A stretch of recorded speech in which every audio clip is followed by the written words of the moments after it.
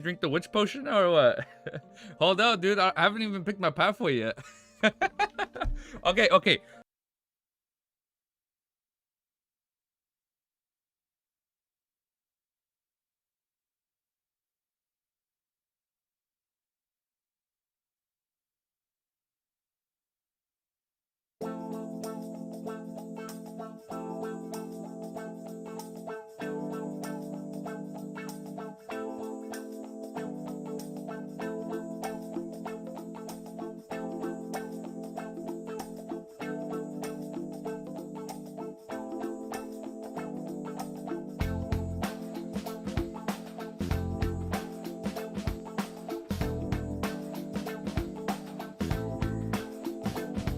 We were almost late. We are now gonna be late. We're good. We're on time. We're perfect. We're all good.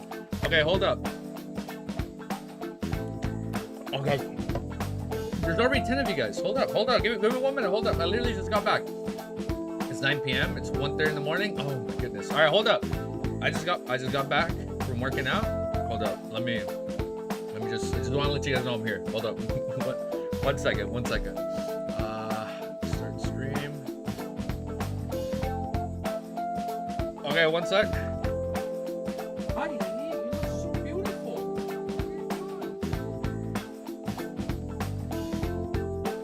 You know what? I just showed the chapter. Did I? I didn't show the chapter, right? Oh, don't worry about the website we're reading Word Mysteries on. Everything is 100% official. We just look at those high C websites to know what to avoid. Now, let me open up the official website page right now. Oh my goodness. Yo, what's up, guys? Okay. Alright, I'm not gonna change. I'm just gonna put this over. Life good? Manchester United won the derby? Oh, I didn't know that. That's cool, dude. What am I doing? I don't have an earbud on. That's all. Hi, Ellie. You can see Ellie. Wait. Look at her. She's so pretty. I don't know if you guys noticed, but my camera's a little bit more zoomed out. Can you guys notice? So I'm using I have on my desk, I have like these controller grips that go to the wall, and I just took out one controller and put my camera, so it's a little bit more further back. That way I feel like you guys can see a little bit more. Today we absolutely need 12 chapters. Got a song for chapter 164, copyright free, but you need to put credit in the description. Well, here, send it to me, Kemi. Let me take a look. Let me open up Discord. Okay, before we continue then. All right, I think we have a lot of free time today, so we might be good. 12 chapters. That could be a record. So far, our record is 11 chapters. We need 164. Damn, man, you guys really want 164. All right, wait, hold up, Kemi. Link the track. You can link it in general. Let's take a look. The music is. I feel like the music is already a little bit loud. We need to get 164. It's in a web novel channel. Gotcha.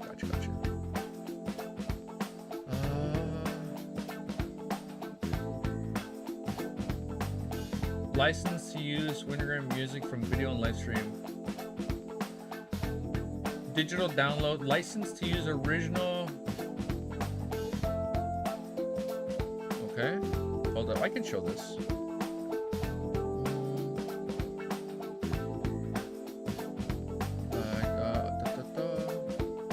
PC. Okay.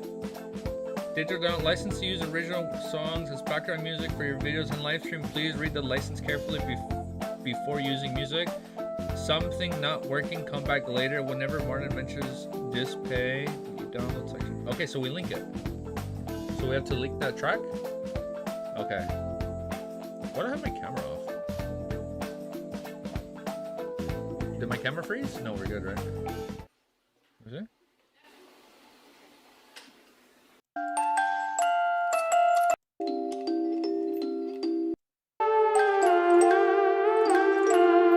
This one? We could, maybe.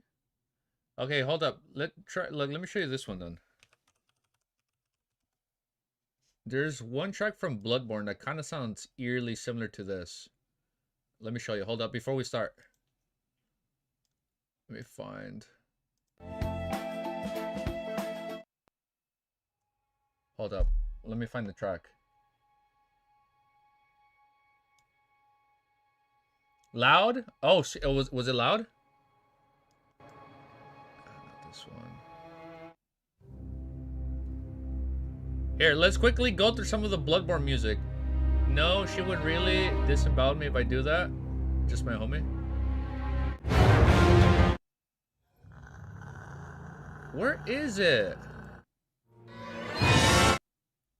There's one creepy, jarring music that sounds like that. No, not Hell Nightmare. What about this one? It's called The Witch of Hemwick. Does this fit? Listen to this for a sec. How does this sound for 164? Because I know I have to link it, right? Here, hear this. How does this feel? You're jump scaring me? Is the music jump scaring? Hi, Ellie. How's this track? How does this sound? Yay, nay. Oh snap! My posters are falling. Ellie, don't bite that. Don't bite that poster. My poster fell. One sec. I dropped the poster. Hold up, Ellie. No, don't bite that. Really good poster.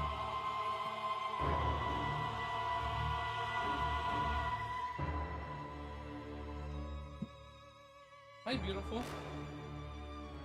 How's that? How does this song sound? That was great. I can't. Not bad for 164. A bit too strong for me. My song is more emotional, which fits better. Okay. Hold up. Because I'm only worried about, like, anything with licensing always kind of, like, it kind of worries me. And it does sound good. Shush. Oh, wait. No, we're not going to read why. Not going to read why it fits. Okay, look. We also have this one. Amygdala.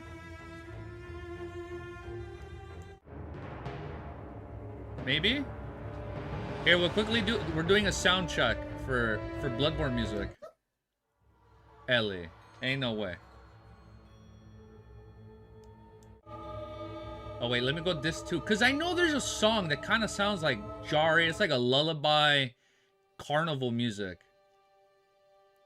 Am I going crazy? It's not the one reborn.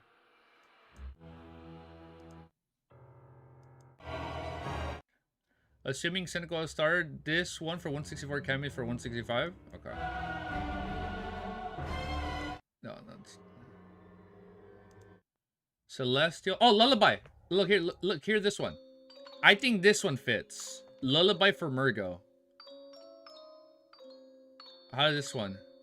How does this one sound? I think this one could fit. Ellie's crying. Why are you crying? Hi, beautiful. Why are you crying? What? Are you crying? Hey, why are you upset? Hi. Are you upset? Why are you upset? Are you okay, Ellie? Oh, I want to make sure there's not light coming into the room. We kind of like it when it's nice and dark in here. Hi. I'd rather have like that natural light. I feel like that's a little bit better. Easy geeky good? Okay, this one could work. Hi, beautiful. Come here. Why are you so sad? Hey, why am I hearing you cry? Why are you crying? Hi.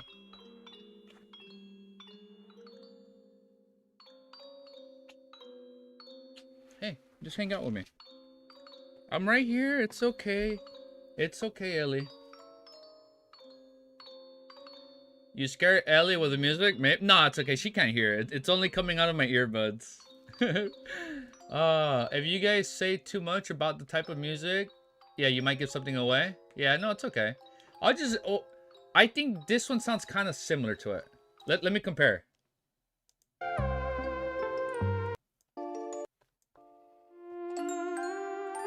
I feel like this kind of fits. Let me have this one, just because it's straight up video game music. This is always the most safest thing. I mean, I only say that because I've seen other videos in the past. Oh, there you go. I knew you were gonna link this one. That might be better.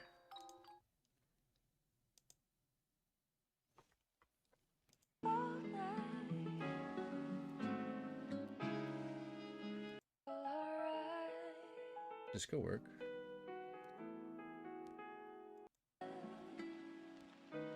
I think that could work. Oh.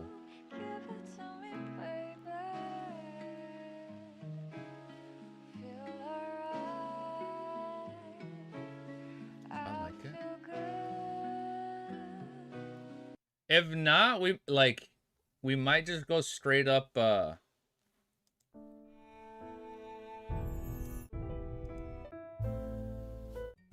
see. Hold up, let me find the Liza P music. This, what about this? If we just play this one, the what? Like the, it's very. Hi Ellie. Wait, hold up. Hold up, one sec. I think Ellie might be a little hot in this. Maybe that's why you're coming, right? Going for dog?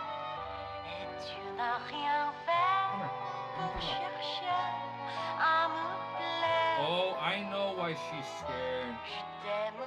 She hears noises outside.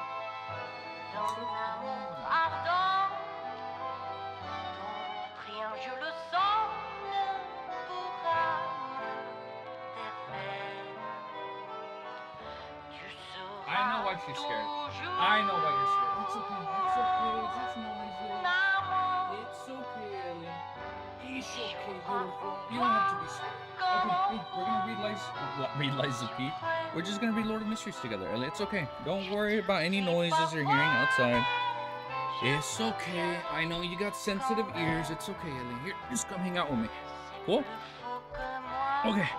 Let me scoot in. Put on my headphones. Let me see what you guys are saying. You okay? Okay, she's playing with her toy. I think she's good.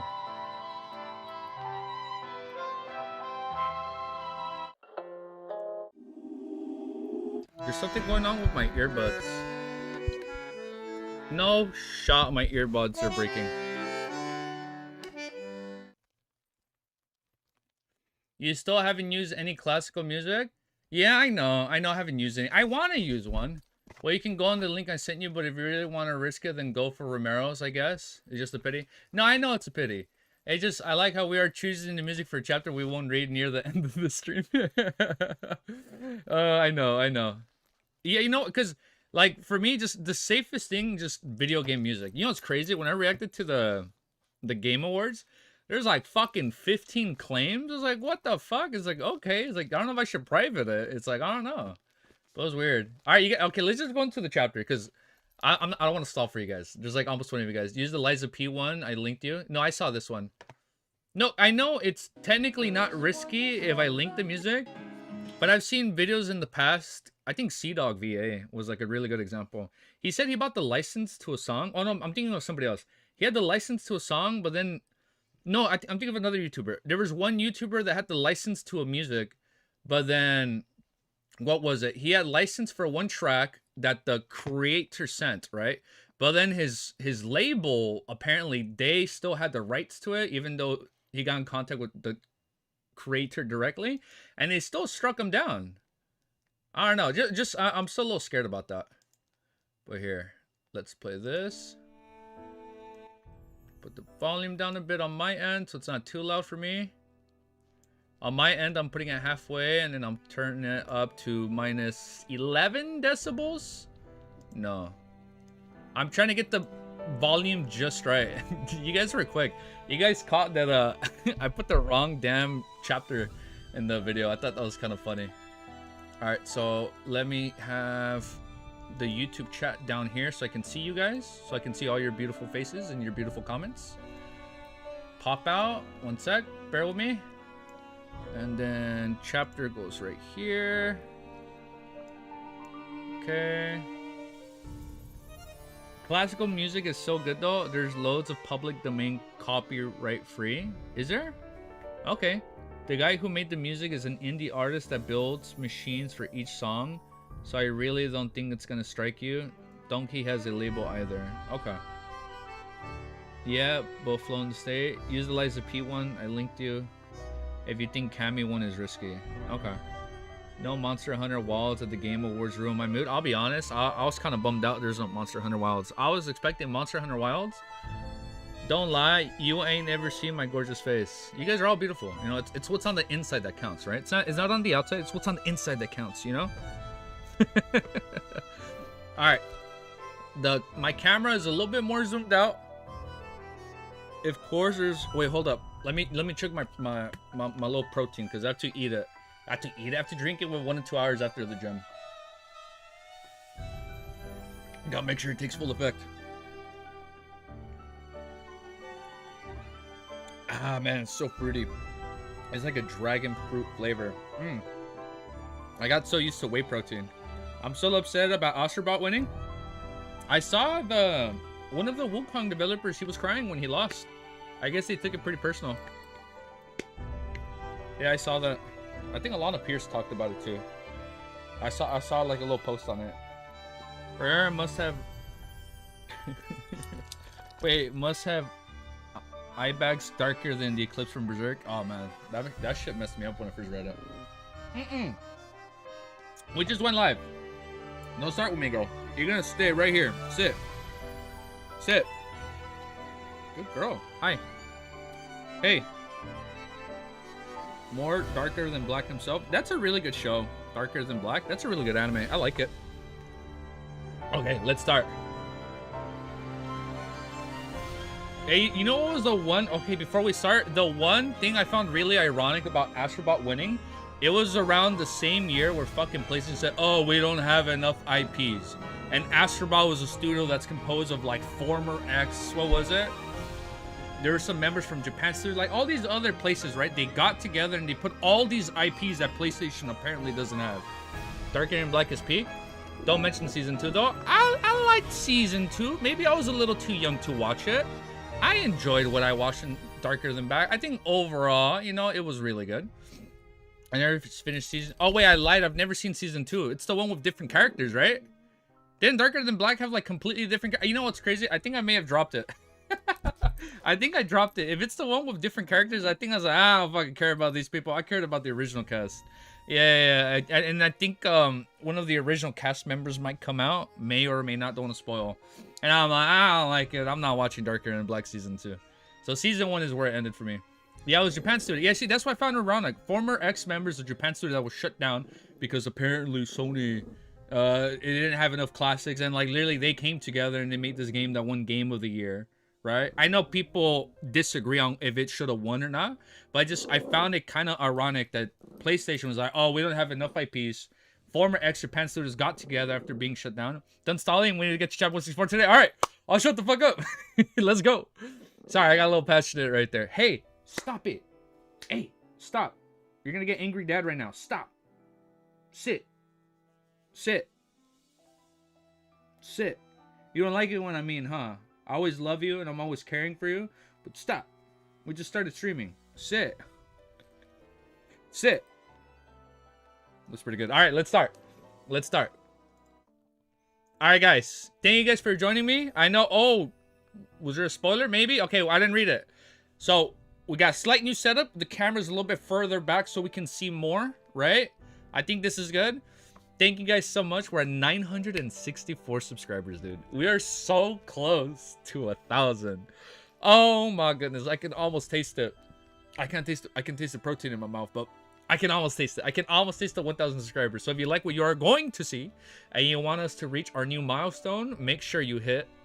No, wait. Make sure you smash that like, comment, and subscribe button. Like, comment, and subscribe button. There's no button for subscribe. Comment on the video, share the video, like the video, post the video, spread the video. Tell your neighbors, tell your bus driver, tell everybody.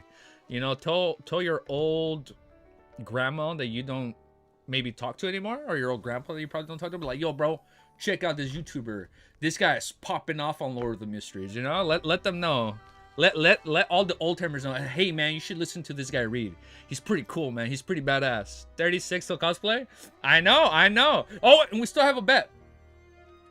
Potentially Audrey cosplay. Potentially we convince somebody to wear the Audrey cosplay, or potentially Klein cosplay. We have 3 different options, you know, that we can mix and match. So we'll see. You know, we'll see what I can get. I can almost see the Audrey cosplay. I know. Wait, don't forget the original bet. Hold up. We added a, remember, don't forget. Hold up. I'm not running back on the promise. There was the Audrey cosplay. I was like, I'll fucking do it myself. Oh yeah, we're swearing a little too early in the video. Like, I'll fucking do it myself. I'll convince somebody to wear the outfit, or I'll wear the Klein outfit. We'll see. The Audrey cosplay about to bring in new viewers. Maybe. Will they bring in new viewers? No. You wear the cosplay we want. I know you guys want it. We'll see. All right, I'll shut up now, dude. All right, I think that was a beautiful intro. Are you guys ready? All right, let's go into the chapter, dude. Let me open up my notepad before we start. No, we want you actually. Like, no, we actually want you to wear it, damn it. It's like, you better do it. All right, here, let's get the timestamps. We are not gonna fuck our timestamps today. I refuse to mess up. Oh, wow, look, exactly 2 minutes. Okay, I'll take it. 2 minutes. Okay. Only options are you make a girl dress as Audrey and you dress as Susie, or you dress as Audrey. Damn. I know. We'll see what happens. We'll see how it turns out. Are you guys ready? All right. Let me make sure I'm in the right chapter. We are on 152, correct? I have my timestamp. Yes, I have my timestamp. Where's my other stuff? I'm trying to find something. No, I think we're good. Wow, I just realized I didn't clean my door. Ew, it's all dirty. I should do that. You know, ever had the idea? I said what I said. What would you say? I probably won't read it just in case. If you guys are, if it's a spoiler. I don't think it's a spoiler. No, right? No, we want you actually. All right. Chapter 152 is called Nice Attempt. I'm gonna turn the volume down just a little bit, just ahead of time. The gray fog filled the air as an internally unchanged manner as illusionary crimson stars hung around him at varying distances. Klein sat inside the lofty palace that looked like the home of a giant as he looked at the familiar sight before him. After a few seconds, he looked away and made a yellowish-brown goatskin appear before him. Then he lifted a pen to write his amended incantations for the summoning ritual. Light a candle to represent myself. Use a spiritual wall to create a holy environment. Drip a drop of full moon essence oil in the flame, chameleon pure dew, slumber flower powder, and other ingredients. No, there's no need to be particular in this step because it's summoning oneself. Recite the incantation below. I, an ancient Hermes, Jotun, Dragonish, or Elvish, it must be a deep shout. I summon in my name Hermes. So he's summoning himself to see what happens. The fool that doesn't belong to this era, the mysterious ruler above the gray fog, the king of yellow and black who wields good luck. After scrutinizing it 3 times, Klein wrote a divination statement at the bottom. There will be danger if the ritual above is carried out outside of this world. Because there's a second Klein. The original Klein is still outside. That's why it'd be dangerous if 2 identical souls, maybe... We're cooking. We're burning the kitchen. I'm not going to read chat. I don't want to know. Hold up. Yeah. Phew, he let out a breath, put down the pen, took out the silver chain in his sleeve as it held it with his left hand. The topaz pendant hung above the goatskin steadily, only a slight distance above the divination statement. He reined in his thoughts and entered a cognition state. There will be danger if the ritual above is carried out outside in this world. There will be danger if the ritual above is carried out outside of this world. After reciting the statement 7 times, Klein opened his eyes, which were almost all black, and looked at the topaz pendant, which was spinning counterclockwise. This meant a negative outcome. There will be no danger. So they're lying. They're trying to... So the original Klein is trying to put him off the scent. I can give it a try then. Klein made the items before himself disappear. He then extended his spirituality to wrap around himself and simulated the sensation of falling. When he returned to his bedroom due to the fact that he had sealed the entire room with a spiritual wall, Klein immediately cleared his desk and put out a mint-scented candle right in the middle. Hi, Ellie. Hi. Are you excited reading this like I am? Yeah, you sound excited. He passed slightly He pressed slightly on the candle wick, rubbing it with his spirituality to cause friction and ignite the candle. Under the flickering dim light, Klein dripped the corresponding essential oils, extracts, and herb powders onto the flame. A soothing fragrance suddenly filled the air, and the room altered between the brightness and darkness. Taking 2 steps back, Klein looked at the candle that represented himself and shouted in Jotun, "I." Then he switched to Hermes. "I summon in my name the fool that doesn't belong to this era. The mysterious ruler above the gray fog, the king of yellow and black who wields good luck." Just as he's finished speaking, he sensed the wavering candlelight suddenly dance vigorously and produce a vortex with surrounding fragrance. It absorbed his spirituality and inside rate. "Hi, Ellie. Would you like to go outside?" Oh, oh, oh. I think she wants to go outside. You want to go out? Let me bring her up so you guys can say bye to her. Hi. Alright, you're gonna go out. Chill. Chill. You're gonna go out, okay? Say bye, Ellie. Say bye. You can maybe come back in like an hour or two, but you're gonna have to head out, okay? I love you. Go have fun. Go. Okay. Ooh. About to create a better story than LO10 by the time he finishes it. I'll delete so just so he can stay delusional.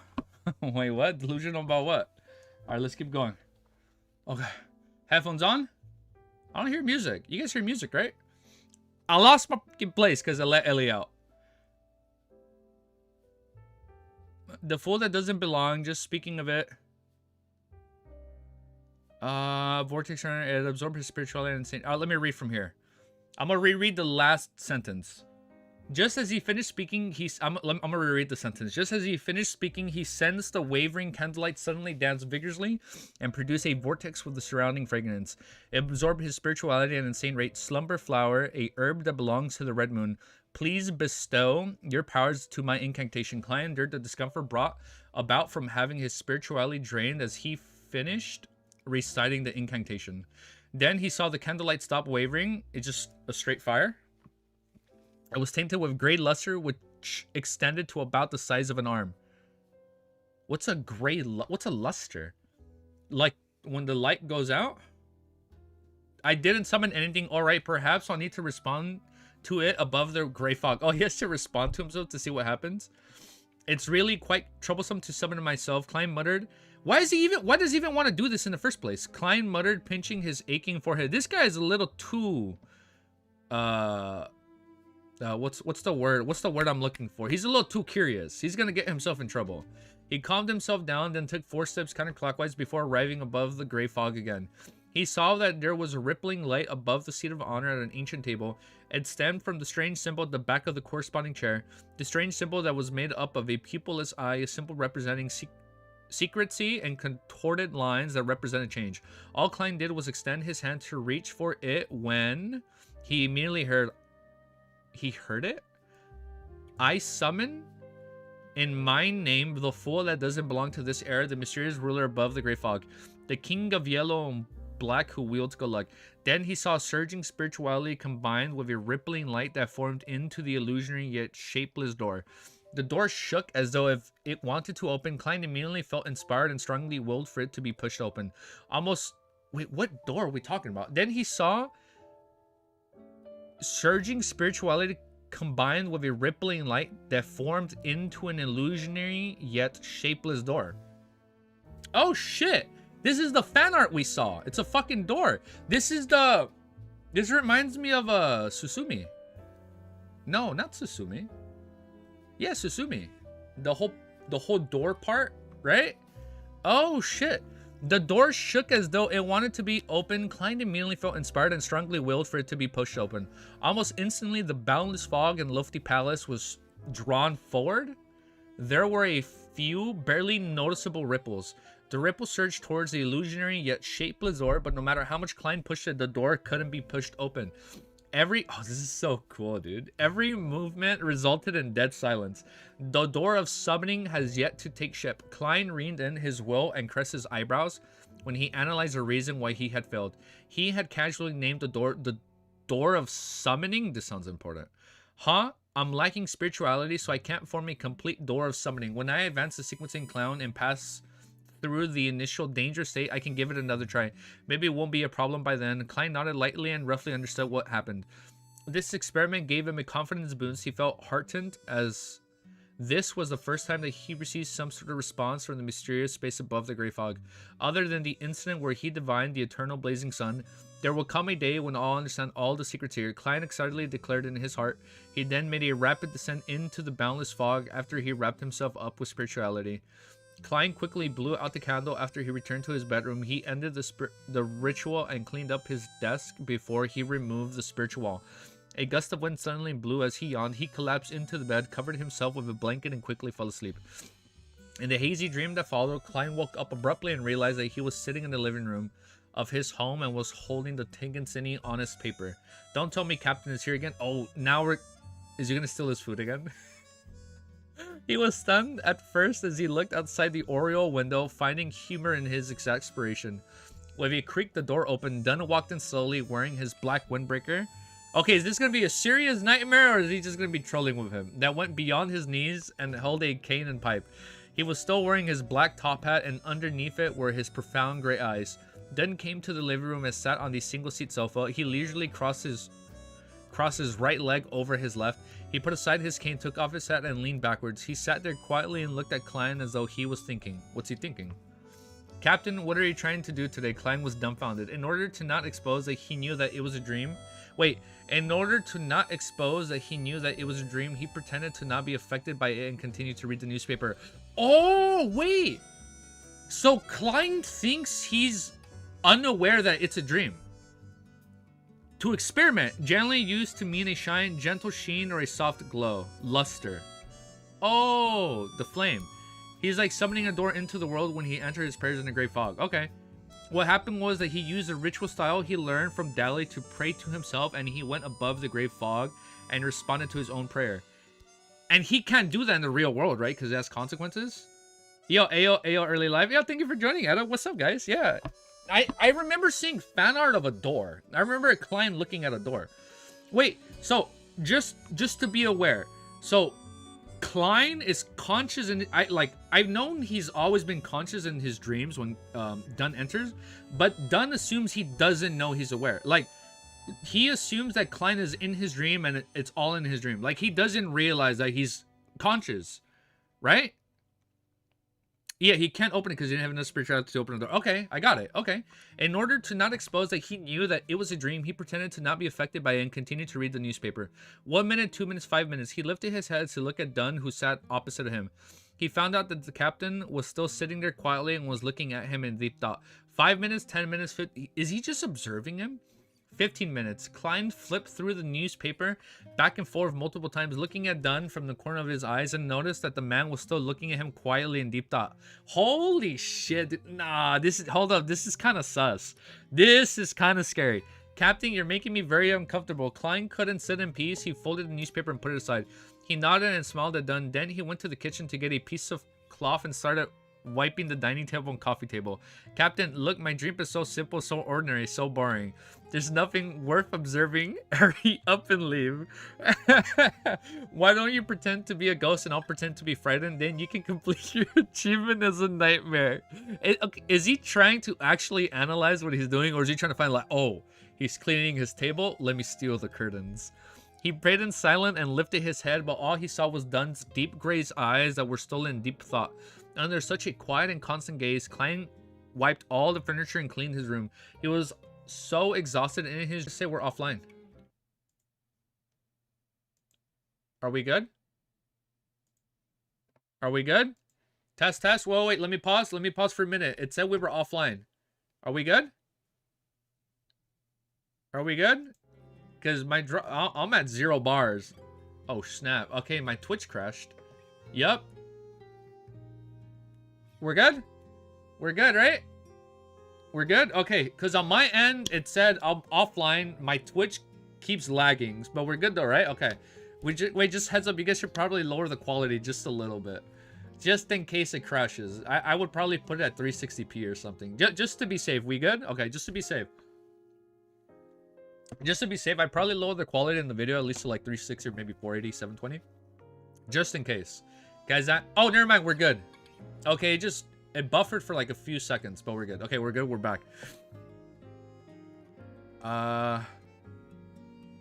Okay, so we are good.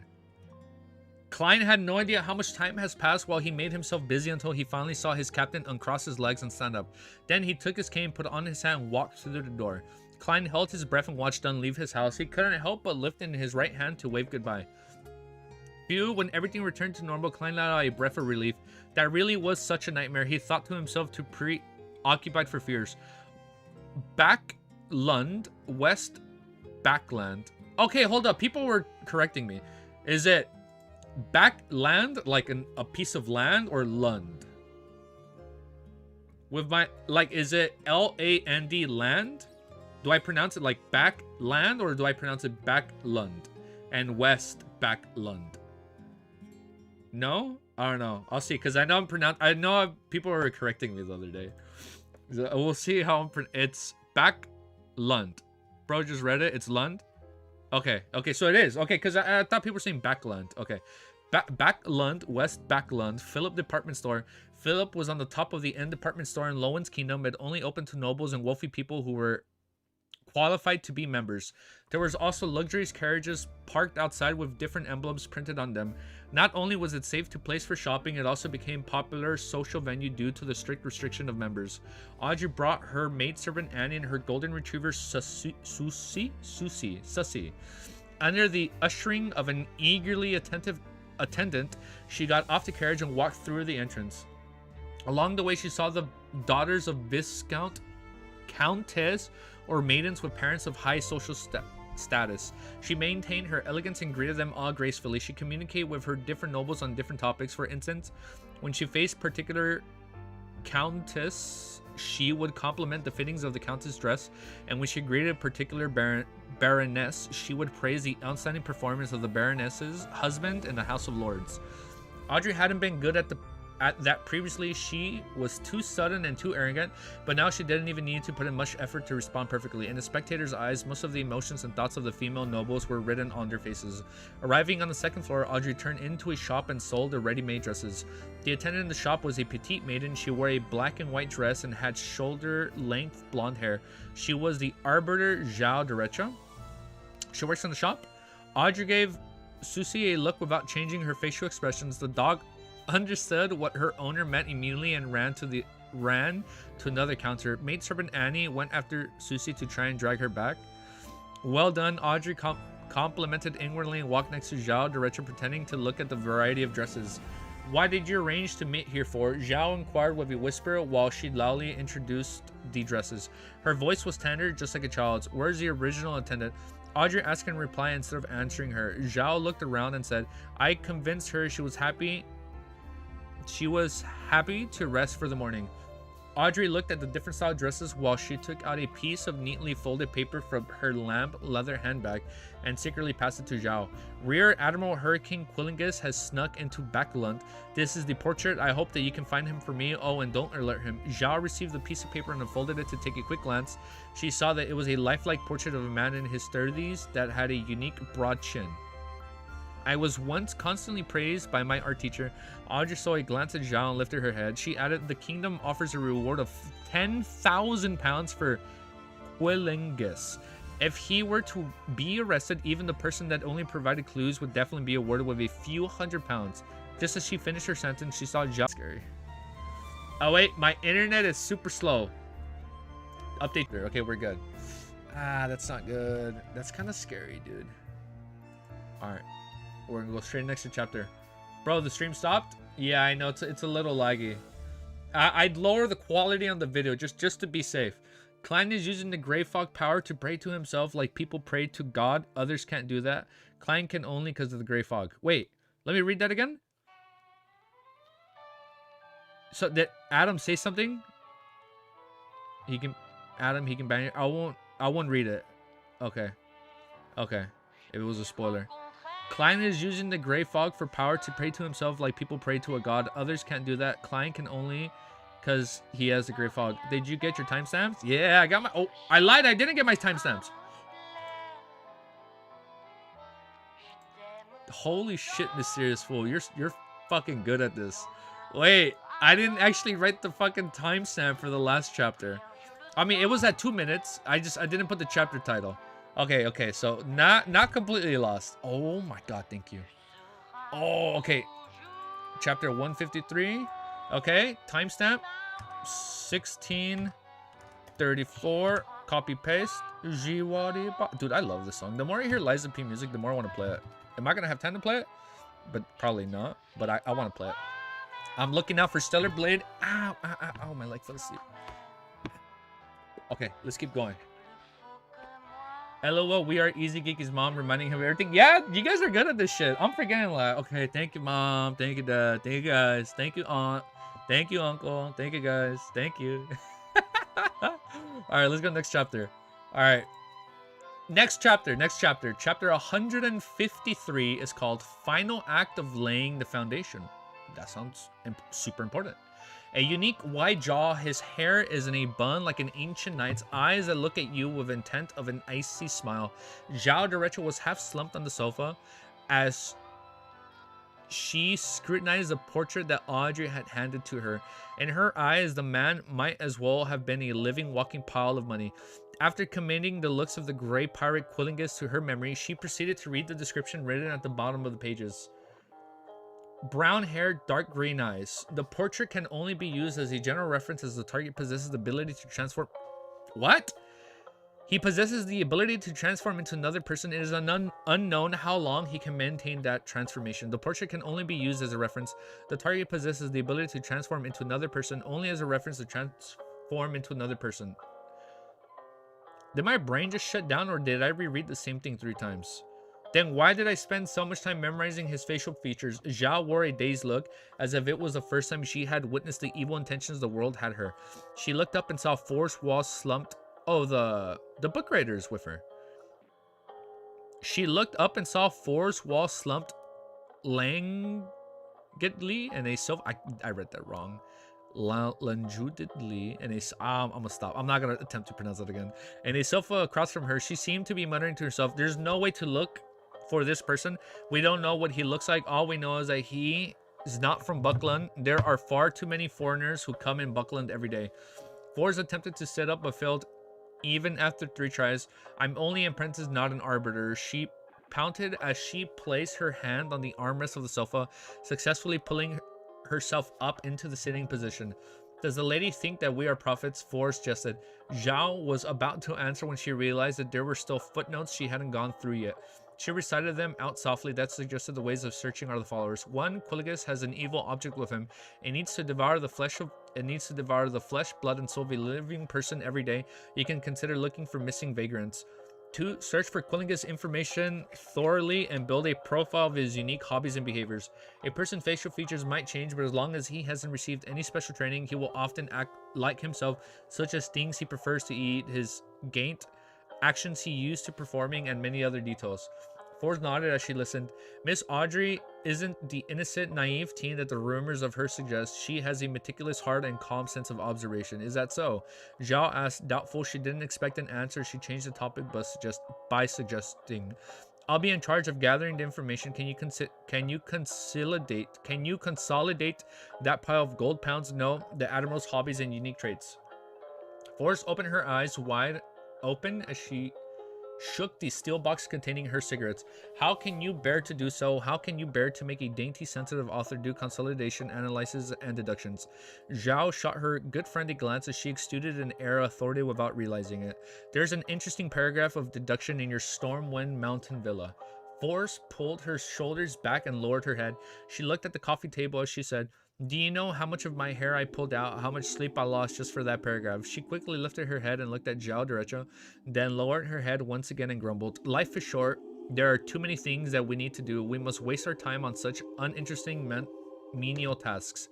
"That's very reasonable." Zhao nearly nodded in agreement. She fought hard to keep her authority as an arbiter. "Then do you have any other ways to solve this problem?" She suppressed her voice, making her childlike voice sound deeper. Forrest thought for nearly 20 seconds before looking up suddenly. We can hire a professional after you finish collecting information on Rear Admiral Hurricane. We shall erase the name and hand it over to an excellent detective. Then ask him to do the consolidation and deduction. All we have to do is pay a fee. Why didn't I think of that? Zhao's mind went blank. Forz and Zhao looked at each other without saying anything. When the atmosphere became awkward, she cleared her throat. We'll do it according to your suggestion. After saying this, she quickly added, you'll pay the fee? Howes Street Divination Club. Oh, we're back. Hi, hello. Wait, who are we saying hi to? Hello, guys. Hello, everybody. Thank you to everybody that's joining. Hi, guys. Hello, how are you? Good afternoon, Mr. Moretti. The pretty receptionist Angelica looked at Klein in surprise. You rarely come on Fridays. Exhausted from searching for the house with the red chimney, Klein smiled and said, fate never repeats itself indefinitely. It always brings us some surprises. He was in the area, and the time had expired on the carriage he'd rented. Thus, he came for a cup of black tea and some rest.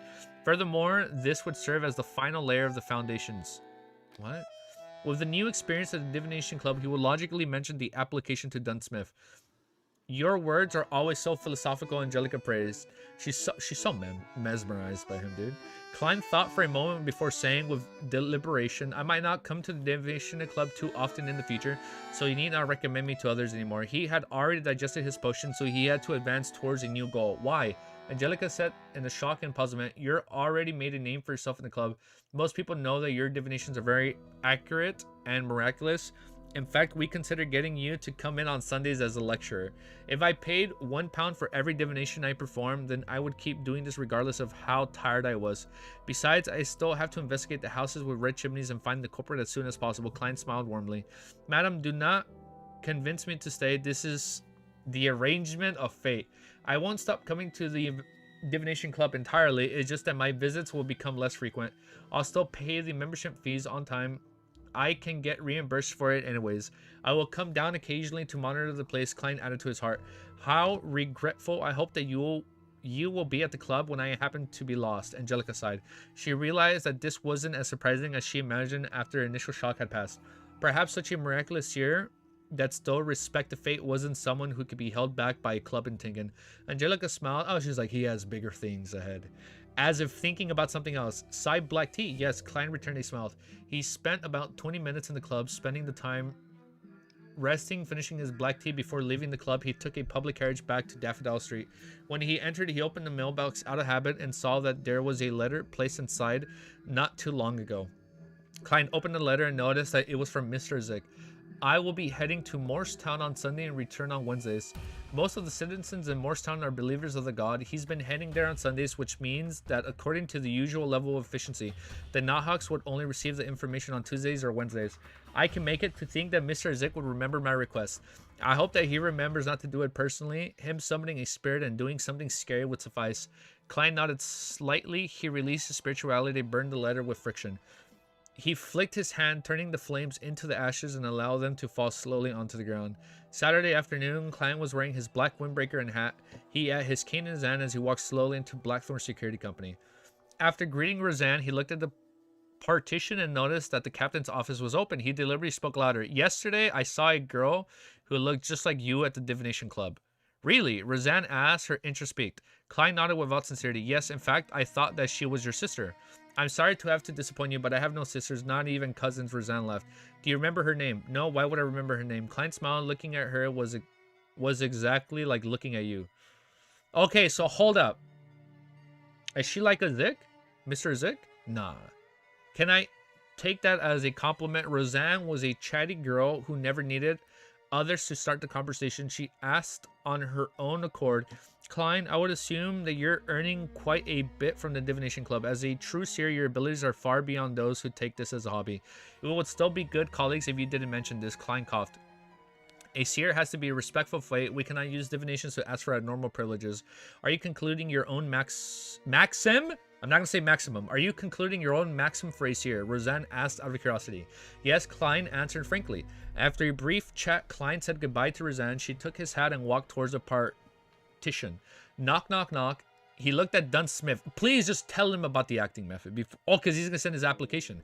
He was drinking his coffee as he knocked on the open door. Please come in. Dunn looked up at Klein and adjusted his posture immediately. Klein had already probed the captain over the past 2 days. He confirmed that Dunn Smith hadn't mentioned the acting method as if he was trying it out. It was clear that he was also cautious of the higher-ups of the church. Oh! Maybe the church has a way to pry into Dunn Smith's dreams. Like when he goes into the dreams, maybe the church also has access to the dreams. That's why he didn't say it. Thus, he closed the door and sat across from Dunn. He said with a serious yet slightly excited expression, Captain, I believe that I have completely grasped the sheer potion. I wish to submit a special application. Holy shit. Oh, dude, not Klein. Dunn is being so cautious with Klein for good or bad intentions. So far, the most suspicious character in this whole series is Mr. Zik, and Dunn Smith is the second most intriguing character behind Klein. I mean, Klein in and of itself, he's already like super intriguing because I'm like, how is he doing this? Is this like all a coincidence or not? Mr. Zik has me really skeptical if he's going to be like a bad guy or a good guy. And Dunn, same with Dunn. I'm very curious if he's going to be a bad guy or a good guy. Both of them, Zik and Dunn, like, I'm scared for them. I wish nothing but kindness and happiness for them, but I'm kind of scared. I'm kind of scared with how vague and mysterious they're being, dude. All right, let's go to the next chapter. Okay, what was it? Chapter 154? Okay, let me copy this timestamp. Hold up. I said a lot of things, and I'm kind of scared to read chat. Update the chapter. There was a message deleted, Mayo. Wait, we gotta be careful. No hints. No hints. No hints. Thank you, Romero. Thank you. Just to be careful. Update chapter. Let's update our chapter. Okay. 154. All right, guys. This is gonna be our last chapter for today. Nah, you guys would be so mad if I did that. Nah, let's keep going. Let's keep going. Timestamp is 26 minutes. That took us 10 minutes to read. Holy shit. We read that kind of quick. That was 20 minutes. We knocked that sucker out really quickly. Oh my goodness. That was super quick. Okay. 10 more chapters? 10 more at least? All right, let's see how far we can get. I got you guys. Maybe 9. No, I'm kidding. Let's see. 10 chapters needed? I know. It's a must. Can't believe you scared us like that. No. Ooh, jump scare. That was a late Halloween jump scare. I got you guys. All right, chapter 154 is called Sharing Experience. This implies Dunn and Klein maybe sharing the acting method. As he looked into Klein's eyes, Dunn took a deep breath and leaned back. Oh. Then he slowly exhaled as he spoke. Are you certain? Ooh, that's good. Okay, are you certain? There were minor changes in his facial expression. He seemed to be well prepared for the special application, but he hadn't expected it to be so soon. Captain, why do you look so relieved? He's so proud that he's already ready. Captain, why do you look so relieved? Klein didn't conceal his smile as he said, I'm certain, Captain, when you fully master a potion, you'll feel a very special magical sensation.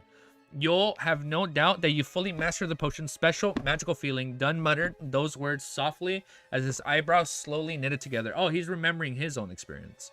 How the captain advanced twice without fully digesting... The captain advanced twice without fully digesting the potion.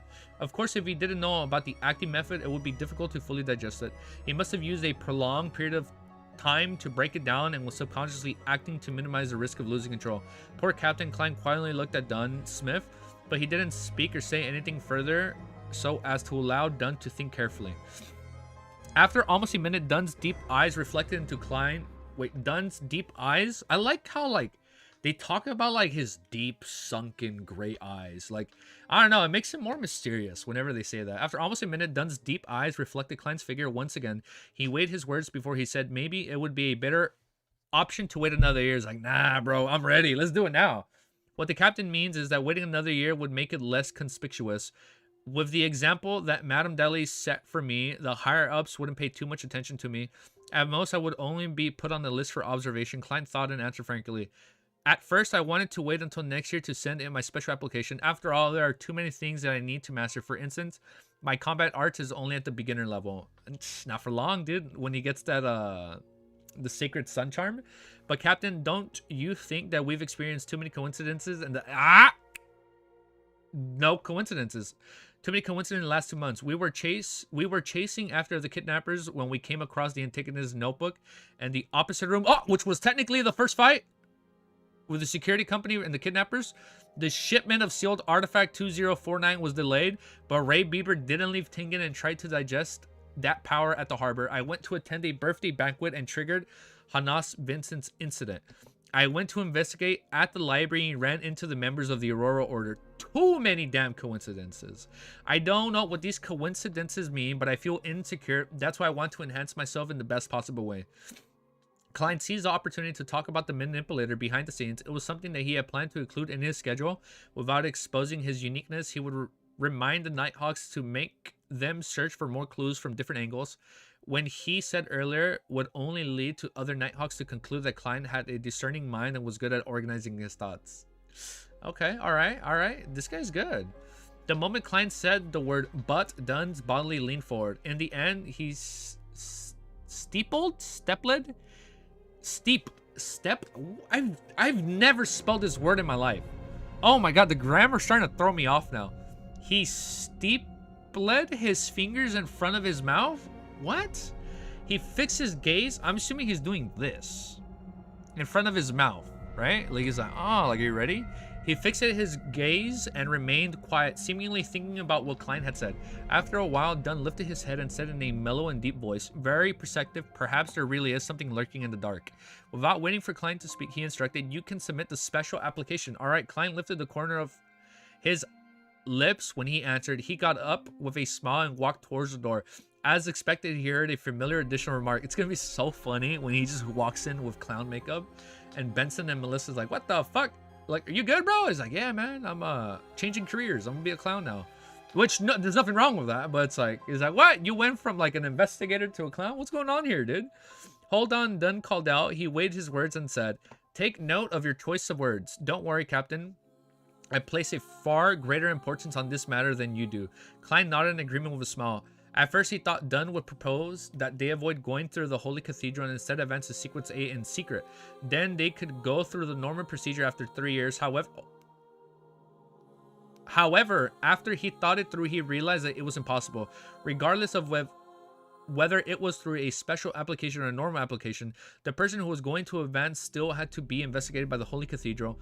Oh shit, so they're going to investigate. So he's going to be like in front of all these archbishops, right? And watch there be like some important archbishop that we aren't going to find out for like hundreds of chapters. There's going to be a name drop, but we're not going to hear about him for a long time. The only difference was that one method was relatively simple and the other was more complicated. If he had to become a Sequence 8 in secret, then it could be put the entire Tingen Nighthawks in trouble. Since Klein was finished with his mysticism lessons, he didn't go to the basement in a hurry, but walked to the clerk's office next door, leaving the captain's office. He found a man and woman. So it's the same new people. He found a man and a woman sitting in the office. The man was in his 30s and the woman was in her 20s. They were 2 newly added members. So new civilian staff members.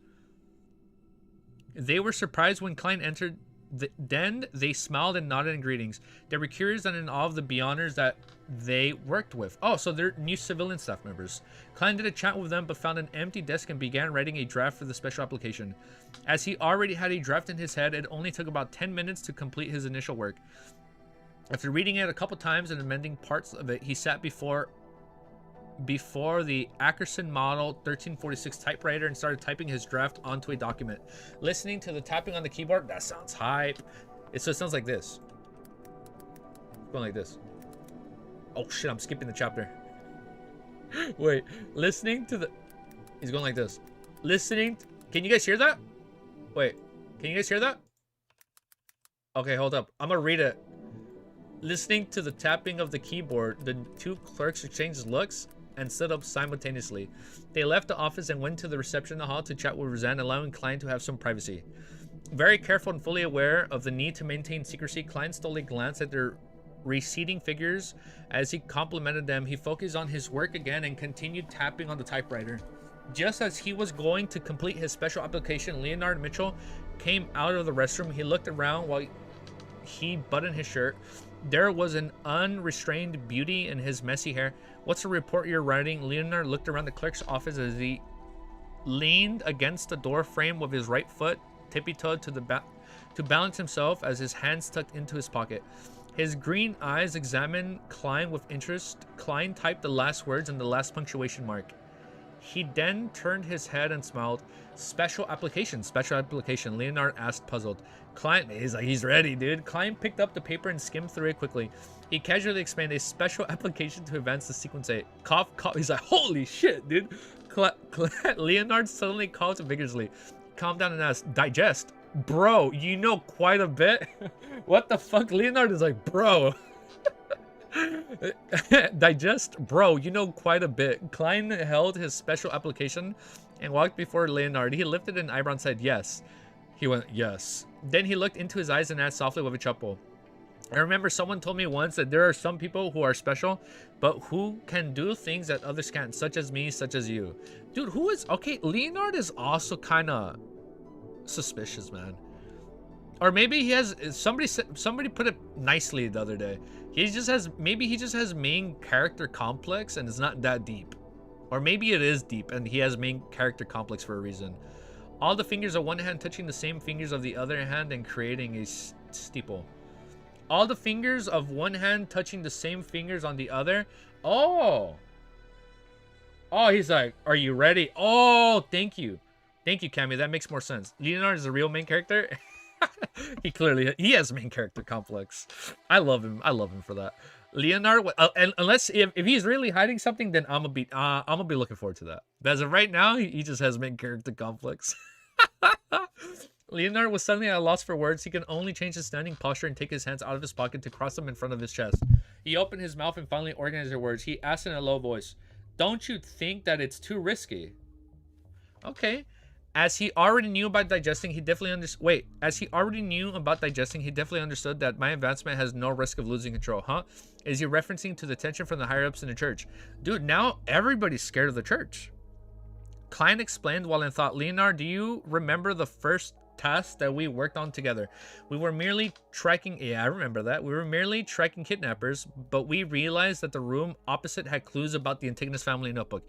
He repeated what he mentioned to Dunn once more. Leonard's expression grew heavy as he nodded in agreement. He muttered to himself and said, maybe I have to hurry up.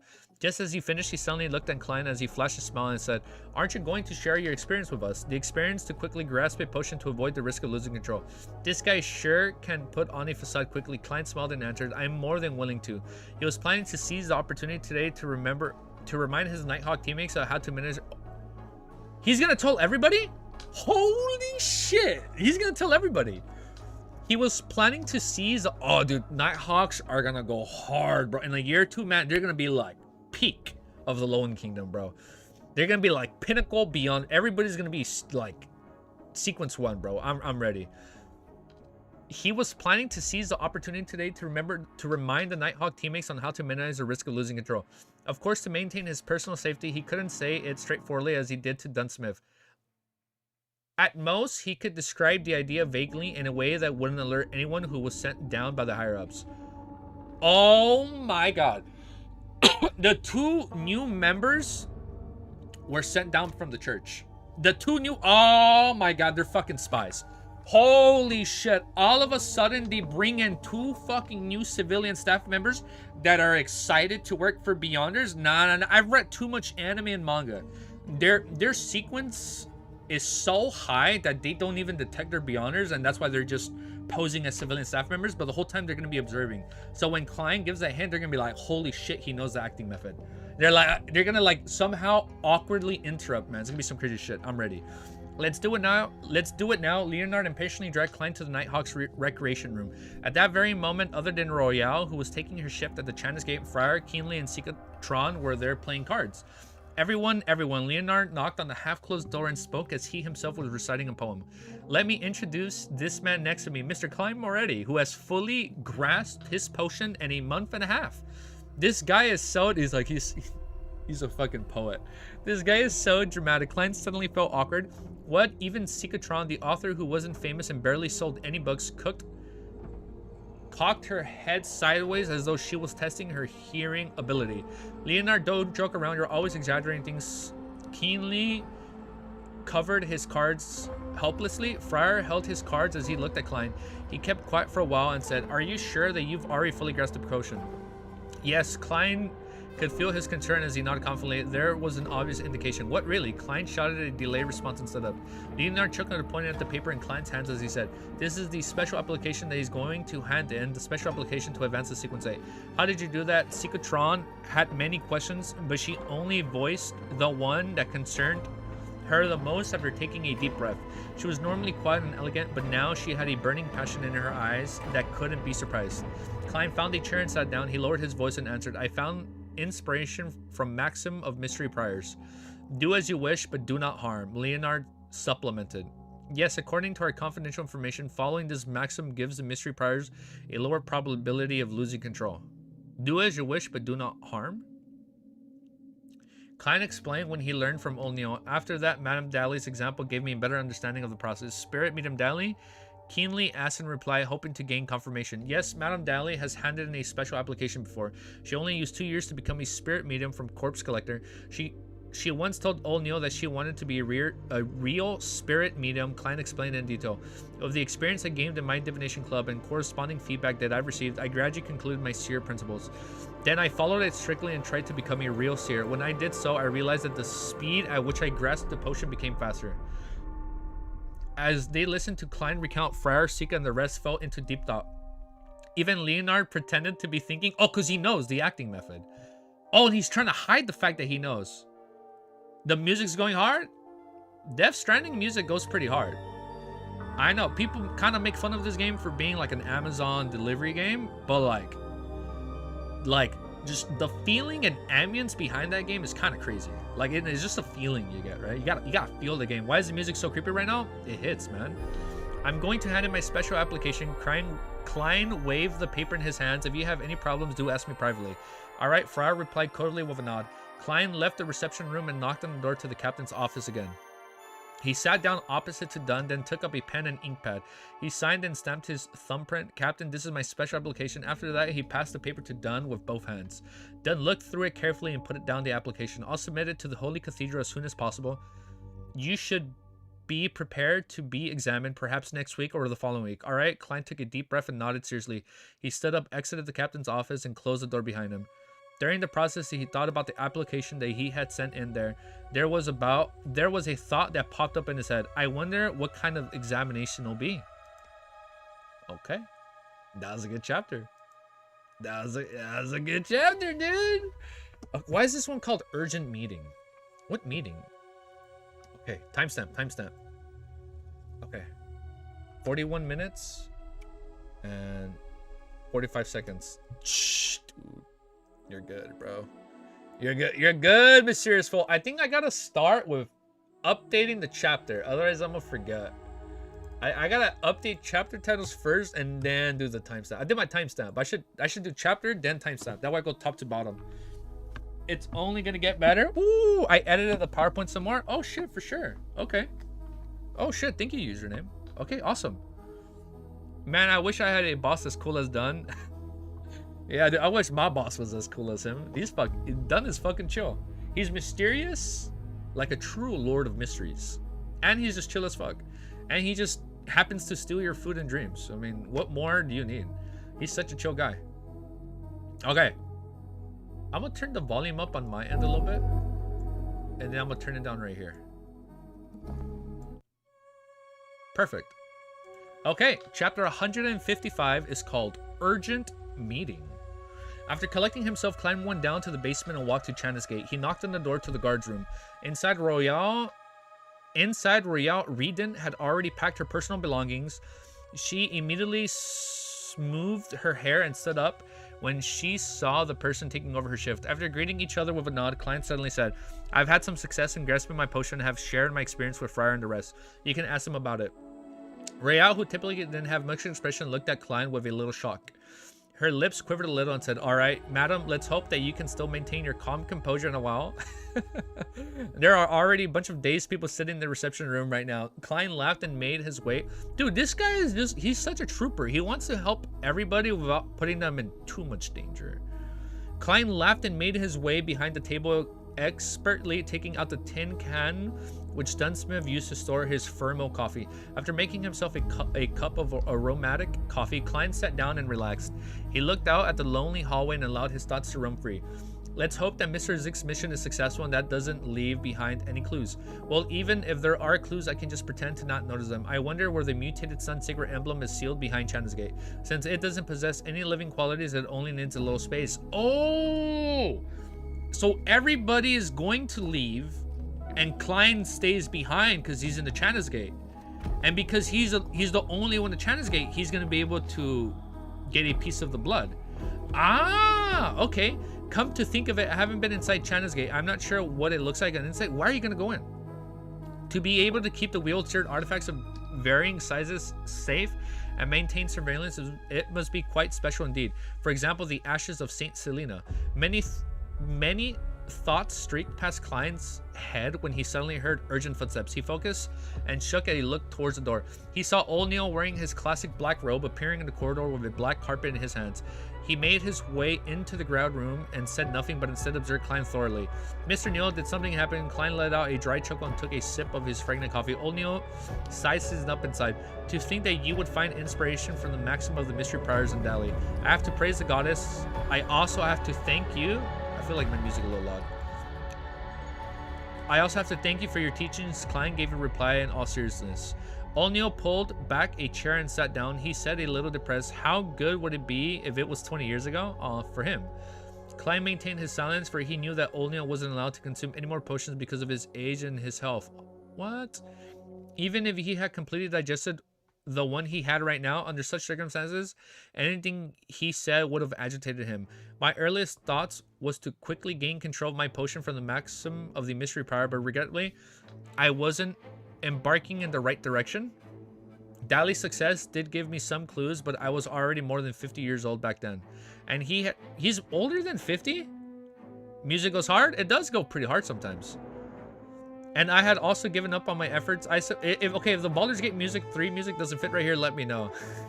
I subconsciously thought that her success was a result of her genius and that the average person wouldn't be able to emulate her achievements. Old Neil rubbed his temples as he described his disappointment. He was silent for a few minutes before he lifted his head. He looked at Klein. It sure is regrettable that only now I understand what I've missed out at this age. Old Neil had a faint understanding of the acting method. Hold up. I kind of know what song to play right here. Yeah. Who are you? This song fits. I feel like this song fits the conversation. It sure is regrettable that the... Wait. He was silent for a few minutes before he lifted his head. He looked at Klein. It sure is regrettable that now do I understand what I've missed out on this age. Old Neil should have had a faint understanding of the acting method. He merely understood what happened after I shared my experience. Klein consoled. It would have made too much of a difference. The church doesn't hold a sequence A corresponding to the mystery prior. Oh, so he's been stuck at 9.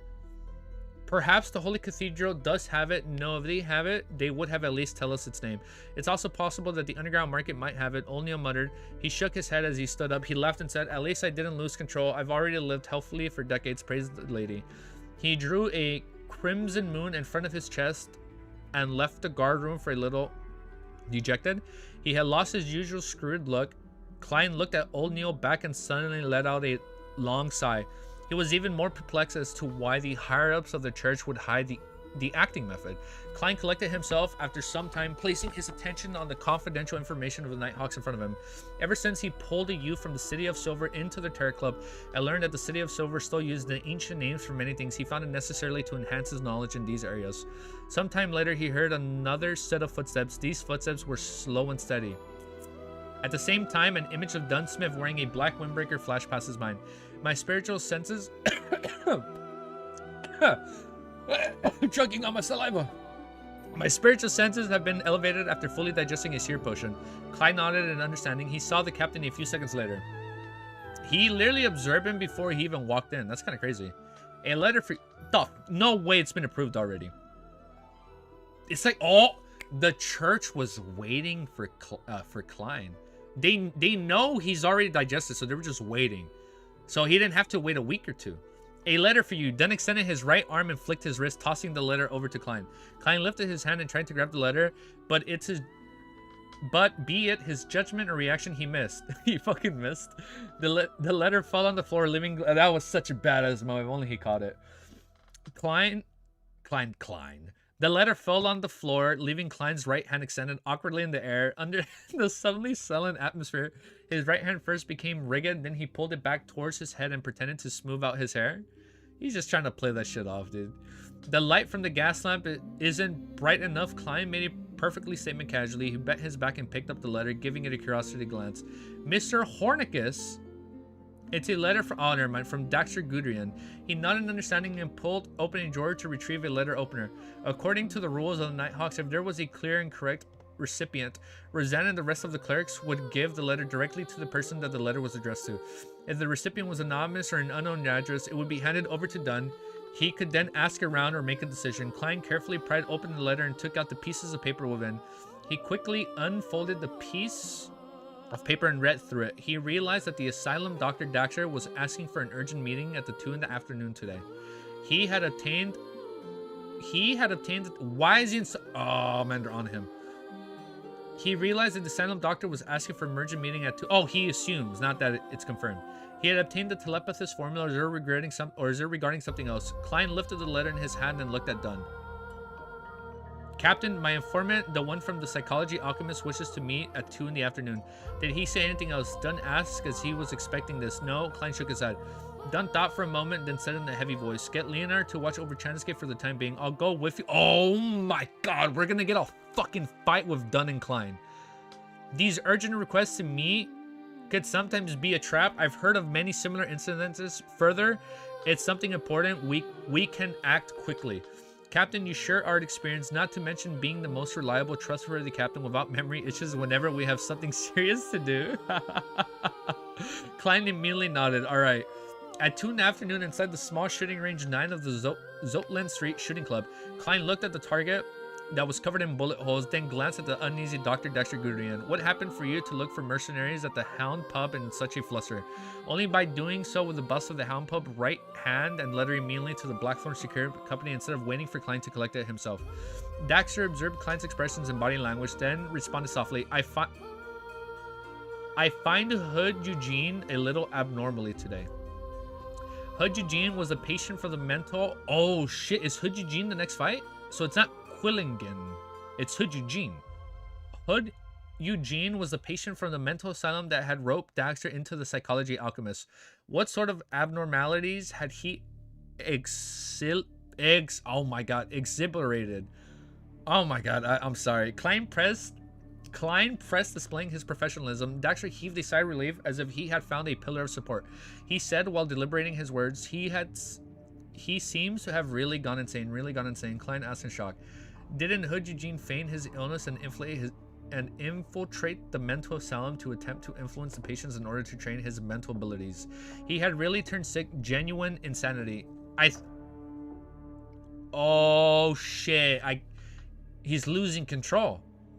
I think so. Daxter paced around anxiously. I could hold a normal conversation with him in the past and receive guidance on how to correctly use my beyonder powers. But in the past few days, his thought process and his condition has become really weird. I can barely communicate with him. He was just like my other patients, even though I've managed to get the telepathist formula as a result, but I cannot determine if it's real or fake. I'm afraid that there might be some uncontrollable changes that might occur.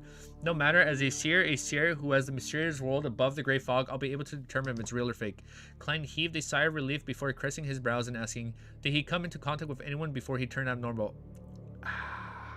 Watch Triss be a patient. Oh, I got it. Triss snuck into the asylum, and he's gonna use him as a scapegoat for whatever reason. Like, she probably instigated him. Only the patients. I cannot guarantee that, though. I'm not in the asylum for the whole day. I also need time to rest, Daxter said, his expression serious. Klein nodded, as if it was something trivial. Don't worry, I'll send someone to protect you in secret. You should find out who Eugene has come into contact with as soon as possible. Also, you have to be careful. He might be testing you. You should also report this to the members of the Psychology Alchemist and see how the higher-ups of your organization react. Would you like to react to the 2 Dongguo trailers after you finish Volume 1? Oh, hell, I'm gonna rewatch them. I watched the trailer. Okay, wait. I have watched the trailer before. I watched the trailer without reading any subtitles. I just wanted to see the imagery because people were saying it was super smooth. But I plan to rewatch the trailer at the end of Volume 1 and see what I pick up on and like fully digest the trailer. No pun intended. Not like after he has after I fully digest Volume 1, I plan to rewatch the trailers. Yeah, that's the plan. All right, Daxter propped up his golden spectacles, recovering the calm of a spectator. He then took out a piece of paper from his pocket and handed it over to Klein. This is a formula for the telepathist potion, but I cannot guarantee its authenticity. We will verify it. Klein smiled in response. He unfolded a piece of paper and spot and looked at it. Main ingredients: the complete pituitary gland of a mature rainbow salamander, 10 milliliters of spinal fluid from a Farsman rabbit, supplementary ingredients: chestnut spore 5 grams, dragon tooth grass powder 8 grams, 3 petals of pure white elf flowers, pure water 100 milliliters. Excellent, Klein praised. He folded the piece of paper and stuffed it into the inner pocket of the t-shirt. Oh, I have a question. I don't think this is you guys can answer if it's not technically a spoiler. When they say I need dragon's tooth or white, like white elf flower, no, like when they say dragon tooth, are they like are they requesting a physical dragon's tooth from like the first epoch, because that's when there was monsters and beasts, or are there like just certain things that have that name and terminology? Like it's not necessarily a dragon's tooth, or is it like actually a dragon's tooth? And wait, if you can say that's a spoiler responding, and I won't bring it up again. But I don't know if it's an actual physical dragon's tooth, or it's just like a tooth that's given that name. I don't know. Maybe both. That's a really good answer. Yeah, no, the elf. Yeah, that's why I didn't bring up the white elf flower. If I'm mistaken, it's the name of the flower. At least what it's called might be real. Okay, I like that. Second often. Okay, so it might be like a mix of both. Okay. Thank you, guys. Thank you. Excellent. Klein praised. He folded the piece of paper and stuffed it into the inner pocket of the tuxedo. After exchanging a few more words and ascertaining the voices with Daxter was hearing were subsiding, Klein bade him farewell. He cautiously made his way to the shooting range reserved by the Nighthawks, then smiled while waiting inside. Captain, the informant gave me the telepathist formula to thank me for helping him control the side effects of the potion, but he cannot determine the authenticity of the potion. Klein handed the piece of paper to Dunn with a stern expression. Furthermore, he mentioned something else. Dunn read the formula as he listened to the concerns about Hood Eugene after he nodded. I'll immediately assign manpower to keep the mental asylum under surveillance. You haven't had professional training when it comes to these matters and don't participate in this. Go back to guard the Chance Gate. With that said, he looked at Klein deeply in his eyes and said, if we were to take this formula into account, you don't need to accumulate any more meritorious achievements. You can directly receive the clown potion after you pass examination. Okay. It's like, you've done so many good deeds, like they're just gonna give you the potion formula. All right. It's a typo, is meant to be go. Oh. Okay. Okay. Oh, hell yeah. Awesome. Okay. Melissa who takes the long view. Okay, that's a very mysterious chapter title. Okay, let's add this. Timestamp is 55 minutes and 46 seconds.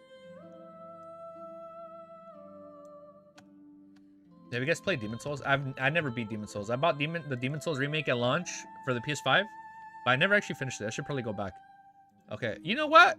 1, 2, 3, 4. We're 5 chapters in at the 55-minute mark for at least for the video, like for the VOD. I think we're at a good pace. Let's see. Do I need to remind you to? Thank you for reminding me. I was about to go straight into the fucking chapter, dude. Holy fucking shit, Mysterious Fall. Man, it's like tune in next time and see if Easy Geeky remembers to update the timestamp and chapter title. Oh my god, man. The main ingredients of a potion were said to be the most extraordinary ones, which is why they were more expensive, so we can guess main ingredients have something special about them. Oh, thank you. Yeah, that's why no, that was mentioned before. That's why there's like the supplementary ingredient was like 100 milliliters of water, right? And then it's like I need a dragon's tooth, which was like the main ingredient. And then it was like, oh, and then just water. Okay, so I assume it's like a mix of both of like mythical items and like regular herbs and whatnot. Okay, no, it's okay. You guys don't have to retract the statement. It's okay. No, that's not a spoiler. We went over that. No, you guys are good. All right, let me lower the volume down just a little bit. I can hear Ellie. Give me 10 seconds. Let's see what she does. By the way, did you guys see the... Hold up. I dreamt what the Switch 2 might look like. It's pretty cool. I had a dream about what the Switch 2 would look like. It was pretty cool. Not gonna lie. I dreamt that it had like a display. Like, I dreamt that the dock was like half a size and you can see like a display. I don't know. I dreamt that I was looking at potential mock-ups. One day I'm not going to be here and you will read 30 chapters without making the stamps and updating the chapter. Timestamps, yes. Updating the chapter title, maybe not. Main ingredients, the main important part, supplementary ingredients are the potions to be safe for humane. Okay. I trigger because it could be read a bit too confusing. But yeah, you get it. Okay, no, it's all good. No, you're good, bro. Oh, the Song of Destiny. Let's play some Stellar Blade music. I think this will fit. Chapter 156 is called Melissa Who Takes the Long View. And I'm paying double for the clown's formula, and all this because I originally wanted to be rewarded double for the same piece of work I did. Forget it, I don't have the opportunity to mention that I already have the formula to the clown potion. Klein. Oh, he has the formula, not the ingredients. Klein took a deep breath and forced a smile, saying, hopefully I can pass the examination smoothly. Maybe the examination is saying, oh, make the potion yourself. Maybe that's what it was. Right? And that's how they test to see like what they know or don't know. He was more than happy with Dunn's decision for him to continue to guard Chandler's Gate. Not only was he lacking the professional ability to monitor and investigate, but his hand-to-hand combat was far from satisfactory. In terms of shooting, he was considered decent compared to the ordinary police. However, his teammates were all beyonders that have had their physical attributes enhanced. Even if they weren't all marksman level, they were very close. As for hand-to-hand combat, Klein was merely a beginner. Even with the slumber charm, a repose charm, and a dream charm, he was still considering a support class beyonder.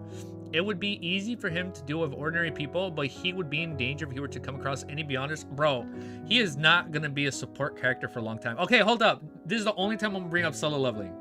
When I originally read solo leveling, it's like, well, he's going to be a necromancer. What he's going to do? He's going to fight from the back. He had it all. He had close range combat, long range combat, necromancy abilities. This man had it all. I'm hoping Klein has it all. He has the close range combat. He has all these crazy ass charms to like help and like evade him in combat. Like he has guns, weapons, he has a cane, close, dude, he has it all. I'm already hyped to see what, like, maybe one day he's gonna be able to use like animals or pets to fight aside him. Oh my god, wait. Watch Beast Tamer be a sequence path. Oh, I'm not even gonna read chat. Romero already got mad because I said so lovely. Wait, no, I'm tying it back in. Watch Klein be a beast tamer, because when he went to the circus, one of the people was a beast tamer. So maybe if he becomes a beast tamer, he's gonna have all these crazy abilities, and then maybe he has his own beast fight with him. Maybe not. Maybe I'm thinking out loud. That's a good theory, bad theory. I don't know. We'll find out. As for hand-to-hand combat, Klein was merely a beginner. Even with a slumber charm, a repose charm, and a dream charm, he was still considered a support class beyonder. It would be easy for him to deal with ordinary people, but he would be in danger if he were to come across any beyonders who were adept at combat. Until I advance to sequence 8, becoming skilled in technique-based battles and master a handful of spells, I can only complete normal supernatural missions on my own, If I successfully steal the powers of a sealed artifact 30782 and make the flaring sun charms, that will be even better. It won't be impossible for me to win from a position of an underdog. Klein thought hopefully as he slowly walked back to the Blackthorn Security Company. The next morning, when he ended his shift and let China's Gate to the Nighthawks, still hadn't obtained any unusual useful information for monitoring Hood Eugene. For now, they had to place their hopes on their informant's internal investigation. When he returned home, Klein had his breakfast, quietly laid down in his bedroom to sleep until noon. He woke up naturally, washed up, and walked to the first floor, following the smell of cooking food. Melissa is prepared for lunch. Klein looked at Benson, who was reading the newspaper in the living room.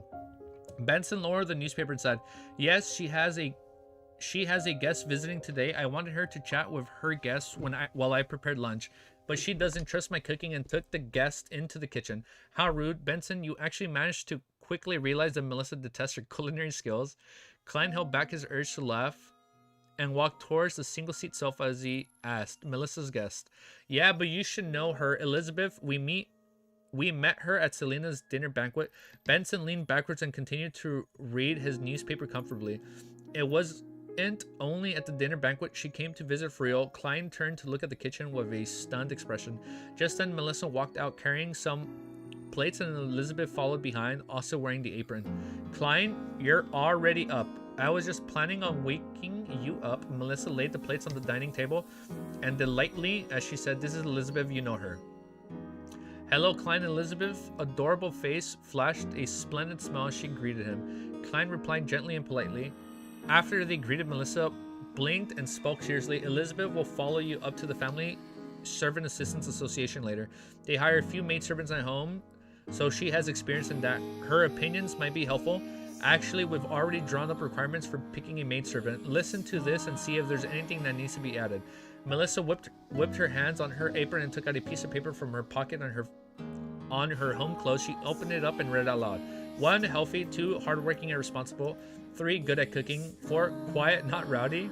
5, simple family background. Looks ordinary.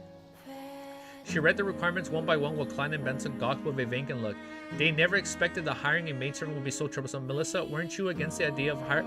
Oh, that's so funny. Melissa wants an ordinary maidservant so they don't fall in love with her. That has to be it. "Melissa, weren't you against the idea of hiring a maidservant?" Klein subconsciously asked with his sister's thought. Melissa pursed her lips and nodded solemnly. "Yes, I was against it, but my opposition was in vain." Oh, I feel like my music's a little loud. I'm gonna turn it down just a bit. "Yes, I was against it, but my opposition was in vain. I thought we should at least get things done properly. To be able to get it done well, we must be well prepared, huh? Do you have anything that you'd like to add?" She's just penny picking. No, Klein and Benson shook their heads in unison, causing Elizabeth to laugh. After lunch, the four of them took the public carriage to Tingen Family Servant Assistance Association on Champagne Street. It was similar to the domestic help firms that Klein knew up front of his previous line, but it was also a little like a charity. They recorded the personal information and job requirements of a different maidservants so that the clients could make their selection more easily while maximizing the maidservants' chances of employment. Part of the organization's funding came from charity organizations. Some came from a percentage of the payment provided by employers. Upon entering the association, Klein and company were greeted warmly. A young lady in a pile of yellow ruffled dress led to some sofas. She smiled and asked, "How may I help you?" Wait, one sec. Let me go turn on the coffee.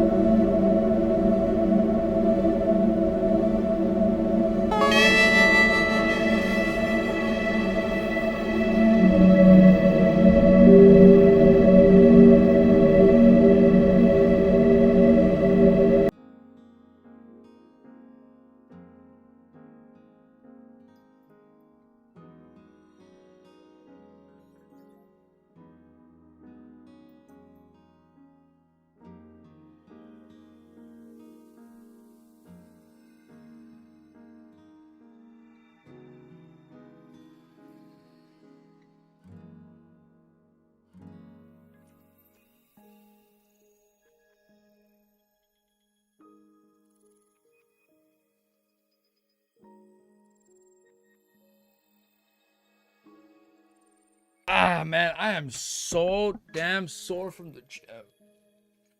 Oh, oh man. Ooh. Wow.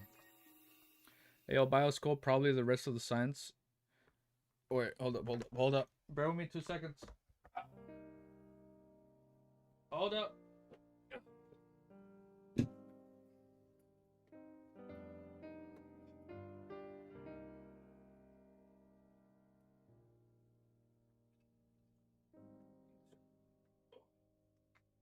Hold up.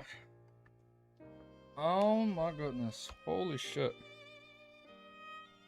Oh man, I needed that. Oh man. Wait, what'd I miss? What are we talking about, babies? How we doing? Oh, my Final Fantasy music is playing. Hold up, I gotta stimulate the pecs.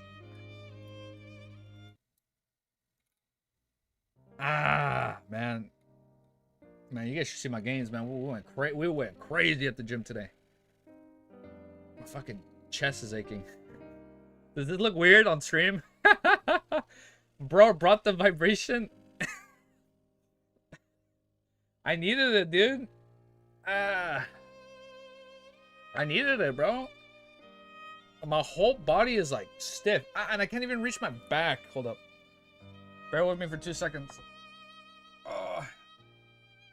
Oh, this is pretty good.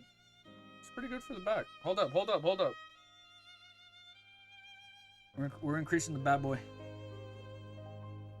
I like how Cuttlefish wrote her. Okay. I won't read too much, just since I don't know what character we're talking about. Okay, let me get the other side. Now we're good. Oh man, shit, it got hot in here.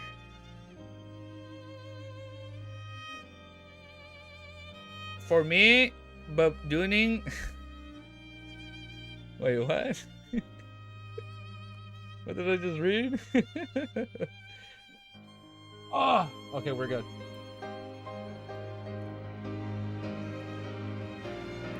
I like chemistry. Yeah, I always found chemistry super interesting. Chemistry and biology.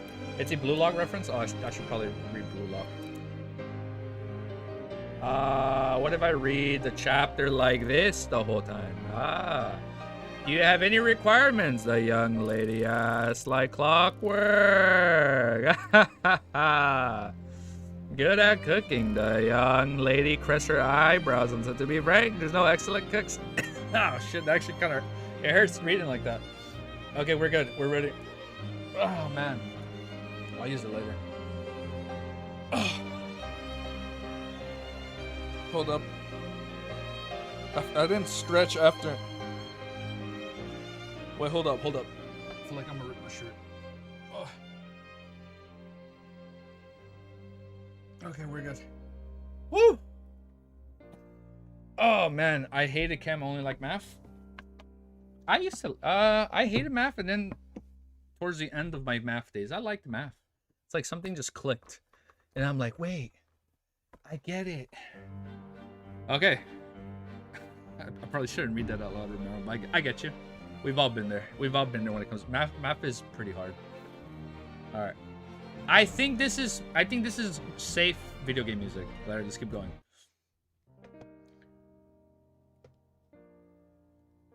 Applied math is abusive. Pure math? I don't think I know the difference between pure math and applied math. Never went beyond trig and complexity. Math is toxic. Math is a toxic relationship that you need to get out of as quickly as possible. Okay. Are we over here?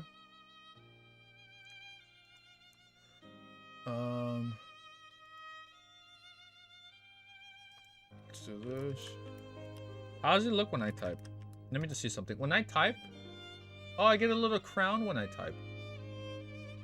Okay. Okay, I just wanted to see that. Okay.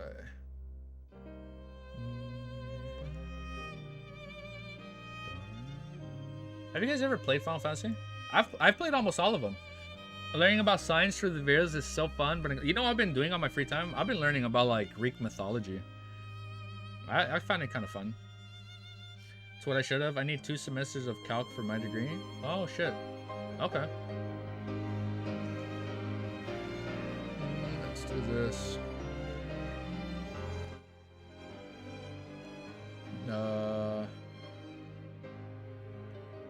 You're cooked. All right, we're good here. Get this ready. Do you have any requirement? Well, wait, no. Benson, who was pushed forward by his brother and sister, said, "We need to hire a maidservant. Do you have any requirements?" The young lady asked like clockwork. Benson recalled her siblings' lack of faith in culinary as she said, sincerely, "Good at cooking, good at cooking." The young lady caressed her eyebrows and said, "To be frank, there are no excellent cooks among the maidservants. Why not hire a chef instead? If you need a female chef, we have a quite number of them in the association."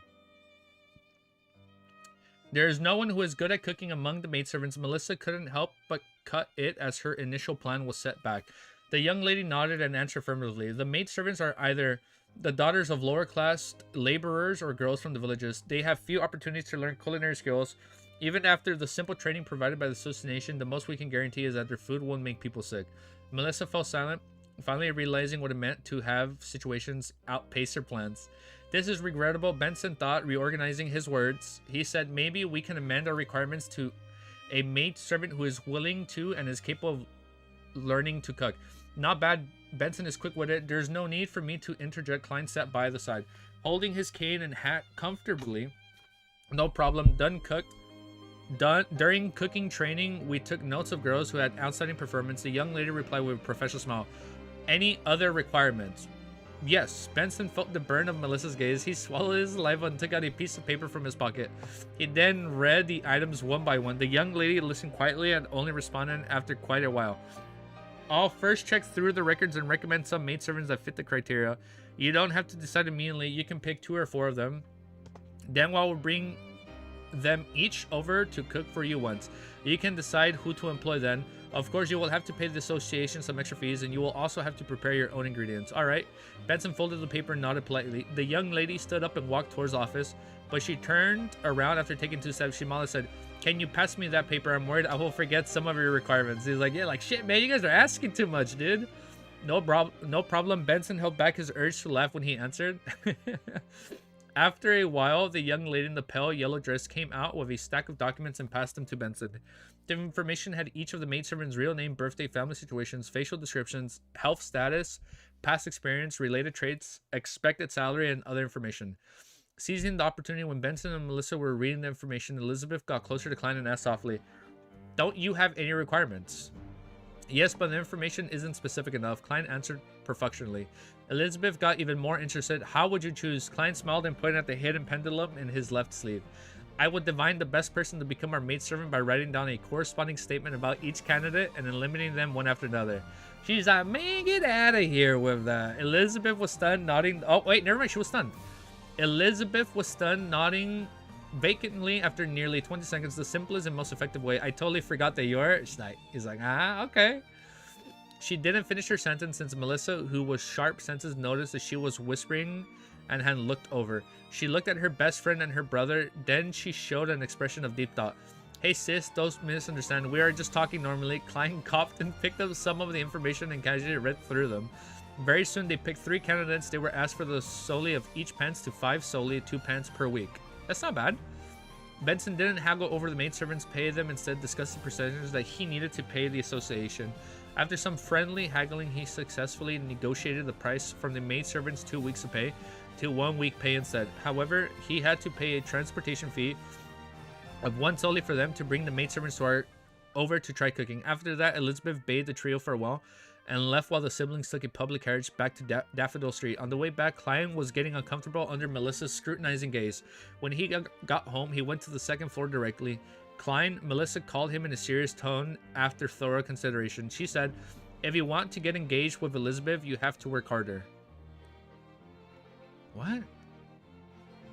If you want to get engaged with Elizabeth, you have to work harder? Her father is an important businessman and her mother's a daughter of a baron. Wait, engaged? When did this happen? Klein looked at his sister in confusion. How far-reaching is her concern? Dude, Melissa's super sus. She's like, wait, hold. And he's like, hold on a second. Hold on a second, girl. All right, next chapter. All right, let's copy this timestamp. I didn't even realize Melissa was there. I thought it was just Benson and her. Oh my God, thank you. Wait, what do you mean thank you? I was gonna update it the whole time. I was getting to it, bro. Man, I can't believe I fucking forgot again. 07. I don't hear my coffee yet. I don't hear the kettle, so I think we're still good on time. 1 hour, 7 minutes, and 17 seconds. Copy. Paste. Go back. Melissa reading into it too much? You definitely should read into it too much. Melissa casually fine with her brother getting engaged with her friend. She's like, yeah, go for it. She's like, fuck. He's like, hell no, I'm good. He's like, I'm trying to find a way back home, dude. I mean, not bro, sis. Wait, do I hear my coffee? No, I think we're good. We're still good on time. Okay, I might randomly get up mid-chapter just to go turn off the kettle. Klein is definitely not fine with his sister getting engaged with friends. He's like, Klein is like, hell no. He's like, hell no. If you get with any of the Nighthawks, I'm gonna kick their ass, dude. All right, let's do this. Copy and paste. Check, check, check. Melissa's a bro. All right, next chapter. All right, chapter 157 is called Item of His Dreams. Okay? Maybe Dunn Smith is involved in this. No, we are not. Klein didn't have the chance to retort before Benson interrupted with a smile. Although Elizabeth is indeed a little young and her family is much more outstanding than ours, I find the two of you quite suitable for each other. But you might have to wait a few more years. She is still studying at a public school and wants to enter university. Marriage should be something to consider only 6 to 7 years later. Of course, you can engage sooner than that. Can you guys not think that far ahead? He's like, can you guys please stop? Klein took in a deep breath. I do not fancy Elizabeth, or well, more accurately, I do not fancy a girl who is younger than me by too much. I prefer girls who are more mature. That's what I've been saying. He's going to either hook up with Roseanne or Madame Dally. It's going to be one of those two. It has to be one of those two. As of right now, that's who I'm thinking of. Truly, I can accept anyone within a reasonable age gap, just not now, he added inwardly in exasperation. You like girls who are more mature? Melissa knitted her brows. Oh, she's mad. Then you should quickly settle the issue regarding your marriage. Klein couldn't understand his sister's leap in logic. He asked in confusion why. Melissa explained seriously. You will be about 25 when you finish saving up for your marriage. What the fuck? When do we start talking about marriage? What? Melissa ex Leonard? Oh, dude, Klein is gonna beat up Leonard if that happens, dude. Girls that are more mature than you are willing to either be married or engaged when you reach that age. Do you want to chase after a widow? What the? Klein thought to himself in Mandarin as he wore it. He's like, what the fuck are you on about, dude? Benson smiled and refuted his sister. Melissa, you don't understand that in this day and age, it is rare to see women in their 30s who isn't married or engaged with the middle class. They are mostly followers of the goddess and all have the abilities to provide for themselves. They would rather be single than stuck in marriage than they are not satisfied with. Yes, that's what I read them as Family Magazine. Is that so? Melissa was 16 years old girl after all. She didn't have the great understanding in considering matters like this. Upon seeing his siblings getting roused up from this conversation, Klein coughed and said, "What I meant by mature is that their mental state, they didn't need to be older than me. Furthermore, the person that should be worried about their marriage is Benson. I'm sorry, brother. I had no choice." He apologized in his heart. Melissa froze for a moment and nodded heavily. That's right. Oh, dude, why are we forgetting about Benson? He's such a cool-ass older bro. Don't sleep on this guy. He's cool, dude. Benson was just about to elaborate on the material problems of the middle class when he suddenly shivered. He looked at his sister who was staring at him and said, "I am not at the cusp of turning a point in my life. I have to devote all my attention to studying.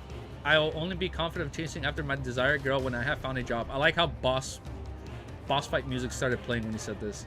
"I have found a job that I'm satisfied with and have a reasonable amount of savings. Only then will I be able to provide her with a good life." I like how the boss fight music started playing, dude. Dame Mages Klein, Roseanne and Klein. I thought Roseanne was a little bit older than him. Oh, okay. Hey, I know the music's like, oh shit. She's asking me about marriage. Holy shit, dude. Oh, that fit kind of funny. All right, let me go check on my coffee. Even the best master from the beginning. All right, give me 2 seconds. Let me go check on my coffee. Oh man, my back is killing me. Am I going crazy? Where is it?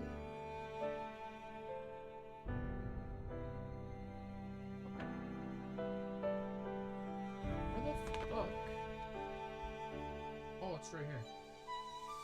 All right, 1 minute. I'll be right back, guys. One sec.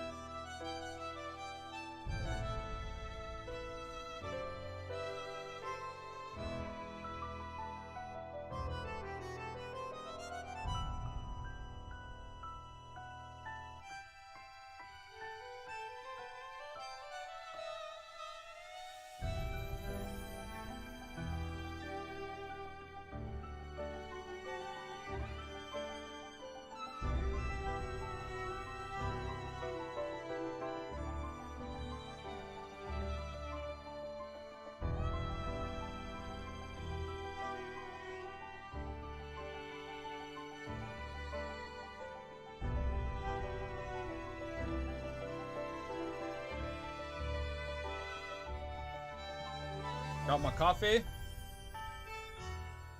Okay. Hold up. I need to change shirts now. Bear with me for 2 seconds.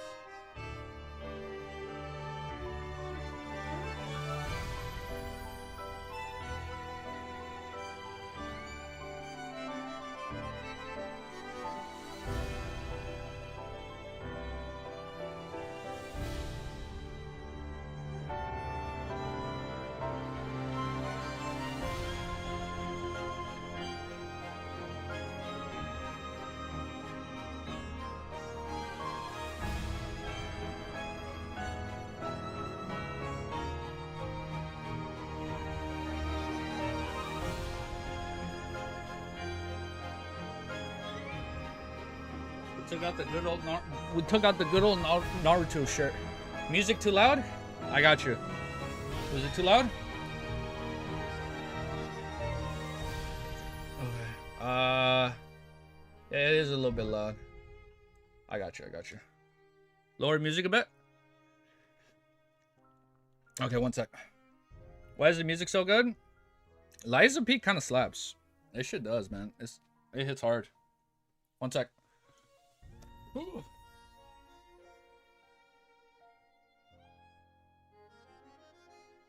Oh.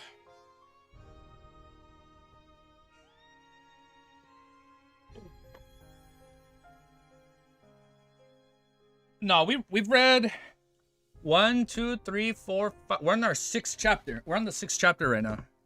Yeah, this is our 6th chapter so far. Ah, my God. I'm so sore. We're going hard at the gym, bro, so we can get in the best possible shape for our Japan trip in March. Halfway. Finish those gains, eh? Flashing those gains? Shit, bro, you know it, bro. I mean, they're coming out. Look, my trace. No, I can't even flex, man. I'm in pain. I'll stop. Don't worry, guys. Give me like 2 more months. We'll see how our progress is doing at the end of February. I know I haven't been uploading my push-up shorts, but I think I'm gonna do it once the new year starts. I'm gonna just upload and see how many I can do in 1 month. So I want to see how many push-ups I can do in all of January, so I can upload it, and then I'm gonna do the same thing for February, and then see if I improve or like if I slow down. That way I can kind of see and kind of gauge my strength. I think that'd be fun. Let me sip my coffee and we'll start. Man, that hits. That's so fucking good. Oh man, I'm gonna make some tea probably later at night or something. Damn, we've been live for 2 hours. Damn, that went by really quick. All right, guys, this is gonna be our last chapter. I'm joking. I'm cooked after stream 8 a.m. to 5:30 p.m. physics class. Oh shit, what time do you have to be in class, bro?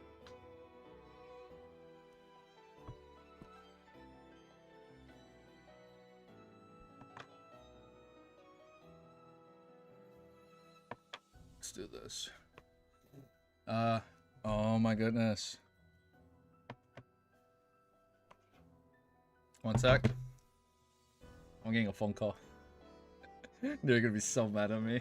They're gonna be so mad I clicked on them twice. It's still 3:30 in the morning, so it's fine. Whew, shit. 9.5 hours is crazy. Stream on phone so I can still keep up. I'll bet. Oh man, they definitely got mad at me that I clicked on them twice. Oh, they're mad. It's okay.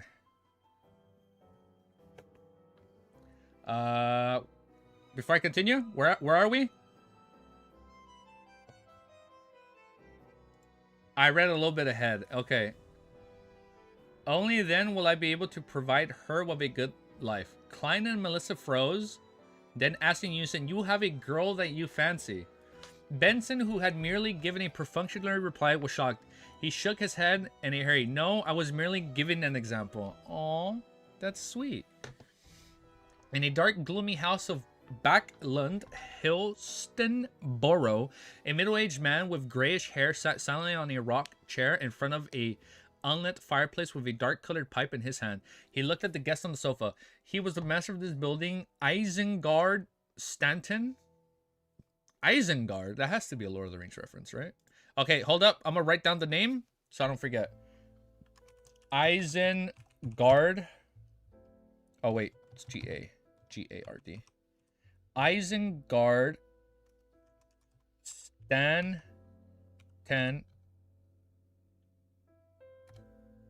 He's a private detective? He's a PI. Okay. Check Discord DM. I got you.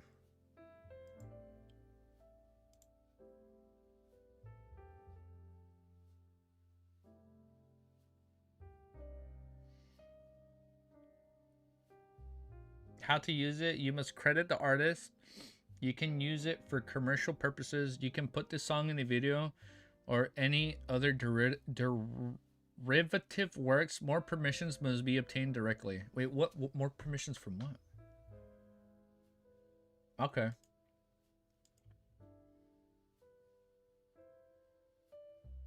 Yeah, I guess, yeah.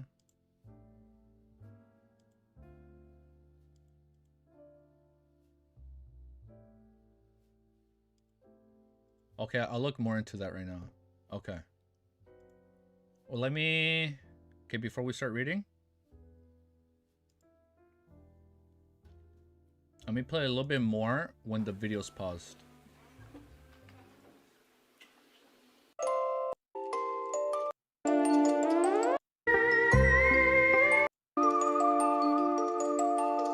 I'm trying to play it for the live stream to see if there's like a message that comes in right now. Okay. Isengard Silent is a beast. I'll send a pic in artwork Discord. Okay. Yeah, so he's a PI though. He's a private investigator.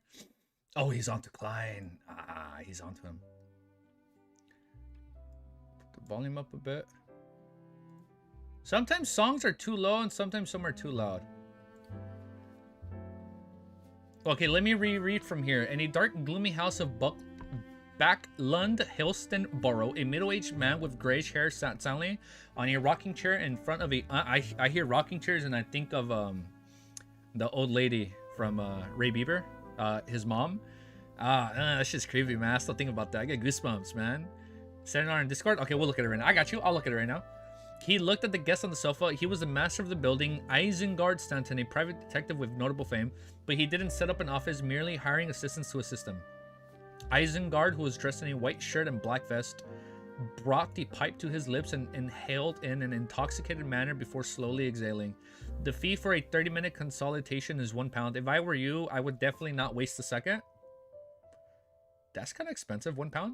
The two ladies on the sofa across from him were Forrest Wall and Zhao Derecha. Oh wait, we switched point of views.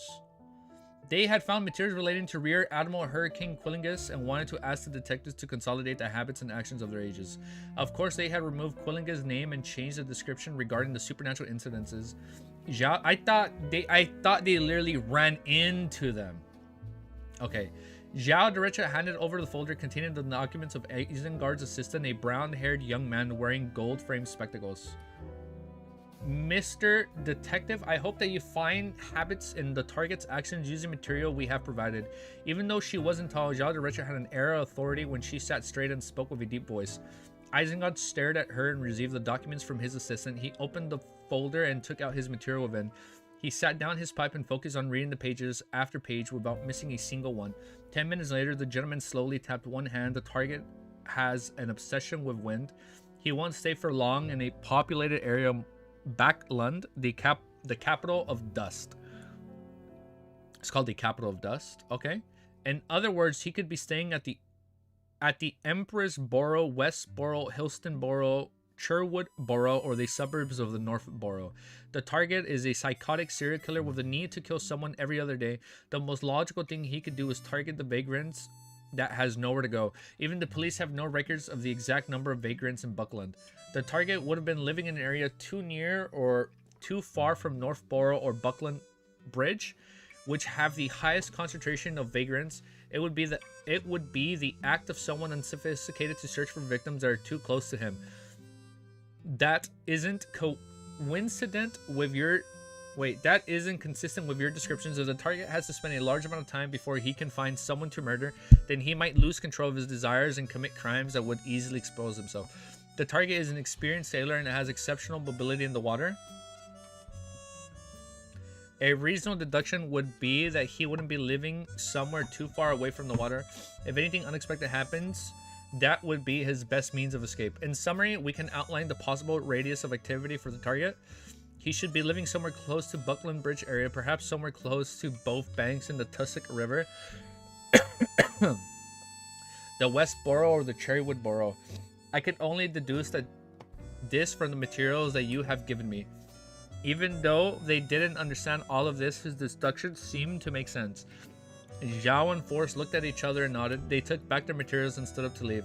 Seeing his assistant sent off the two ladies, Isengard took out his bronze item from his vest pocket. It was an open paperback book. In the middle of the book was a vertical eye. Isengard rocked his... Vertical eye. The creator? It was an open paperback book. In the middle of the book was a vertical eye. Isengard rocked his chair, rubbing the item while softly muttering to himself, Quillingus has infiltrated Buckland. Oh, he knows him. In a particular basement of Pritz Harbor, the hangman Alger sat. So there's Pritz Harbor, Buckland, Tingen City, and the City of Silver. Those are the 4 current locations. Okay. The man Alger sat in a chair looking coldly at a struggling man. This man was dressed like a sailor. His head was enveloped by a film of pale blue water, and his face was purple from holding his breath. He was scratching at the film on his face with both hands, but all he could do was flick droplets of liquid. Finally, he could no longer hold his breath and gave a signal of submission. Alger smiled, then nonchalantly clapped his hands. The thin film of water dispersed, turning into droplets that fell to the ground. The sailor took in a deep breath and coughed violently. He coughed so hard that it tugged at his heart and lungs. After waiting for the man to recover, Alger leaned back. He emulated the peaceful and calm tone of the fool. Told me the reason why Quillingus went to Backlund. He's dared to complete a commission, but I'm not sure about the details. The pirate had completely lost the will to resist. He answered honestly, all I know is that he might receive something that he wants. Quillingus once boasted in front of us. He said that if the mission was a success, he would be able to obtain something that he dreamed of getting for a long time. The 4 pirate kings, the 4 pirate kings would then become the 5 pirate kings. An object. I understood that One Piece reference. I understood that. I understood the reference. An object has been I understood the reference. The 5th emperor. Come on, man. That was a little bit on the nose. An object he's been dreaming of obtaining. Alger knitted his brows and slipped into deep thought. Klein didn't rest on Monday morning. Oh shit! It's a meeting. Klein didn't rest on Monday morning. He followed his plan and continued his investigation of the buildings with red chimneys in Tingen. Unfortunately, he didn't come across his target. He returned home near noon. He heated up the leftovers from yesterday's dinner and paired them with a bread before taking hours of nap. At about 20 minutes to 3 in the afternoon, just say 2:40. At about 20 minutes to 3, just say 2:40. At about 20 minutes to 3, that confused me for a sec. To 3 in the afternoon, Klein put his book down and sealed his room with a wall of spirituality, once again entering the mysterious world above the gray fog. He sat at the seat of honor in the ancient bronze table, extended his hand towards the crimson star representing the sun, while ignoring the frequency of his heartbeats. In the City of Silver, Derek Berg was sweating on the practice grounds. His vision suddenly blurred as a heavy fog entered his view. He saw the fool sitting up high above, deep within the fog. He froze and stopped whatever he was doing and bowed his head. When the illusion vanished, he continued his heartbeat silently and carried his silver sword to the rest area quickly. 1,000 heartbeats later. 1,000 heartbeats later, he locked himself in the bathroom. After about 10 breaths, he saw that the red light swelled over him and swallowed him in an instant. How much is 1,000 heartbeats in minutes? Above the gray fog, Klein leaned back into his chair, tapped in his left molar twice to steadily activate his spirit vision. He saw that the mottled color deep within the sun's ether body had turned pure, akin to the light of dawn. Ah, he did it. Congratulations, Mr. Bard. Wait, so his pathway is called Bard? It's not sun. Wait, I was confused. I thought he was a martyr or marauder. Congratulations, Mr. Bard. At the same time, he saw the stars behind the sun chair shift quickly, turning into the symbol of the sun. It transformed without my will, as if it was a reflection of the sun. Also, other than the palace table and chairs, the items that I conjure cannot be preserved once I leave this world. They are very special. They sure are many secrets to this world above the gray fog. Klein took in everything in front of him as he contemplated. Derek lowered his head and replied humbly, "This is all due to your assistance. This is but the beginning." This is but the beginning. He wasn't surprised that the fool knew that he had consumed the potion. Klein took out his silver pocket watch and looked at them. He chuckled and said, "Then let us start the gathering. Remember the frequency, or should I say gap between the gatherings, should be about the same in the future." As he was speaking, he established a connection with the crimson stars representing justice and a hangman before pulling them into the majestic palace. Audrey looked at the scene before her and immediately greeted him. "Good afternoon, Mr. Fool. I have a page." Ooh! Oh, it was the other page she was going to memorize. It wasn't the new one. It was the old one, but he had to memorize it. "Good afternoon, Mr. Fool. I have a page of the diary. Emperor Rizal with me." "Good afternoon, Mr. Sun. Have you gotten the formula telepathist?" He's like, "As a matter of fact, I got it." He's like, "Yeah, I got it right here. I got it right here for you guys." All right, wait, timestamp, and then I got you. He is Sigma's 9 Bard, so Klein called him that. I got it. He is Mr. Sun of the Terror Club. I got it. Why the fuck does my coffee smell like Lucky Charms?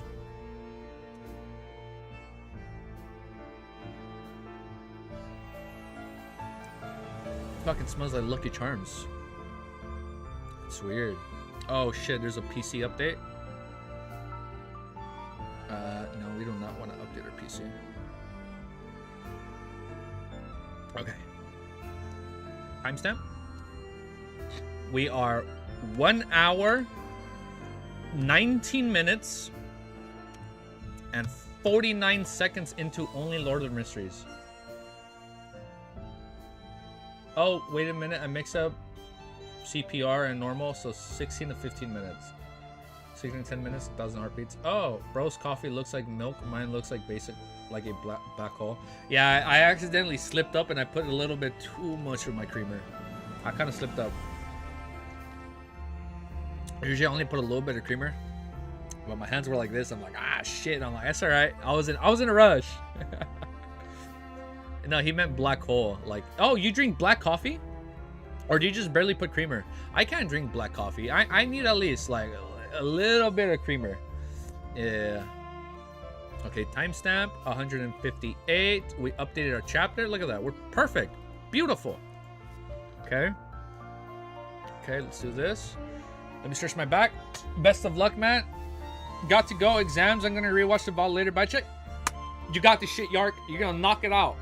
You got this, bro. I drink black coffee. You used to that? Oh, I'm not used to black coffee. It's hard for me to drink it. I've tried a little bit, but I don't know. I kind of like the sweet coffee.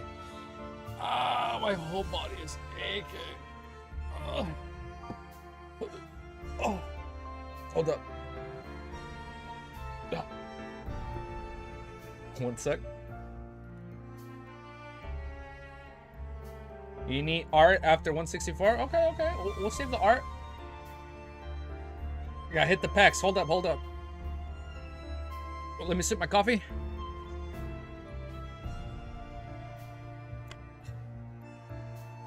Fuck, there's 25 of you guys? Damn, you guys are quick. Wait, in the meantime, let me update the chapter title. 158.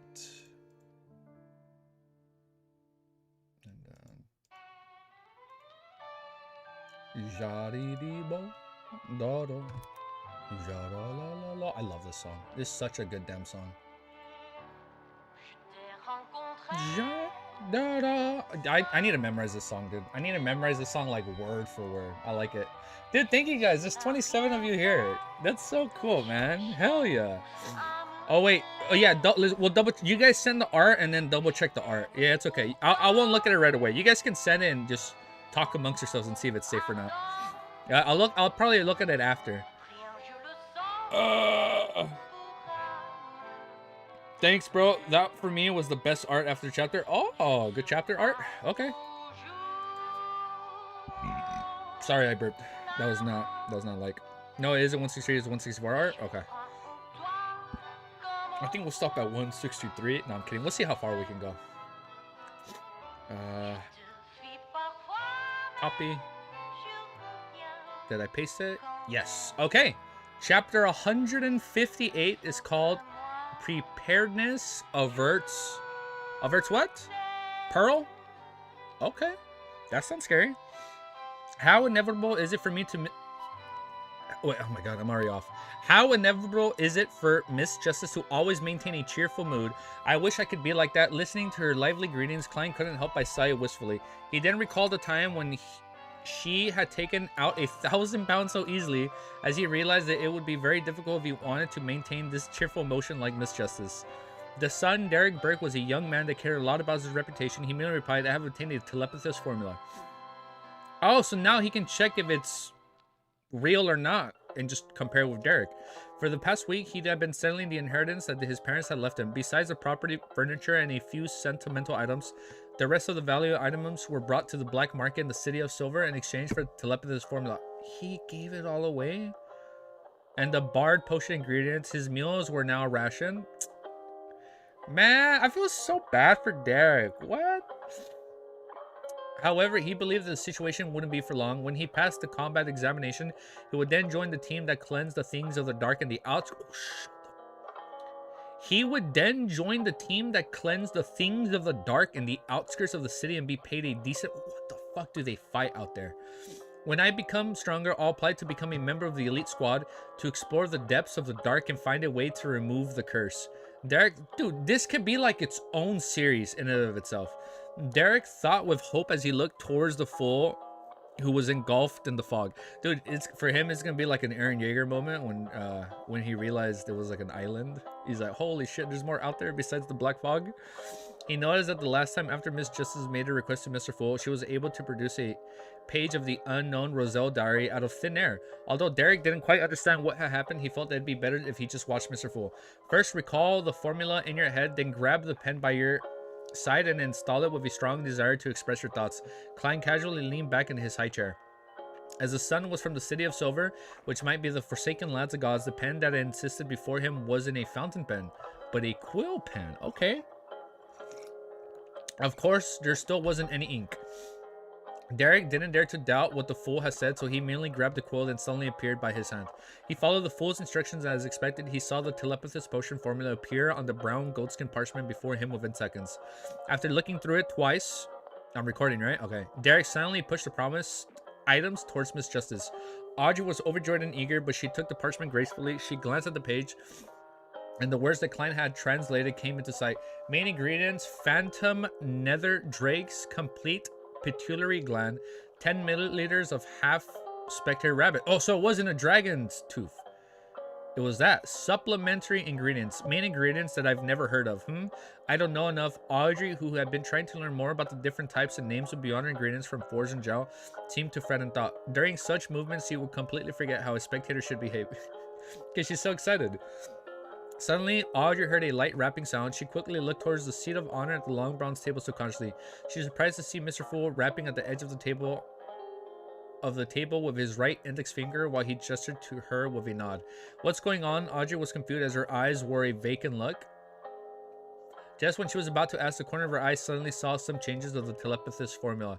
There were remarks next to some of the main ingredients. Main ingredients: phantom nether drakes.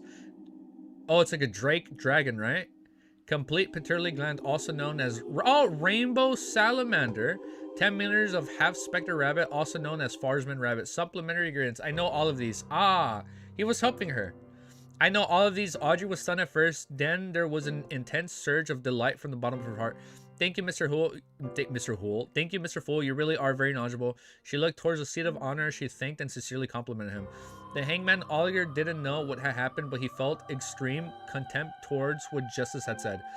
How could you describe a godlike figure with the word knowledgeable? His existence alone is equivalent to knowledge itself to a certain extent. Shut up. Oh my god. Klein accepted Miss Justice's compliments without any misgivings, because this wasn't something he could have done just because he had chanced upon the psychology alchemist telepathist formula. After he pulled the sun into the Terror Club, he had been taking precautions against the sun's problems by taking into consideration the sun's special circumstances of being from the city of silver. He had been constantly studying an ancient terminology. Therefore, even if Daxter Guderian hadn't managed to get the formula in time, he could have made the notions easily. Through power divinations and comparison, he made certain that both telepathist formulas were accurate. This is why we say, preparedness averts peril, Klein thought smugly. Audrey looked at the telepathist formula a few times and then reined in her gaze inwardly. She then personally expressed Roselle's diaries onto the page. You deserve this. She put down her pen and looked towards the fog engulfed fool. In addition to this, I'll give you the adorer another I'll give your adorer another 300. It's 300 pounds. Okay. It's him. It's 300 pounds. Okay. She sounded a little guilty because 3 pages of Roselle's diary only cost her 20 pounds. While Sheriff formula at sequence 8 requires 450 pounds. In other words, from the perspective of simple math, she had to pay another 430 pounds on top of the 3 pages of the diary. However, Audrey felt that it was thanks to her luck that the seller didn't know the value of Roselle's diary. It allowed her to buy it at a low price. Emperor Roselle's diary cost at least 50 pounds per page. Audrey held her fist and encouraged herself. 300 pounds? Until today, I've only seen that much money at Sir Deweyville's place. Klein signed and pretended not to be interested in the money as he nodded and said, a reasonable deal. This is my adorer's information. He avoided speaking of the term Backlund Bank, an anonymous account, verbally through the fool's mouth as they damaged his image. He made them appear on the parchment before her. Klein had taken into the Klein had taken time to visit Buckland's Bank, Tingen branch last Wednesday while investigating the houses with a red chimney. Wait, so Klein has physically been to the city where Audrey lives. It's not casually just giving out 30K. So, right? Wait, so Klein X money, I can ship that. I see that. I thought Buckland was like some far away place within the city that he couldn't reach. So he's physically been to where Audrey lives, like in that same location. So it's like the characters aren't that far apart from themselves, right? This is Meyer Door's information. He avoided speaking of the term Buckland Bank, an anonymous account, verbally through the fool's mouth. As they damaged his image, he made them appear on the parchment before her. Nah, it's a branch in Tingen. Oh. Klein had taken time to... Yeah, it's like it's within there, right? Okay. Buckland Bank branch. Oh, the bank branch. You're right. Klein had... Ah, okay. Klein had taken time to... It's like it's the bank's branch within Tingen. Okay. That's why he was talking about like wire transfers, right? Or something like that. Klein had taken time to visit Buckland's Bank, Tingen branch last Wednesday. Oh, it literally says right here. Buckland's Bank's Tingen branch. Last Wednesday, while investigating the houses with red chimneys, he had disguised himself and opened an anonymous bank account. The account only required one to memorize his account number and the corresponding password in order to withdraw cash from any Buckland Bank branch. If one found that it wasn't secure enough, he could also request to add in a signature and thumbprint verification, but that would be more troublesome. In order to keep his identity secret, Klein left it with a password. The password is written in ancient Hermes. The fool that doesn't belong to this era, the mysterious ruler above the great fog, the king of the yellow and black who wields good luck. As ancient Hermes itself can be used for rituals and prayers, anyone who dares to copy the password will be reciting by name. Oh man, this is gonna come back to bite him. People are gonna figure out who he is because of the whole bank thing. This shit just reminds me of Death Note because he literally went back when he shouldn't have gone. People found out who he was. That's what's gonna happen right here. Then I'll immediately receive a signal and can simply find out who's the one trying to steal my wealth from the world above the great fog. Klein was very satisfied for the idea that he came up with. The only downfall was that it would slightly expose the existence of the fool, but the risk was within an acceptable range. Audrey pushed the digest of the page to Mr. Fool as she took the parchment within the information of the fool's door. Recorded on it was the Buckland Bank and a branch number that formed the anonymous bank account. I wonder if Mr. Fool's door is a male or female, and which sequence he or she is. He must be very powerful, at least not weaker than Rear Admiral Hurricane Quillingus. Shut up. Not yet. Smart Klein automatic alarm password. Yeah, like it's like only people within this would know, right? And if somebody says that that's not part of it, then there's a traitor. Right? He must be very powerful, at least not weaker than Rear Admiral Hurricane Quillingus. Audrey couldn't stop her thoughts from wandering, but she quickly focused and memorized the anonymous account. It doesn't have to be troublesome. Just then she heard the fool's low yet gentle voice. When you get home, recite my name and you'll be able to write down the information directly. This would be just like when I drew the red chimney scene through divination. An account number is very important. You can't memorize it incorrectly. Klein added in his heart. That works too. From Mr. Fool's words, he appeared very confident. He lives up to his status of a godlike figure. I mean, he can even do this. Audrey was stunned at first before coming to the realization that everything seemed to make logical sense. But why did I have to memorize the formula earlier? Audrey was suddenly confused again. At that moment, Klein pressed down on the page of Roselle's diary, but he wasn't in a hurry to read it. He looked at the side of the sun and calmly asked, "What compensation would you like?" Derek thought and seriously and said, "As of now, I don't have anything that I desperately need. I should digest the Bard potion very soon. I shall wait until then to request my compensation. Yes, perhaps to prepare for the corresponding sequencing formula or the necessary ingredients. Sequence 8 is light supplicant." No, I remember this.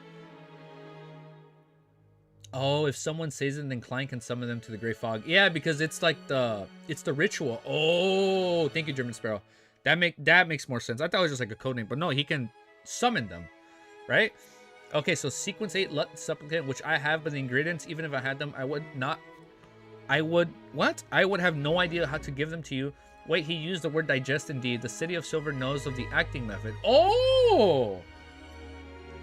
You're right. The highest sequence there is only sequence 4. So are they limited by ingredients? Klein nodded in deep thought, agreeing to the deal.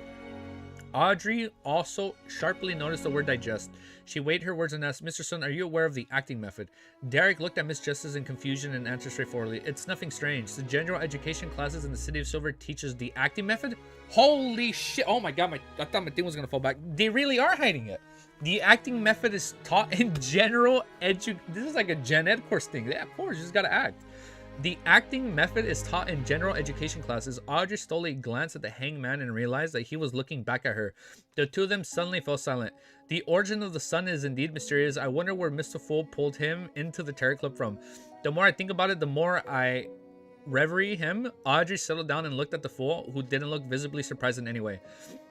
Then Olger probed, Mr. Sun, do you talk about any key things to look out for with respect to the acting method? Yes.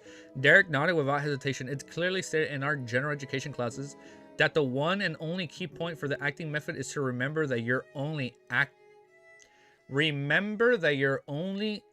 acting. As expected, we're using an ingenious method to go around obstacles and completely break down the remnant spirits in the potion without submitting to it. The Sun, you're such a simple boy. You just shared important information by accident. Klein smiled and cast his eyes on the diary before him. He's like, oh, Derek. Oh, Derek, you give away too much info. You gotta be careful, man. All right, timestamp. I was actually gonna do it this time. I said timestamp right away. Yeah, okay. Okay. We update the chapter. Now we do our timestamp.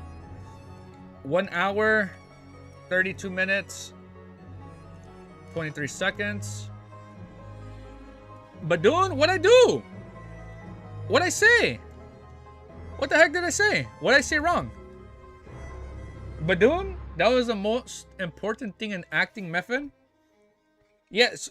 I think Klein mentioned it before, like, oh wait, no, he's mentioned, remember you are a spectator and not a protagonist. Little Sun kind of naive. Oh, he's super naive. It's fun. It's funny. It's funny though. I like it. I respect it. Poor Little Sun. I respect it. That's why we love him. I already love him. I sympathize for him, and I have nothing but like, I wish nothing but good for him. Like after what he had to do to his family, that fucked me up, man. That was sad, dude. Almost over my coffee. Let me go leave it outside. Where are my damn sandals? My sandals are not here. It's okay. Oh, man. Oh, I thought Derek was 14. Was I wrong? Oh, okay. That was Melissa. No, not Melissa. Melissa was also 16, right? He's like 7 feet tall. That'd be funny. He's a tall ass little kid. That's funny, dude. All right, let's keep going, bro. Chapter 159 is called Bestowment and Sacrifice. Did you guys see that one picture at the Game Awards where Troy Baker was standing next to Todd Howard? And some people were making him look even bigger. They made him look like 7 feet tall. And then they shrunk Todd Howard. I was like, come on, man. That's fucked up, dude. Oh, man. All right. Let's update this. Beautiful. Perfect. 1, 2, 3, 4, 5, 6, 7, 8. This is our 8th chapter. Whew. All right. Next chapter. All right. Chapter 159 is called Bestowment and what? And Sacrifice. Messy Chinese sentences were scribbled on the yellowish-brown goat skin. 2nd of August. This goes deeper than I imagined. History sure is something that can be manipulated easily. It's like the winners write the story, right? 5th of August. I witnessed the ability of a high sequence beyonder today. It was scary indeed. There's a qualitative change that has happened to them in a particular aspect. It was as though they've been transformed into a deity.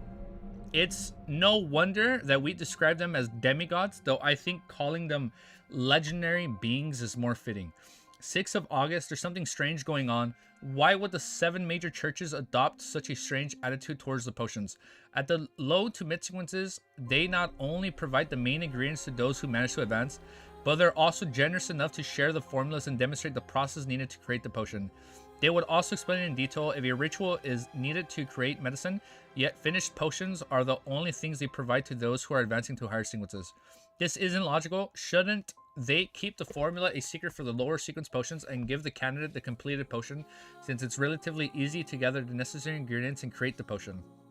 Not anymore. It's hard to get them now. As for the higher sequence potions, shouldn't they share the formula and make the promising members search for the ingredients due to the difficulty of obtaining the main ingredients? There must be some hidden secret to this. 9th of August. The events of the past 2 days have made me feel uncomfortable. I started the Industrial Revolution with my own hands and personally ushered in the age of steam and machinery. But this will create the conditions necessary for the evil god. But this will create the conditions necessary for the evil god to descend to the world. That's why all the oil is gone.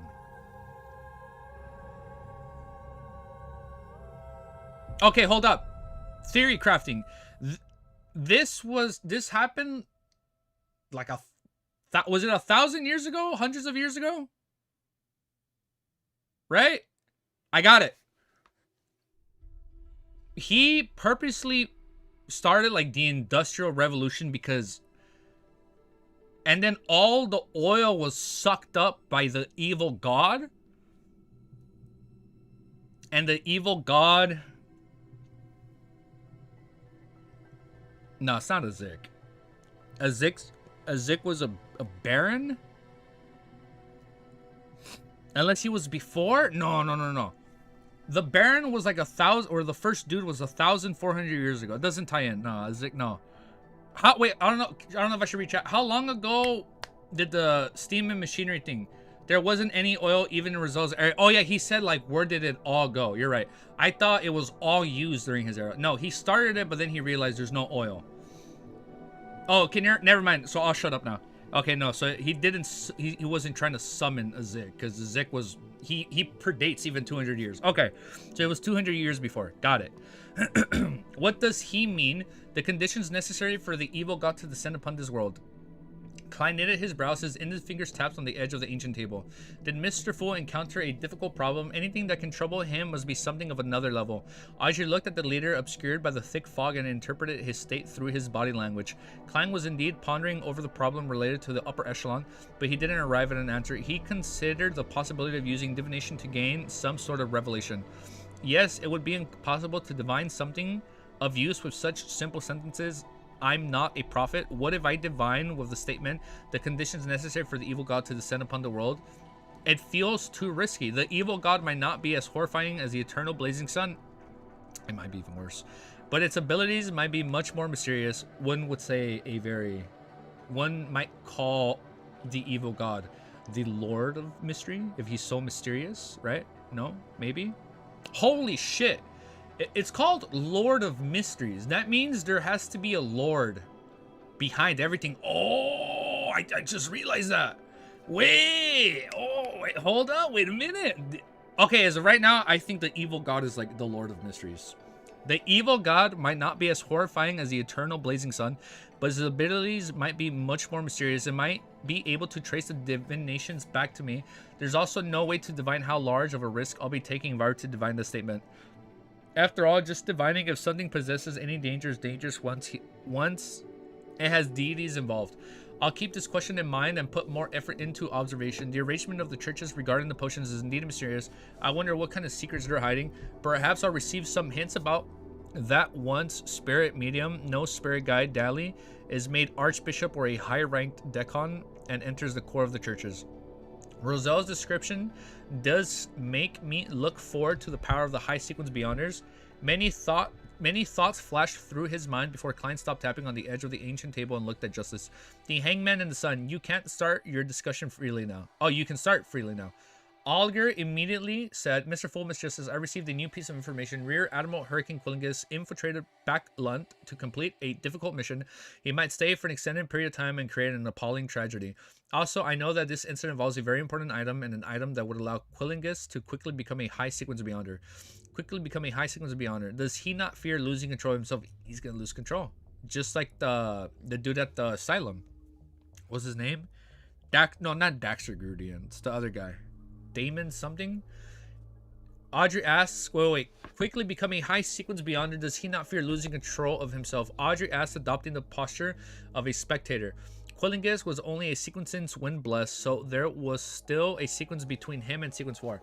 Alger had expected this question. He answered honestly. That's why the object is important to him. Of course, those are simply my deductions. The information received goes like this. Quillingus believes that once he completes the mission and obtains the object, he will be equal of Nas, the king of the 5 seas. Oh, it's not okay. Nast is the king of the 5 seas. The 4 pirate kings would then become the 5 pirate kings.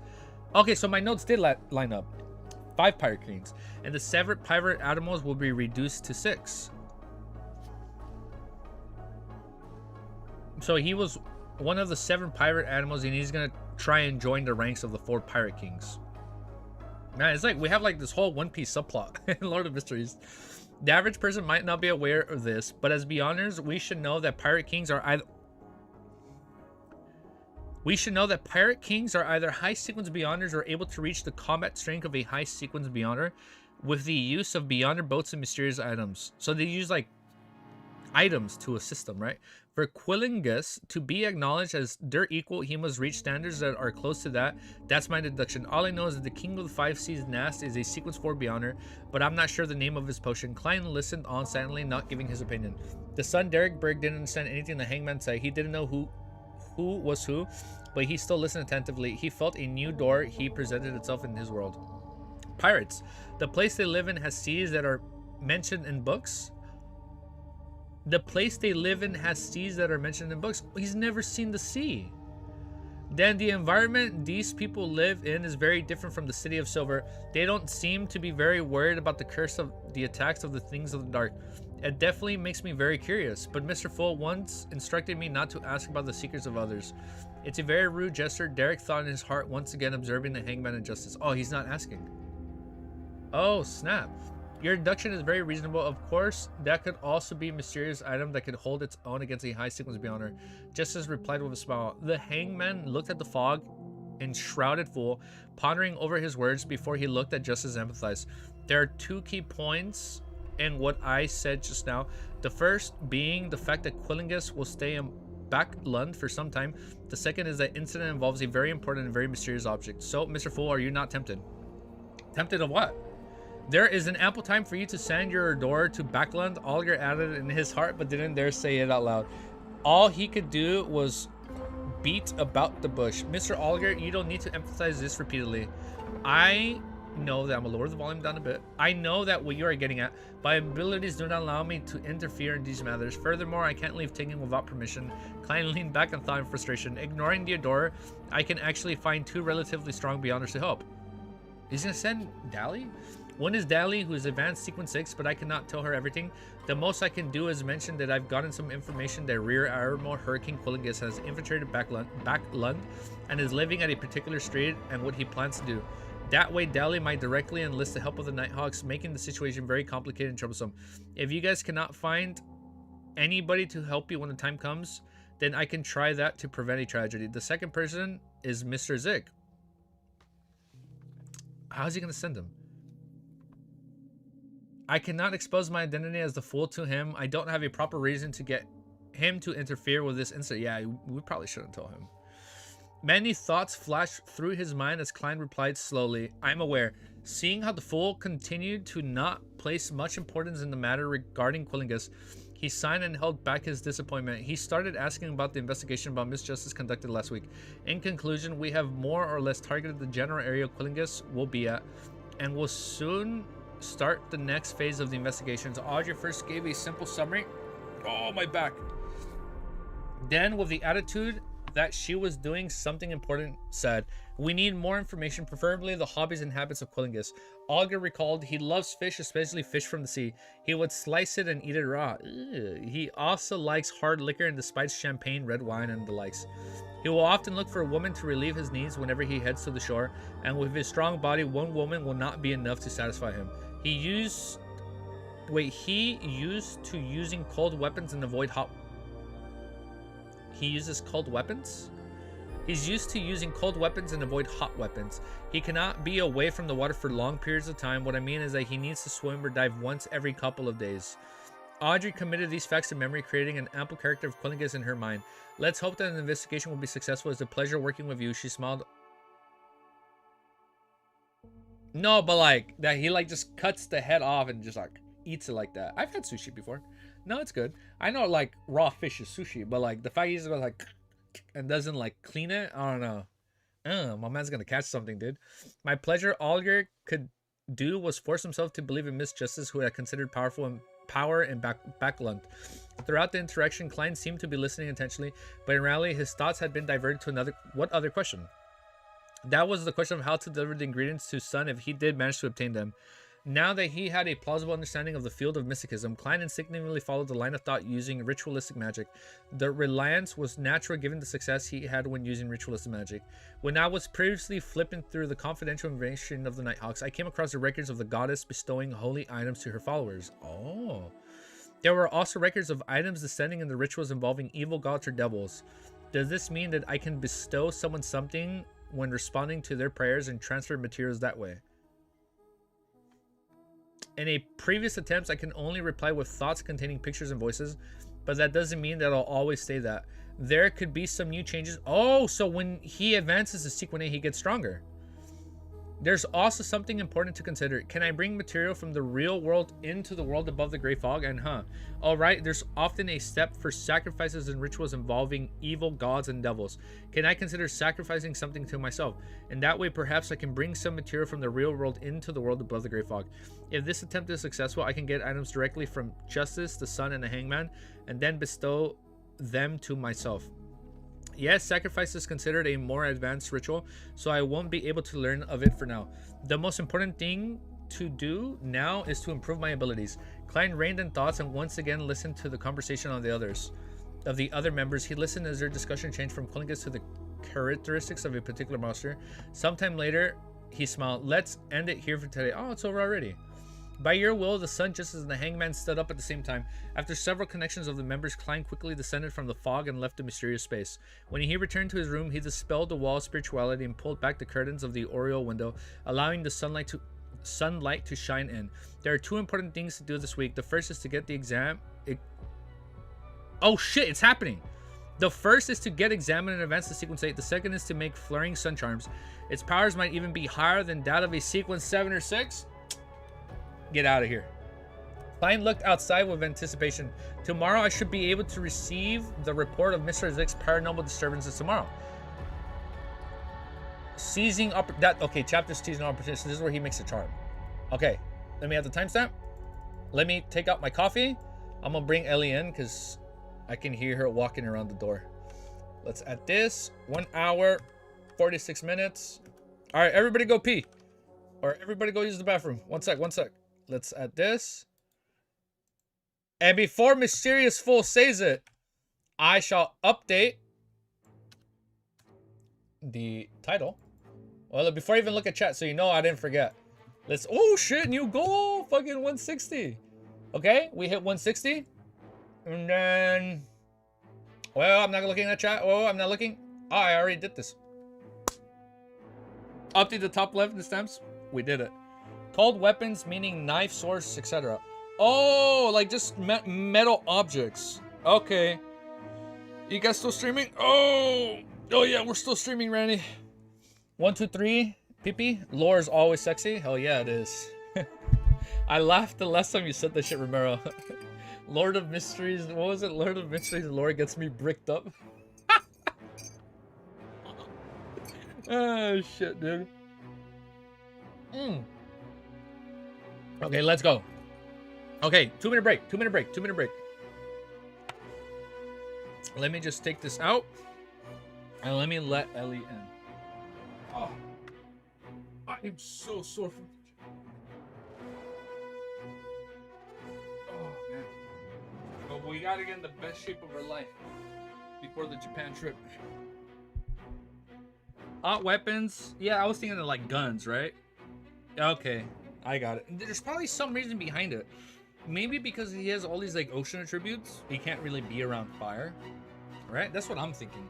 All right, one sec. Let me take this out and let me go grab Ellie. Yo, thank you guys. There's like 28 of you guys here. All right, we're at 160. Wait. Before I go out, let me update this. We're at 160.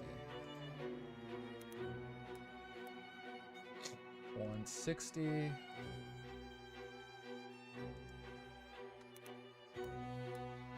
60. How long are you going to stream? I have no idea. We've been almost live for 3 hours, and I'm feeling pretty good. I mean, I'm a little sore from working out, but I'm feeling good. So here, hold up. Let me just walk out. I'm gonna bring Ellie in for a little bit. I'm just gonna give her like a hug and kiss for a few minutes, and then we'll keep reading.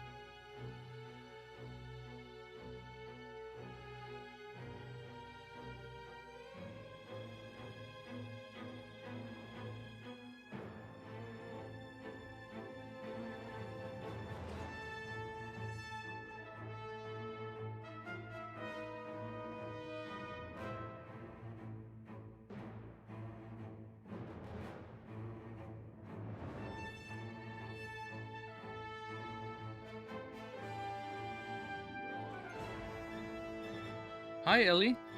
Welcome. How you doing, girl? She had the little zoomies right now when I looked at her. She was like, she was running everywhere. Oh, she's angry.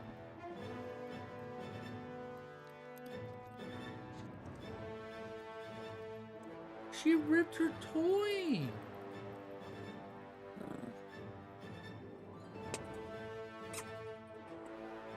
You're ripping your toy. Wait, you guys want to see her go crazy? Look. Look. Damn, she's fucking that toy up, dude. Hi, Ellie. Look at her. She's fucking that shit up. Look at this one.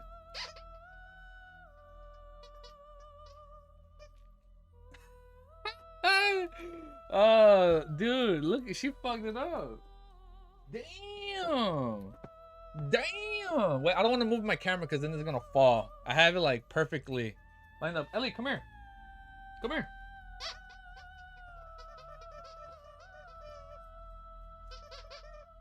That's crazy. She's fucking going at it. Damn, man. She's going fucking at that toy. All right, I'm gonna keep reading, and then when she's done biting it, I'll pick her up when she comes down. That's so fucking funny, Ellie. Holy shit, girl, you're gonna get fucking hurt. No, I'm a idiot. My sandals are not done here. Can you hear her? She's been so fucking violent recently when she plays. Holy shit, Ellie. What that fucking toy do to you? Does not stop you from being thirsty, little bro?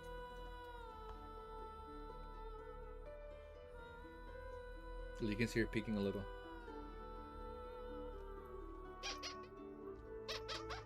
But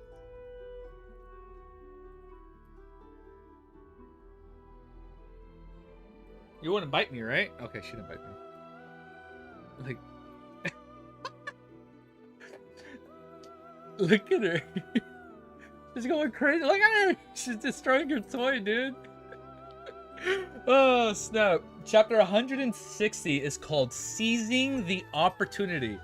Tuesday morning, having completed his mysticism curriculum, Klein didn't look for a quieter corner to read a comparison of ancient and modern names. So everything's up to date, correct? Timestamp's good. Everything's perfect. Awesome. Or Nighthawk's case compendium, and instead stayed in the break room to play cards with Leonard, Keenly, and Royale. I only told Mr. Zik to create an opportunity for me to take Sealed Artifact 30782 out. It still departed on my improvisation skills to seize the opportunity.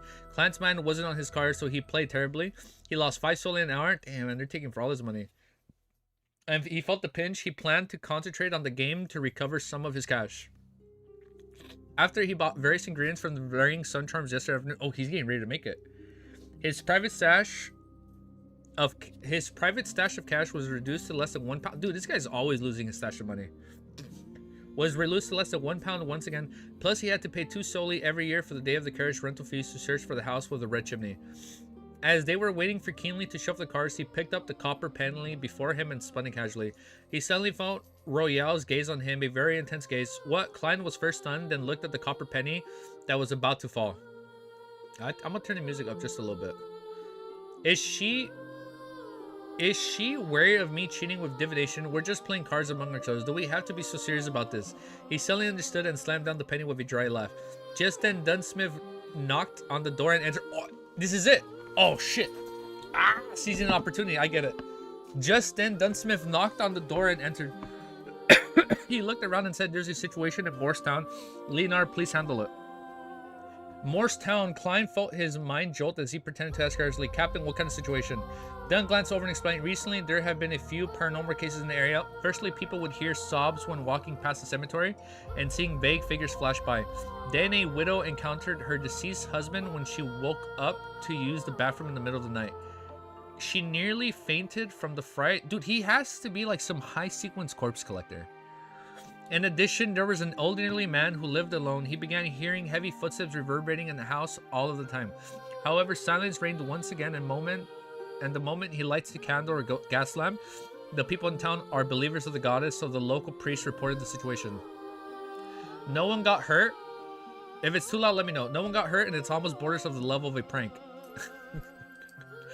No one got hurt, and it almost borders on the level of prank. It should be Mr. Zick. Klein used an expression and tone that he had rehearsed many times over. Captain, there might be a secret link for these paranormal cases to happen so steadily. In this situation, divination could provide an important clue. I think I can help Leonard. Upon hearing that, Leonard's green eyes immediately locked onto Klein. He was apparently trying to find clues and trace from Klein's face. Oh, Leonard is onto Klein. Dunn nodded first, but remained quiet and hesitant. When Klein saw the captain's response, he immediately added, some of these things might require ritualistic magic to purify them. Makes sense, Dunn thought and said, you and Leonard would head to Morristown today. Without anyone saying anything else, he added additionally, you won't be able to make it for your combat training in the afternoon. I'll send someone to inform Gawain. Phew, the first step is complete. Klein silently let out a sigh. He quickly packed away his Solian pens. Then he suddenly paused and looked sideways at Dunn. He said solemnly, Captain, I think we should prepare for the worst. If there's a powerful wraith behind the paranormal events, he's so smooth. It might be very dangerous for only Leonard and I. Plus, it takes 3 hours to get to Morristown, right? Even if we manage to send a telegram to request for backup in time, we would still have to hold out for quite a while. So, Dunn interrupted. I want to get the assistance of another teammate. Klein pretended to think for a moment and said, and according to the rules, a mission with 3 or more Nighthawks involved can apply for level 3 shield artifact. Yes, 30782 is the most suitable for this job. Hi, Ellie. Upon hearing that, Leonard laughed and said, exactly your style. Careful, cautious, taking no risks. Smooth, dude. Hey, come here. Hi. Attack of Ellie? Yeah, dude, Attack of Ellie. See her? Hi. You just want attention, huh? Hi, beautiful. Here, give me a kiss. Hi. Can you come up here with me? Hi. Hi. Hi. Why are you biting me? Are you play biting or are you like actually biting me? What was that? Hi. Just come up here and read with me, okay? Stop. Stop. Calm down. Stop. Stop. Calm down. Don't clue him? Okay, no, we don't need no clues. It's okay. We're big boys. We're gonna figure this out. We'll figure it out. Hi, Ellie. What are you doing? Wait, she's never done this before. What the fuck? Why are you putting your fucking back on me like that? Hi, gorgeous. What are you doing? Oh, wait, this was her first chew toy.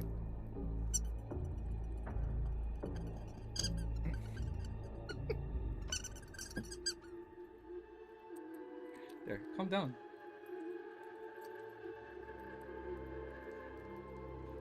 Hi. It's right there. Get it. Okay, just hang out with me, okay, Ellie? The tension is high. I'm ready. Hang out with me for a little bit, okay, Ellie? You seem to be implying that I'm a coward. I'm a person who looked directly at the eternal blazing sun. Damn it. It's like, shut up. Klein pretended that he didn't hear Leonard and earnestly looked at Dunsmith. Oh, chill. Ellie, you're getting too excited. Captain, what do you think? We should really take extra care against any accidents. There have been too many coincidences lately. Dud nodded thoughtfully and looked at the other two teammates. Keenly joined Leonard and Klein on their trip to Morristown. Oh, hurry up and write an application. After I sign it, retrieve sealed artifact 30782 from Chansgate. Alright, the short Klein said, putting down the cards in his hand. Alright, Klein first fist pumped in his mind while he looked anxious and solemn on the outside. At that very moment, Seekatron was monitoring Hood Eugene in the asylum while Fryer was on duty at the Chansgate. Klein left the... Ow, Ellie. Klein left the recreation room and put on his black tuxedo. He took his hat and cane, then waited together with Leonard for Keenly at the stairway that connected to the basement. There was no one there and it was extremely quiet. Leonard suddenly looked sideways at Klein and said, what he said, I think you better give up on any unrealistic dreams. Ah? What? Klein replied in confusion. Leonard walked forward and stood by the edge of the stairs. He looked in the darkness of the stairway. Even during a mission, it will be impossible for you to discover my secret and understand my uniqueness. Bro, can you stop thinking so highly about yourself? Did you think I applied for this mission to spy on you? I didn't even have such thoughts. Enlightened Klein chuckled. How can you be so sure that my uniqueness won't help reveal your secret? Leonard's expression grew grave, but then he smiled and said, it will be, huh? I shall wait for you to discover it then. When I gather more information and items... Oh, careful, Ellie. Holy sh...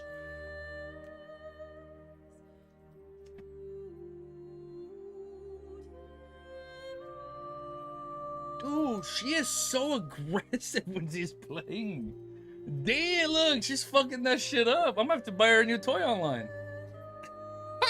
That's so funny, dude. Oh, you haven't gone to sleep? Oh, dude, power nap, clown. It's okay. While Klein replying to Kushin, Leonard walked forward and stood by the edge of the stairs. He looked into the darkness of the stairway. Even during the mission, it will be impossible for you to discover my secret and understanding my uniqueness. Bro, can you stop thinking so highly about yourself? Did you think I applied for this mission to spy on you? I didn't even have such thoughts, and Lion Klein chuckled. How can you be so sure that my uniqueness won't help to reveal your secret? Leonard's expression grew grave, but then he smiled and said, it will, huh? I shall wait for you to discover it then. When I gather more information and items, I will go to the world above the Grey Fog to help you do a divination. You're welcome, Klein thought sarcastically in his head. Soon the small-framed Keenly brought the mutated Sunseeker emblem up to the winding stairs. When Klein felt the unique warmth and purity, he secretly heaved a sigh of relief. He knew that he had finally completed the very first, most difficult step in his plan of siphoning the powers of the eternal blazing sun's divine blood. Then the three of them left Blackthorn Security Company and walked to Zoatland Street. They walked towards the carriage that belonged to the Nighthawks. Will the purifying effect bother the horse? Keenly suddenly asked, anxious, I don't want a horse that can only praise the sun to pull the carriage. He had been a Nighthawk for longer than Klein, but he was the one far from experienced. No, really? No, sealed artifact 30782 only purifies living entities with a high level of intelligence. Klein lowered his voice in response. If not, I wouldn't be bitten by insects, he added blankly in his heart. Oh, I see, ha. I didn't read the information thoroughly enough. Keenly pressed down on his black silk hat and laughed in enlightenment. As Klein had yet to master the skill of driving of a carriage, he sat inside of the carriage for the following 3 hours. He rubbed the sealed artifact 30782 in his hand while he watched Leonard and Keenly taking turns driving. They finally arrived at Morristown around lunchtime. How beautiful. Keenly complimented sincerely as he stepped down from the carriage and looked towards the boundless golden wheat fields that surrounded the town. The dates represented the volcanic constellation was coming to an end, and the bumper harvest constellation was going to rule everyone's life. Leonard was in driver's seat as he looked over the area and mouth as he thought he was going to resign sooner. Hi, Ellie. What? Hi.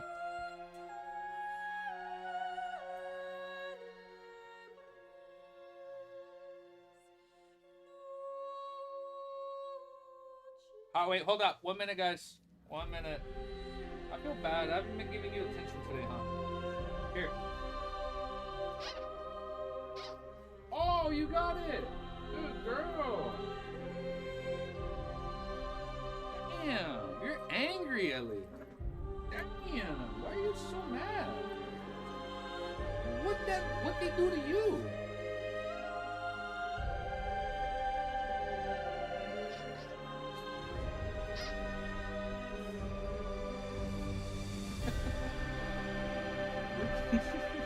She's fucking ripped this toy, dude.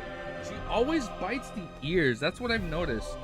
She always bites the ears, and I think that's why it ripped. That's probably what happened, dude.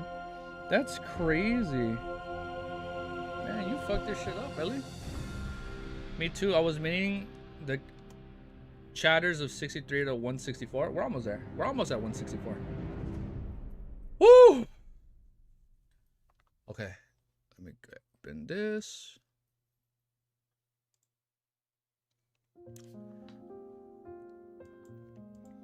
But in the end, he only sputtered one sentence. How beautiful.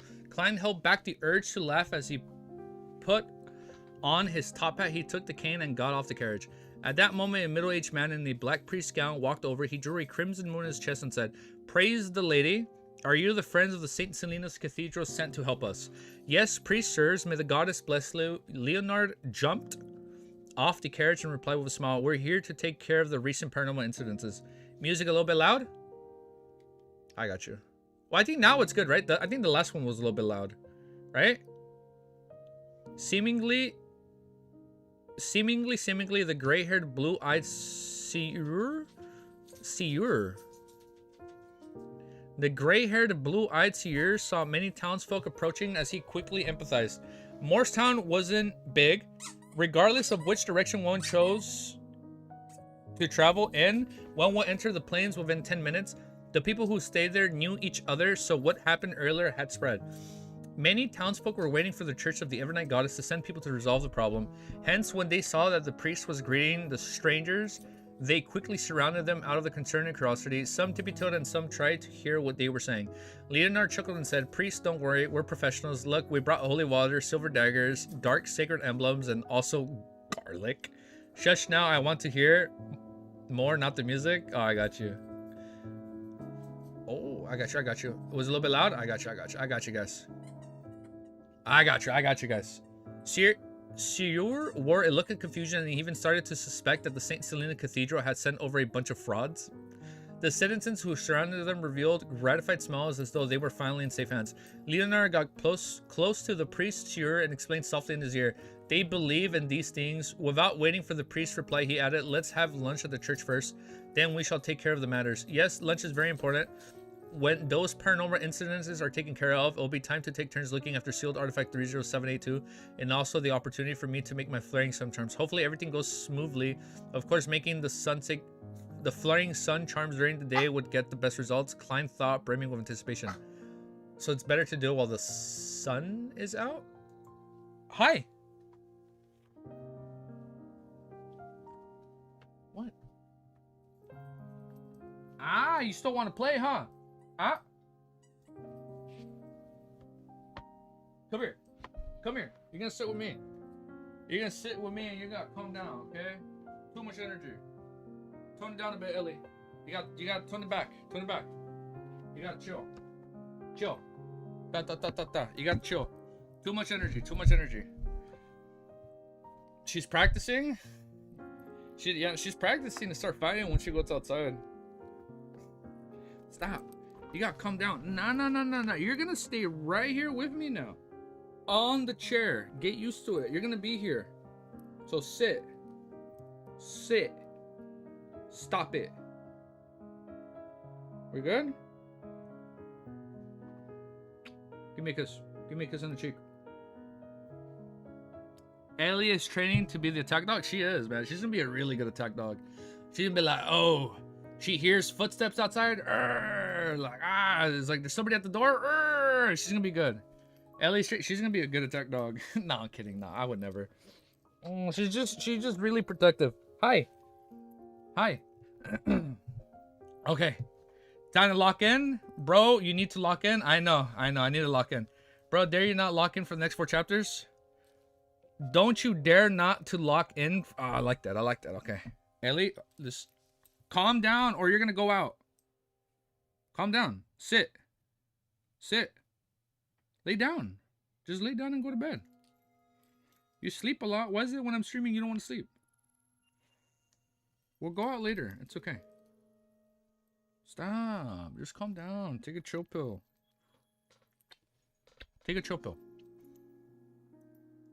All right, chapter 161. I lied. Let me get my timestamp first. I lied. Update chapter title. Okay. Timestamp is 1:57. Okay, Ellie, I'm gonna have to take you out. You're gonna have to wait outside for a little bit more. I love you, but you gotta wait, Ellie. Too much right now.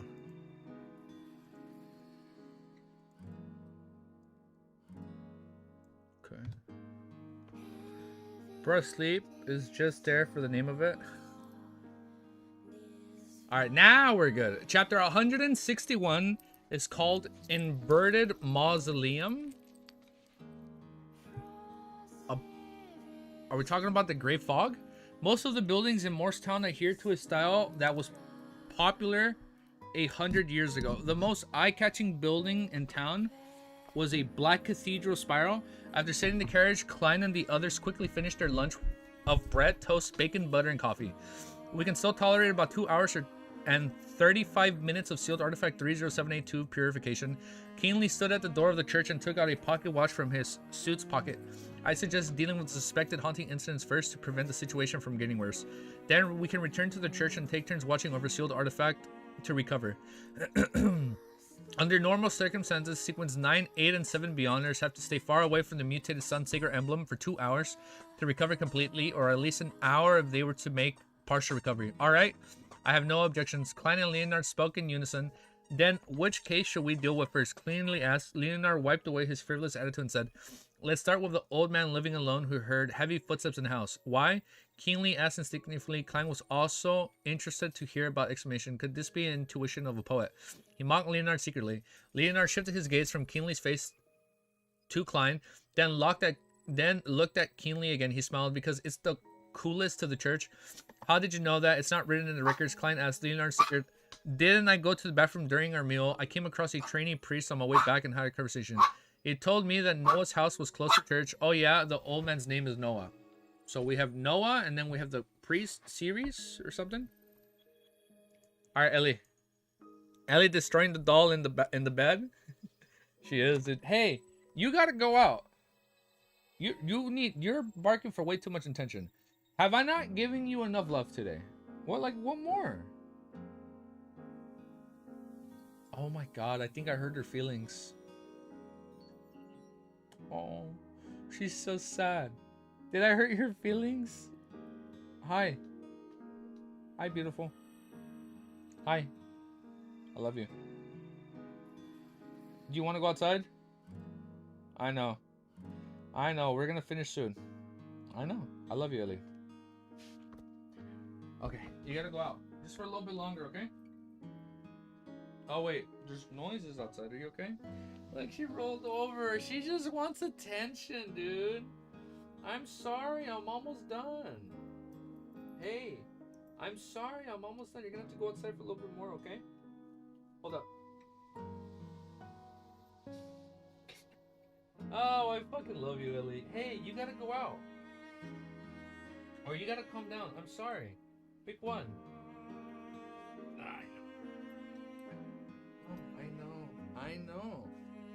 I know.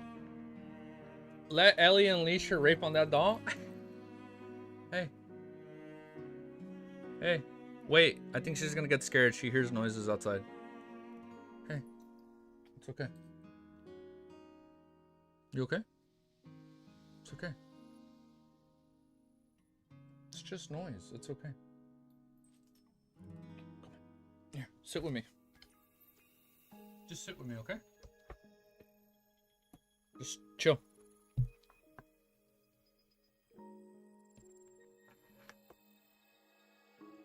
Hi. You gotta chill, okay, Ellie? Stop. Alright, Keenly didn't have any objections. They arrived at Noah's house at a mere minute later. Noah was an old man with thinning white hair. He had lost his left hand in a war when he was younger and had no choice but to leave the army. He returned to his hometown after he received his compensation. At that moment, he opened the door and looked at the three strangers in front of him before looking at Cyrier, who was rushing over from the other cathedral. He said with a raspy voice, "Come in. I hope that you can solve my problem. I heard that you brought holy water, sacred emblems, a silver dagger, and garlic. This is great. My worries have eased greatly. Please forgive my blabbering. You have to understand that the conditions of an old man after not being able to sleep peacefully for 2 nights. Oh my god. Oh my goddess. I've been so scared all this time that my head feels like it's in a cloud." Leonard suddenly straightened his back when he entered the house, his eyes surveying the surroundings. After that, Klein felt a cold aura within the room. Those were traces of the activity left behind by a ghost. There really was an impure being here. Keenly was the last one to notice as he suppressed his voice. Very weak, Leonard said with a relaxed tone as he retracted his gaze. The Midnight Poet was a job with a relatively high spiritual sensitivity.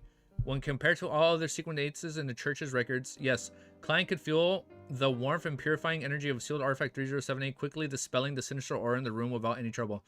At this moment, the people of town had... Volume's a little too low. After that, wait, cough, Leonard. Oh, at this moment, the people of the town had all gathered at Noah's house after looking curiously at Klein, Leonard, and Keenly. Cough, Leonard cleared his throat and recited, "We have the blessings of the goddess. Those impure beings will vanish quickly and won't bring about any more trouble." After that, he shot a look at Klein for him to perform a purification ritual for everyone to see. "Why me?" Klein shot a look back. Of course, he didn't know if Leonard understood what his gaze meant, but clearly Leonard understood. He said softly, "You're the expert in rituals. Alright, blame me for the one who volunteered for the mission." Klein tidied his clothes and took off the holy water, sacred emblem, a silver dagger. Stop it, calm down. And garlic from Leonard. He first placed the dark sacred emblem in front of his chest and peeled the garlic and tossed its clovers one by one to every corner of the house. Huh? This is how garlic is used to dispel ghosts. It's different from what descriptions in newspapers. Will this work? The townsfolk looking at them... Oh, now it's too loud. The townsfolk looking at them broke into discussion, curious and excited as if they were watching a circus. Oh, that's very on the nose for a future clown. It's useless. I'm just acting. Klein suddenly felt that he had become a clown. Ooh, subtle references. I see what's going on here. He closed his eyes and splashed the holy water onto the ground with the silver dagger. He splashed the water as he walked around the house, reciting an incantation, the Evernight Goddess, the Mother of Secrets, the Lady of Crimson, Empress of Disaster and Horror, Mistress of Calm and Silence. Those typical acts of the charlatan shocked everyone's present as the townfolk felt silent. And once people turned silent, it was easy for them to notice something they missed. What a warm feeling. It feels like I'm sunbathing. No, I feel like I'm looking at a pure sky. How magical is this the effect of the holy water? They sure live up to their names as priests of the St. Selena Cathedral. Ellie, stop. Praise the lady. The townsfolk discussed and whisper.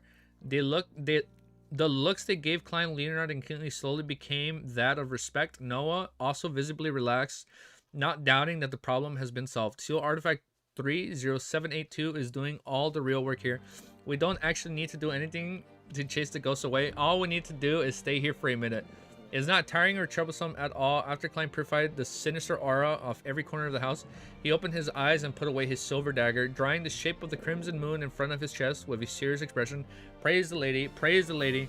The townsfolk replied devoutly. We still have things to do, but we need absolute silence. Leonard smiled as he looked around. The townsfolk, after witnessing something so professional, didn't stay. They recorded from Noah's house like a tide flowing priest to yours lead. Klein is just making a performance for the crown. The sealed art, yeah, it's doing all the work. Yeah, like he's basically just acting. Even the master of the house has to leave temporarily. I actually wanted to take a nap. Noah pouted as he walked towards the cathedral. Leonard took a step forward and closed the door and turned towards Klein. Do a divination of the house of the incident? No problem. Klein also wanted to find out what he could divine. I know Mr. Zig did this, but he seems to be of a rather superior nature. A person that can live for 1,300 years must be of a superior nature, so my divination should definitely be affected. Under such circumstances, with the help of the mysterious space above the great fog, even I'm not sure what revelations I would receive. Klein took out the pen and paper he brought along with him and wrote down a divination statement. The cause of haunting at Noah's house. I'm sorry if you guys can hear the It's okay. I mean, she's just hanging out now. She's just playing. The cause of the haunting at Noah's house. He held a piece of paper and walked to a round table. He then took a seat close to his eyes and leaned back. Klein suddenly saw a black mausoleum in his blurred, hazy dream world. It was similar to a pyramid, but stood inverted and was almost fully buried.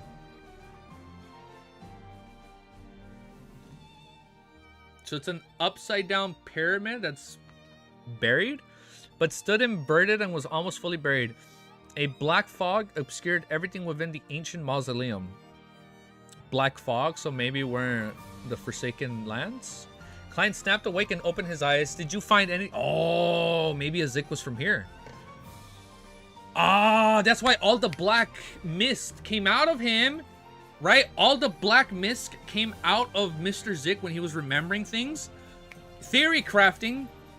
Mr. Zik was the one that caused all the darkness to spread around the Forsaken Lands, which maybe implies he's from there, right? Because he had like all that black aura, and then he's envisioning the black aura. The only other place where all this aura comes from is from the Forsaken Lands, right? A black fog obscured everything within the ancient mausoleum. Klein snapped awake and opened his eyes. Did you find anything? Keenly asked and concerned, Klein thought for a moment and described the revelation he received in his dream without hiding anything. He ended it by saying the mausoleum was definitely not in the style of the northern continent. I mean the 5th epoch. I'm somewhat of an expert in this field. Leonard nodded seemingly and thought, that's an inverted pyramid from the southern continent. It represents the entering of the nether realm from the living world. It's a mausoleum that only so-called descendants of death can erect from themselves.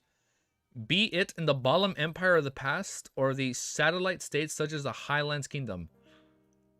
It's a mausoleum that only the so-called descendants of death erect from themselves. Be it the Balam Empire of the past or the satellite states such as the Highland lands. In some sense, it's a symbol of death. Well, ghosts are definitely more related to death. The results of the divination are undoubtedly correct. Ignoring Leonard's mockery, Klein suddenly had an interesting thought. Could Mr. Zik... Oh, that's what I'm saying! Could Mr. Zik be the descendant of death, or could he have made a transaction with death to obtain such a long life? According to a chapter from the Revelation of the Evernight, as well as the internal records of the Nighthawks, death was a malevolent god, once cursing catastrophe. Oh my god, I can't read. In the northern continent at the end of the 4th epoch. Those times were now referred to as the Pale Era. Hold up, we got new lore. Pale Era, 4th epoch, death, descendants of death, upside down pyramid / mausoleum, southern continent. Okay, Ellie. Oh, you sent the pic? Okay. Hi, you gotta go out. You wanna go out, right? Okay, go out.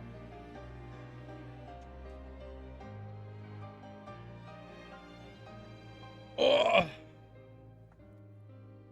Okay. We're good.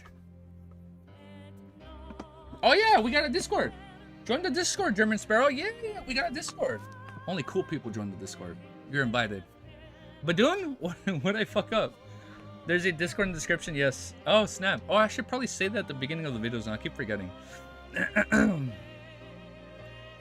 Okay, my notes are popping now. Can you see if the one decided which is best? Let me find my place. Oh, wait. Yeah, right. I wrote Pale Era, right? Okay, my notes are popping. If there was a connection, then there would be something to investigate regarding the person. Oh, I thought I paused my thing. Okay. If there was a connection, then there would be something to investigate regarding the person working behind the scenes. Lives in the house with the red chimney and stole the skull of Mr. Zik's child. Of course, this could be an excuse for the northern continent to colonize the southern continent. After all, most of the inhabitants of the southern continent believes in death. The 3 Nighthawks didn't stay for long. Since they didn't discover anything, they soon left Noah's house and started dealing with the 2 other haunting incidents. The same process, the same results. They quickly rid the town of the auras of the dead spirits. but didn't manage to find the cause of all the trouble. Along the way, Leonard asked the townsfolk if any strangers had entered the town in the past few days, but received a negative answer. Mr. Zig didn't come. He must have come and left in secret without anyone noticing him. He sure is cautious. When he said that he would be returning to Tingen by Wednesday, did he mean that the spirits would have vanished on their own according to Day? Even if it weren't here to deal with, Klein thought about it as he returned to the entrance of the Morse Cathedral of Leonard and Kinley. They could still last another hour and 40 minutes with the mutated sun sacred emblem. We'll take 1 hour shifts looking at the sealed artifact. Klein suppressed the excitement in his heart. He looked at the color of the sky and said, let's try to head back to Tingen City for dinner. No problem. Leonard glanced at Klein and left, but for safety's sake, I suggest that 2 people look at the sealed artifact while one rests. Klein froze for a moment, his mind churning quickly. He smiled and replied, sure, but this way we have to calculate the most logical rotation, who gets to rest, who's next, and who will be last. How much time do we need to recover and by how much? Dang it, he said, bro, I want to be by myself. Well, I think that we have to establish an algorithm with the unknown value in order to establish the best way, then compare with the effectiveness of having one person look over it at a time. It's even better if we can compare the effectiveness to, let's first assume that the unknown value is, wait, Leonard's green eyes were filled with blankness and fear. If that's the case, let's look after it one at a time. The person looking after it will stay in the cathedral during this shift as, oh, Wait. Oh my god. Oh, wait. We're in the cathedral. The anime trailer. The person looking after it will stay in the wait. Oh, wait. I know what's gonna happen. I know what's gonna happen. The person looking after it will stay in the cathedral during his shift as if he is sufficiently large radius. Of course, we'll have to get priests. Oh, RIP to the priest. Holy shit.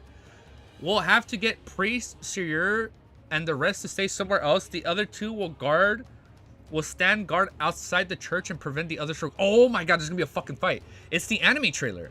I share the same opinion keenly had felt a headache coming. I thought this was all anime original. Like, man, when are we gonna find a church? And I remember he used fire, right? Oh, I know what's gonna happen. I share the same opinion I can't read. Keenly had felt a headache coming on Klein's spot after the mathematical problem. Alright, Klein nodded, looking as though he was forced to do so. If he hadn't been able to convince his partners, then he would have to make a deal with Leonard in secret, giving him away some information about himself to get him to leave. But the problem was solved now, so he was willing to give up a little bit of info. Okay. Nah, just gaslighting himself, bruh. He's getting excited for no reason. Nah, I know what's gonna happen. I know what's happening. There's gonna be a fight in this church. I remember the anime trailer. Don't play with me, guys. I remember the anime trailer. The ending of the anime trailer kind of started popping, and I remember Klein was fighting something big in the church. Okay, let's copy this bad boy. And this is the first church we've seen in a while, so I have a very strange coincidences. Digesting the gaslighter potion by gaslighting himself. We're about to see, man. We're gonna see right now. Okay. All right. Chapter 162 is called Intense Sunlight. Weak light shown. Do I have my timestamp? Yes. I haven't updated my chapter. Hold up. Before Mysterious Fool says something. Oh, he did. He already said it. He already said it. My bad. Okay. Perfect. Okay. Weak light shone through the narrow window from high above, making the interior of Morse Cathedral a little more visible. Klein put his top hat on his knee while he leaned on his leg against his cane. He sat quietly on the first row and left a few and looked at the altar before him. There weren't any statues of the goddess except for a massive dark sacred emblem. Its base was black with a crimson half moon that's surrounded by radiant points of light. Let's do this. On the wall behind the sacred emblem, there were a few openings which allowed sunlight to shine from the outside. They were what? They were focused in with tiny specks of pure light, which combined with the dark surroundings to form a scene that resembled that of a lofty starry night. None of the traditional gods ever left behind an actual image. Only their symbols were worshipped and glorified by people. That seems to be a manifestation of the commands did not look directly at the god. Klein let this thought wander. He wasn't in a hurry to make the flaring sun charms as soon as he got the opportunity to be alone with sealed artifact 30782. Turn volume up a bit. He felt that he had to be careful, patient, and had to wait. With the first 15 minutes, it was possible that Leonard and Keenly would enter at any moment to remind him about points that he should take note of. In this extremely quiet atmosphere, time flew by quickly. Klein suddenly snapped back to his senses as he took out his silver vine leaf pocket watch, flipped it open, and took a glance. 20 minutes have passed, he muttered to himself. He then set his silk top hat and silver-edged black cane by the side. He got up and walked towards a hidden corner near the altar.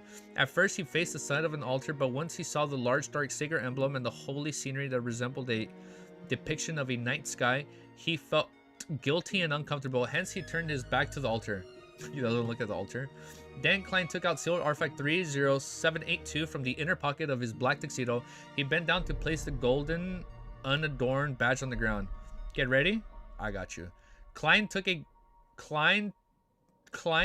look at the sun emblem that was filled with abstract meaning. Then he took out a small candle mixed with sandalwood. He put it right at the bottom of the sealed artifact 30782. That was a dualistic ritual that he had learned from the eternal blazing sun. He used an item that was closely related to the deity to represent him. What? He used an item that was closely related to the deity to represent him, while he used the candle to represent himself. So, what's he talking about? He took a deep breath to ease his tense emotions. Klein then took out the items required for the ritual, one after another, including a carving knife, 2 thin gold slices, sun essential oils extracted from the combination of black rimming sunflower, golden rimmed sunflowers, and white rimmed sunflowers, golden hand fingered citron powder, and also rosemary powder. After that, Klein adeptly used the silver ritual dagger to guide the flow of spirituality. He guided it to flow around the simple altar and created a shapeless sealed wall. He squatted down, placed the silver dagger down, and extended his right hand. He lit up the candle that represented himself by rubbing his spirituality. Under the flickering dim light, Klein picked the sun essential oils and dripped. Okay, when he's saying him, he's talking about the eternal blazing sun, right, Alma? Okay, thank you. Got it. Under the flickering dim light, Klein picked the sun essential oils and dripped a drop onto the flame. With a puff, an illusionary fog spread out with the sunlight scent of sunlight. With the slight scent of sunlight. After burning the finger citron and rosemary powder, Klein held a carving knife and golden slices. He stood up, took a step back, and then recited in Hermes, "The blood of the eternal blazing sun. You are the inextinguishable light, the embodiment of order, the god of deeds, the guardian of businesses." Inextinguishable light, embodiment, order, gods of deeds, and guardian of businesses were all part of the eternal blazing sun's honorable titles. If there wasn't the prefix of the blood of the eternal blazing sun, the ritual would require the god's response to proceed. If so, Klein suspected that the eternal blazing sun would recognize him as a disrespected person that looked at him directly. Then Leonard and Keenly would only find a pile of black ashes when they entered. Plus, the ritual had to be conducted via ancient Hermes, a ritualistic language that stemmed from nature only in language without any protection, but had outstanding effects, could allow an incantation sidestep around the eternal blazing sun and point towards the mutated sun sacred emblem. At the same time as he was stealing the power from a deity, Klein held no way to divine if it would be successful. Ahead of time, he felt that it would result in him directly dealing with the deity again, so he can only recite the rest of the incantations with a strained heart. I pray to you, I pray for you to give me strength. Give me strength to complete the flaring sun charm. The blood of the eternal blazing sun, please transfer your strength into my charm. O fingered citron, a herb that belongs to the sun, please bestow your powers to my charm. As the incantation neared completion, Klein suddenly felt something light up before him. The simple gold badge radiated. The badge? Oh, the artifact. Okay, the simple gold badge radiated with an intense light as though the sun had descended onto the land. Klein suddenly found himself enveloped in extreme heat. His hair was heating up rapidly and was almost on the brink of igniting. His feet felt like they were stepped barefoot on the yellow sand that had been exposed to the midday sun, and his face and body were greeted with the hot wind and blowing from every direction. In that instant, he felt that he needed to do something to let the burning energies out, otherwise he would turn into a human candle. It required almost zero thought as Klein lifted both his hands. While his thoughts were boiling over like porridge, he relied on the combination of his spirituality and the strong winds, as well as the instincts and ritualistic guidance, to begin etching symbols corresponding path numbers and magical characteristics and ancient incantations on both sides of the gold slices with his carving knife. Outside the church, Leonard was standing in the shadows to hide from coming into contact with direct sunlight. He's watching. Outside the church, Leonard was standing in the shadows to hide from coming into contact with direct sunlight. Suddenly, the sunlight intensified like the hottest day of a year in early June, like in early July. He squinted his eyes and looked towards the sky. He saw that the blue sky had no clouds or dust. It was so pure that it made people gasp with admiration. Such strange weather. Besides him, keenly also noticed the changes in the sunlight. Leonard responded with a smile when he suddenly turned his head. He knitted his eyebrows slightly and cast his gaze towards the cathedral. He's on to something. Leonard, maybe he doesn't just have main character complex. Maybe he actually knows something. Yeah, luckily Roseanne isn't here. Otherwise, she wouldn't be complaining about the sun tanning her skin. Leonard looked away and said with a smile, the blazing sunlight remained intense for a few minutes before it returned to normal. In the cathedral, Klein's carving knife finished the final stroke. As he finished the magical characteristics that represented light, the spirituality on both sides of the golden slices suddenly mellowed together. As the light converged onto the metal, no, this is even closer to godhood, Klein was finally relieved from the boiling and burning sensation. He examined the two flaring sun charms in his hand with a clear mind. The golden luster on the surface of the charms had turned dim, and the pattern looked ancient yet complex. There was a warm, damping feeling that seeped into Klein's skin bit by bit. Not bad, I finally have a more impressive trump card. Klein signed emotionally. Like, he did it. He said the activation incantation from the flaring sun charms as the word light in ancient Hermes. I want to light and there will be light. He quipped amused. Then he put the flaring sun charms into another pocket. He didn't put them with the slumber, requiem, and dream. Oh, he put them separate because the flaring sun charms will decrease their efficiency period. The flaring sun charms will decrease their efficiency period. Yes, the power of the flaring sun charms can be maintained for at least a year or even longer. Klein reined his thoughts back and looked at the mutated sun sacred emblem on the ground. It didn't look any different on the surface, and it still gives off feelings of warmth and purity. Klein finally relaxed and quickly completed the ritual and removed the spiritual wall. At that point, he thought to examine himself. He realized that his clothes were almost drenched, and he was covered in sweat. The edges of his hair were slightly curly too. Thankfully, Klein sighed in satisfaction. He put away his things and returned to his original seat. He was so exhausted that he slept the moment he sat down until he was woken up by the footsteps. His eyes shot open as he touched the flaring sun charms subconsciously to see if they were still there. You don't look alright, Leonard asked as he entered the cathedral. Klein massaged his temples and stood up and smiled. I'm nearing my limit. He took out the silver pocket watch and took a glance. Just in time. It's your turn to look after sealed artifact 30782. Before he finished speaking, Klein took off the mutated sun sacred emblem and passed it to Leonard. Leonard watched Klein walk out of the cathedral. Then he dropped his frivolously attitude and examined sealed artifact 30782 attentively and seriously. He grew confused and looked bewildered. No way he can tell it's like slightly lighter. After the shift ends, the three Nighthawks began their journey back. Before that, he told Priest Sieur to take notes of the town situation. If there were any paranormal incidences, he was immediately send a telegram to St. Selena Cathedral. At 20 minutes past 7, just say 7:20, Bran. I got confused.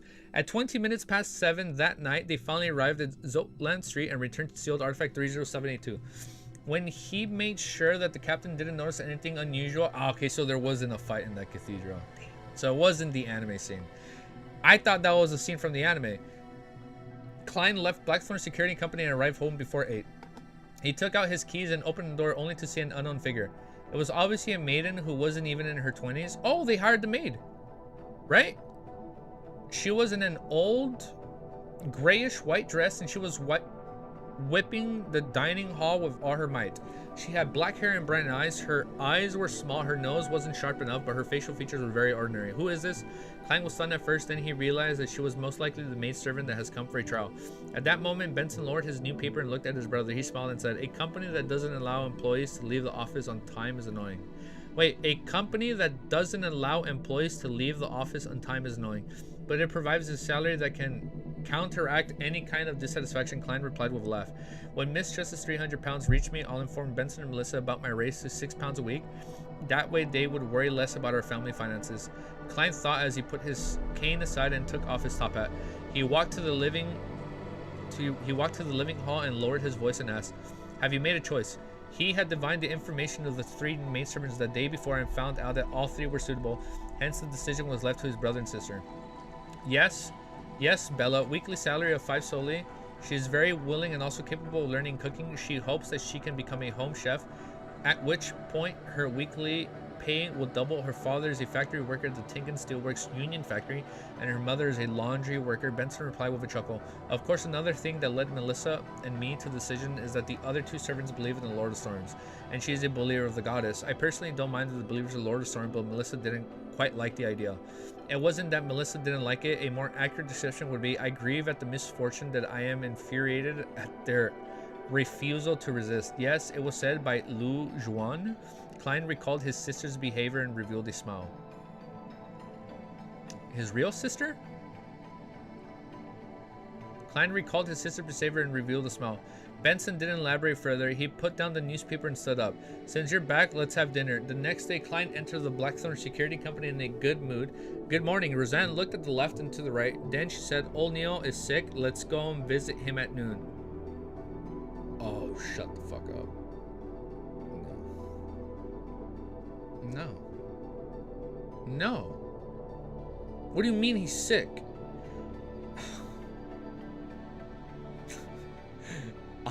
I'm not reading 164 if I think what's gonna happen happens. I'm not even gonna read chat right now. Could it be that the ritual for treating could it be? Okay, maybe it's not that bad. Could it be that the ritual for treating diarrhea caused severe constipation? Well, from the way he acted after learning of the acting method, it's not impossible for him to suddenly fall sick. Oh. He's just trying to advance. He's getting old, so once his mind turns frail, his body will also suffer from those ramifications. No. Shut up. Roseanne nodded and said, yeah, he sent someone to the captain to request some time off. No. Klein nodded slightly. Let's visit him at noon. Sigh, Old Neil sure is pitiful. What? His wife passed away early? He's doing it. The reason he chose Corpse Collector was to see his wife. And his son is busy in some other city. When he's sick, all he can do is stay home in loneliness and helpless. Nah. That was the first thing he recalled from his first visit to Old Neil's house. Listening to Klein's sigh, Roseanne opened her eyes and asked in shock, when did Old Neil get married? When did he get married? Okay, wait, first, let me update chapter. I don't like what's happening. I don't like what's being set up. I don't know, man. Should I read chat? Sure. Peek. It's not that bad. This isn't Attack on Titan. Okay, it's existing plate walls closing in when this chapter ends. He's sick. It's time. He's fine. Nah, it's not a Corpse Collector. He's a mystery prior. Okay, I got it. Wait, Cammy. Bro, you just gaslighting yourself? I know. You guys are saying that. I'm getting worried. I'm overthinking things. Wait, I'll save it. I'll save it when we're done reading today. Ah, shit. I'm getting scared. Okay, let me do my timestamp. Let's do this. I updated 163, correct? Yes. We're good. Various signs.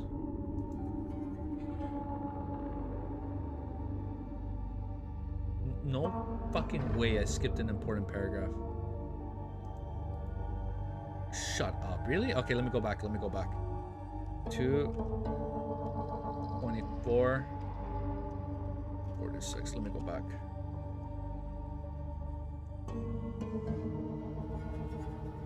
My bad. It was chapter. I missed something in 161.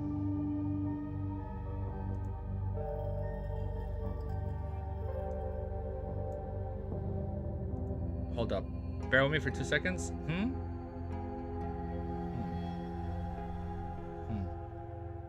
You did it? My bad. It was. I did it? I'm looking for. Was it after the pyramid was brought up or before the pyramid? We make sure it's worth skipping sleep. Shit, this is a long chapter. I can't even see it. Let me see if I can find. Let me scroll down kind of quickly. Of course, the stalling happens now. No. You guys said I skipped something important. Okay. I'll go back. Okay. Wait. Okay. When I'm done with the chapter, you can just paste the thing. After the pyramid. Okay. Oh shit. Okay, that sounds important. Okay. Hold up. After the pyramid. So it's at the halfway point. Son of a bitch. Where does it say, huh? It said that death fell to combine efforts of the 7 gods. I don't think I read that. Of course, this would be too strong of the continent. After all, most of the inhabitants of the southern continent believe in death.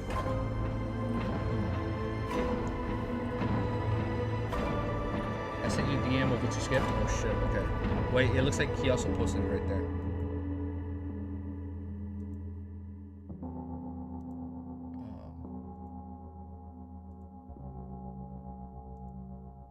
Huh? It said that death fell to the combined efforts of the 7 gods. It's impossible to determine when Lemud Castle was built, but it couldn't have been before the Pale Era. Wait, hold up. It said that death fell. Oh my god. Dude, if, oh my god, wait, hold up. Hold the fuck up. Hold up. That is so important. That was such an important ass thing that I fucking missed. Ain't no fucking way. Hold up. Wait, I actually missed that line. Let me read it out loud one more time. So this is what I skipped, huh? It said that death fell to the combined efforts of the 7 gods. It's impossible to determine when Lemud Castle was built, but it couldn't have been built before the Pale Era. Okay, that means Lemud Castle was built after death was slain by the 7 gods. Which, oh my, I can't believe, how the hell did I miss that line? Okay, you know what that means? Azik is deaf. That has to be it. I'm choking on my saliva. He has to be, oh my god, Azik is deaf. That's why he's able to do all these like corpse collector abilities that haven't been mentioned yet. So it's implied that he died, so he probably lost all his memories and woke up with amnesia. And then maybe he created Lemud Castle after, and then when he was gaining all his past memories, that's when he started like writing all this info down for him when he wakes up, like the last time when he woke up 40 years ago. That way he's like hidden. Oh, because he doesn't want people to know. I'm sorry, I'm not even reading chat. Maybe he doesn't want to know he is cooking. I'm cooking. Oh, Azik is deaf. That, oh, okay, how the hell, dude, if I read that statement before, holy shit, I would have said that right away. Because the whole time I'm like, there's something weird of Azik, but then they said Lemud was built 200 years ago, and like, oh, that doesn't line up if he's 1,400 years ago. But if he was from the 4th epoch, yeah. Oh, message retracted, hold up, maybe that was a confirmation or did not. Okay, wait, okay, hold up, that's why when he saw the, I don't know, that explains so much of what happened in there where like everybody's like hearing the dead and whatnot. Maybe you are right or maybe not. I like that. I can neither confirm nor deny. Ship it, clip it, send it. I'm gonna need to remember that. Okay, I got that out. Okay, thank you guys so much for telling me that I skipped that Mysterious World. Thank you guys, and thank you Romero for sending me that, and also you for posting a Camby Mysterious World. Thank you guys. Got it. Okay, now we know. Okay, now we know. Okay, now we can read the new chapter. Holy shit. No fucking shot. No shot, dude. Wait, I'm gonna make this a timestamp so I don't forget. Is Azik death? Okay, I'm gonna make that its own timestamp so I don't forget. Okay, now we'll just do a new timestamp for this chapter. 27. Holy shit. Then what the fuck does the pyramid have to do? Cook of the Mysterious? Get the music ready? Okay.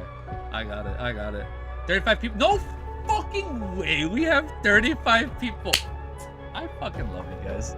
It's so fucking cool. Thank you guys so much. Holy shit. Hit the music. We're fucking hitting the music. You guys, do I play walls closing? Do you want me to play walls closing in now? For 163? It just said Klein was left dumbfounded when he heard Roseanne's question. Bruh, play? Okay. I won't question it. I won't question it. Play walls closing in. Imagine having all 7 deities after you. That's scary. Play music, bro. I got you. Walls closing in. He's cooking savory dish with dessert ingredients. It's like, fucking Gordon Ramsay up in here. Okay, walls closing in. You guys want me to play this? Sequence 2 staller? No. Never. What are you talking about? Those who know? Okay, those who know. Like, if you know, you know.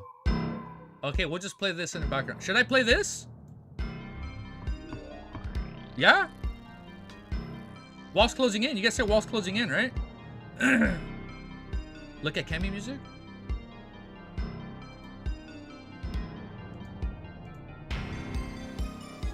Right? Oh, you guys... Wait. Oh, Hollow Knight music. Oh, Hollow Knight music slaps. I should play that game on stream. Start already? This will explode your brain from peak. Okay. We'll just play it. We'll just play walls closing in. Raise your mic if possible. I got you. I'll just turn the music down on the music. I got you. I'm gonna turn the music down too because it's kind of loud on my end. Thank you guys so much. There's like 36 of you guys here. Lower music? Okay, I'll lower it. And when you guys want me to raise it, 35 subs to Audrey cosplay. Voice louder, not music. I got you guys. I'm gonna turn my music. Oh, because if I turn my music all the way up, it's gonna be spiking at red. That might be a little too loud. So let me put it here. Have you played Hollow Knight? I fucking suck. But I should probably play it on stream because I didn't beat the first chapter. Good now? Music is good? Okay. Music is good. Okay, we'll start from right here. Do I have my timestamp ready? Okay, yeah, we're good. Okay. Perfect. Okay, we'll start right here. I'm gonna listen to you guys. Mr. Retracted? Okay, I didn't read that. Chapter 160. Oof, we're so far. Thank you, guys. Chapter 163 is called Various Signs. What? Klein was left dumbfounded when he heard Roseanne's question. He recalled in his days, I previously visited Oldsdale Place just last month. I saw a piano in the living room and he told me that his deceased wife loved music. As he spoke, Klein suddenly became alarmed as he began having unpleasant thoughts. Roseanne knitted her beautiful brows and said with uncertainty, perhaps I remembered wrong. No, Miss Oriana and I frequented Old Neil's plays during the earlier half of the year. There was no piano in the living room back then. I clearly remembered asking him why he chose to remain single. He answered what he... Oh my god. His answer was that he wasn't met... Oh my god, I can't read. Higher music? I got you guys.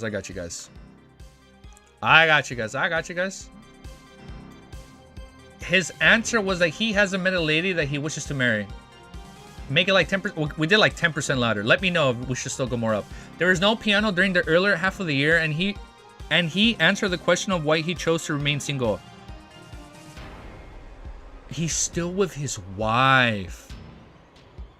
Klein tightened up and asked in a deep voice, Roseanne, how long has it been since you visited Old Neil's place? Not ever since Keenly became a Nighthawk and Viola chose to resign as a clerk. Oh my god, he still has his wife. I've been either burning the midnight oil or catching up on sleep, so how could I have time to visit him? It's been since the beginning of June. Roseanne became a little lost upon receiving the question, so all he did was answer honestly. Klein's heart sank as he sensed something was wrong. He fished out a half-pence from his pocket and held it between his thumb and middle finger. Is it his wife? Did his wife become a wraith? He took a deep breath and quickly decided on a divination statement. There's something wrong with Old Neil's current situation. No! Stop! His pupils quickly darkened as he recited the statement silently and entered cognition. Ding! He flicked his thumb, pushing the brass coin into the air and allowing it to spin. Pock! The coin fell right into Klein's open palm. This time the portrait of George III was facing up. The portrait signified that it was correct and it was positive. Oh, it's perfect now? Okay. That meant that there really was something wrong with Olneo's current situation. As Klein clenched the coin, he suddenly remembered the translucent pair of color and roofless eyes without any brows that he had seen behind Olneo. We're gonna find out what the fucking eyes... Oh, we're gonna find out what the eyes were. As Klein clenched the coin, he suddenly remembered the translucent pair of cold and roofless eyes without any brows that he had seen behind Olneo when he had just become a Beyonder and was experimenting with his spirit vision. Oh my god. We're about to get another mystery answered. Olneo had explained that the pair of eyes was a characteristic of ritualistic magic. That's right. I also saw an almost formless human figure by the door at the periphery of the light. The color of its aura was identical to the surrounding darkness. Also, after I completed the seer potion, I secretly changed the way I activated my spirit vision to the tapping of my left molar. I happened to look at Olneo and he suddenly coughed violently. Scene after scene appeared in Klein's mind, turning his expression grim. Roseanne looked at him and asked in fear, "No, fuck you! No! No! I'm gonna fucking cry if he lost control. Then Olneo, I fucking like this man too much already. Did Olneo lose control? No way, even though he's petty and stingy and wants to be... Oh my god, he lost control because he taught Klein that, because Klein taught him the acting method. Did Olneo lose control? No way, even though he's pretty and stingy and wants to be reimbursed for all his expenses. He's still a good person. He rarely gets angry. No way he wouldn't lose control. I cannot be sure, but I think that Olneo is on the brink of losing control. Klein consoled Roseanne. He quickly made his way past the partition and opened the door to the captain's office. Dunn Smith was startled by the sudden intrusion, nearly choking on his coffee. What happened? He didn't bang Klein. His expression instantly became stern. Klein answered simply without hiding anything. Captain, my divination tells me that there's something wrong with Olneo. Last month, Olneo told me that his late wife loved music, but today Roseanne told me that he's remained single all this time. Last month, Olneo told me that his late wife loves music, but today Roseanne told me that he's remained single all this time. Also, on the day before I became a Beyonder, I saw a pair of mysterious eyes looking over everything behind Olneo. There's also an almost transparent human figure near the door spying on us. He told me that those were characteristics of ritualistic magic. I felt that something was off and thus attempting a divination. Oh, shit. After Dunn... Oh, you guys have been using these eyes all along. Just shut up. After Dunn finished listening intentionally, he stood up and immediately as he walked over to the coat rack, he asked in puzzlement, why didn't you directly divine if Olneo had lost control? Over the past month, Olneo hasn't acted any different from ordinary Beyonders. He even worked with me and helped me sway and deal with a mandated Punisher who had lost control. I knew it. I knew it, bro. When he fought the dude that lost control, I was like, dude, if this is foreshadowing of them, I'm gonna end stream if what I think happens. I'm not even gonna say it. Stop. I've also observed the colors of his aura from time to time and noticed that he's relatively healthy, other than his frailty that's due to his age. Thus, I think that he's only close to losing control. He could still be saved. Klein explained his point of view in one breath. Dunn put on his black hat and whimpered before nodding. A very reasonable deduction. Let's go pay a visit to Olneo now, and try not to agitate him if possible. After that, we can attempt to control him and use ritualistic magic to stabilize his condition and prevent him from getting worse. Control. Klein had an idea when he heard this term. Captain, could we use artifact 30611? That's a new artifact number, right? Okay, let me write this down. Shit, dude. 030611. I don't remember what this one is. Okay, let's keep going. He had been thinking about how he could resolve Olneo's problems and save him, but he didn't arrive at an answer as he had been too flustered, too uneasy, and too worried. He was reminded by Dunsmith's words and recalled the sealed artifact that might be useful. Number 06, number 611. Name Peaceful Hair Strands. Let me write that down. Wait, let me read more of this. Danger grade 3, considerably dangerous. It has been used too carefully and it can only be applied for operations that require 3 or more people. Security classification, official Nighthawk members or above. Sealing method, no direct contact with living organisms. Description: a simple decoration formed with many strands of black hair. As long as contact is made with a living being without any protection, the living being would lose all their desires and emotions, including but not limited to hunger, anger, grief, pain, envy, jealousy, hate, or so they just become like an empty shell. And he can't lose control. It has been ascertained that living beings under 0611's influence will even lose their desire to break contact with it. They will silently stay in their spot until the end of their life. Let me write that down. Okay. What's it called? Okay. Peaceful hair strands lose all feelings and desire to stay until the end. Oh, I'm sorry. I had to write that down. Okay. Sorry, I had to write that down. It has been ascertained that the living beings under 60. Let me reread this again. It has been ascertained that the living beings under 0611's influence will even lose the desire to break contact with it. They will silently stay with their spot until the end of their life. If an external force is used to break contact between the person and 0611, then the person will gradually recover. But experimental data suggests that the prerequisite to this is that the person has not been in contact with sealed artifact for no more than 2 hours. Once contact lasts more than 2 hours, the victim will become silent for eternity. The highest sequence tested in sequence 5, you can avoid contact by means such as wearing gloves. The strands of hair aren't equipped with the capability to live. It doesn't have any inclinations of escaping the seal. Appendix: these strands of hair appeared during a failed advancement. It was something left behind when a captain of the Nighthawks failed to advance to sequence 6. The great-eyed Dunn nodded after he heard Klein. Great suggestion. I nearly forgot about 030611. Find Royale in the recreation room. I'll retrieve the seal artifact from the Chandler's Gate and submit the application after we come back. That's the way, no time to waste. Klein didn't dawdle. I read that wrong. He immediately went to the reception room and shouted for usually expression sleepless Royale. What's the mission? Royale asked calmly. Klein exhaled and said in a serious tone, pay old Neil a visit, pay old Neil a visit. Royale opened her eyes wide as she had an ominous feeling. It's not confirmed yet. Klein shook his head gently. No! Royale didn't speak any further. They slipped into silence, turning the mood heavy. A few minutes passed and Dunn finally returned from the basement. He was wearing black gloves and had a tangled mess of black hair in his hand. Compared to the mutated Sunseeker emblem, the peaceful hair strands didn't look particularly weird. It would be glossed over by people if it were tossed onto the road somewhere. After calling for the chauffeur, Caesar, the four of them made their way to Old Neil's house. The wheels of the carriage rolled across the asphalt road that was wet from the rain. The carriage interior was more silent than night. It was unknown how much time has passed until Dunn sighed. Old Neil did have a partner that he was about to be engaged with when he was younger, but he suddenly became terminally ill.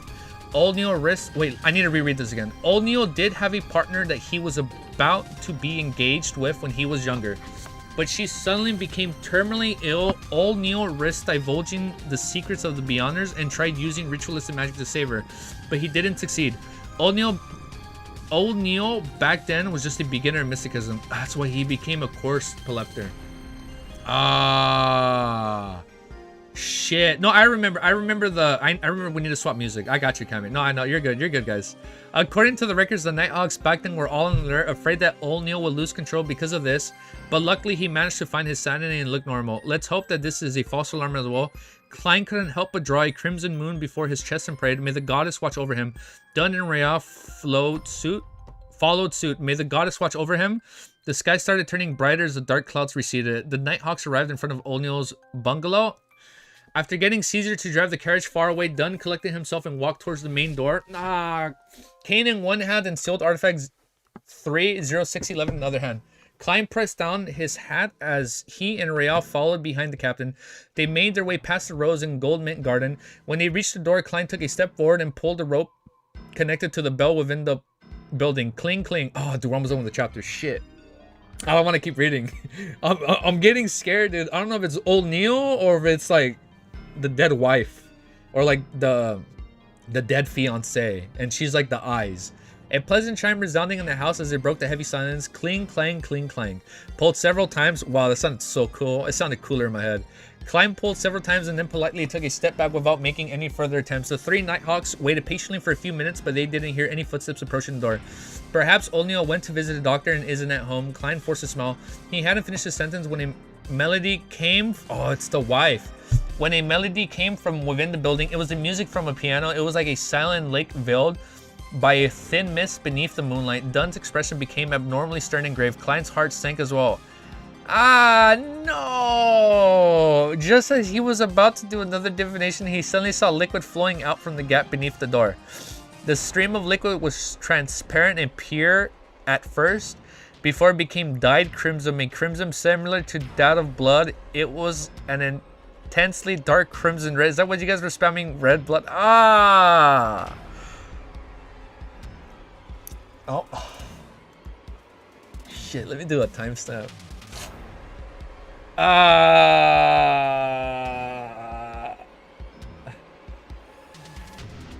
Oh, you're right. He's a mystery prior.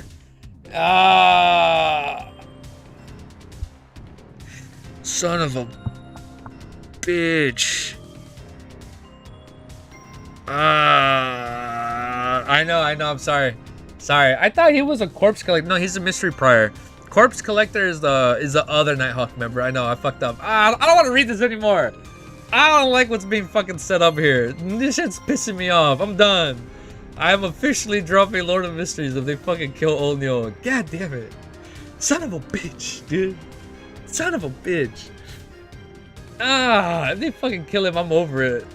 Shit. Fuck. Shit, dude. I thought he was gonna be like the Kakashi to Team 7 of Naruto. I'm a fucking idiot. Put the music in the web novel chapter. I checked again. Okay. Shit, man. Son of a bitch.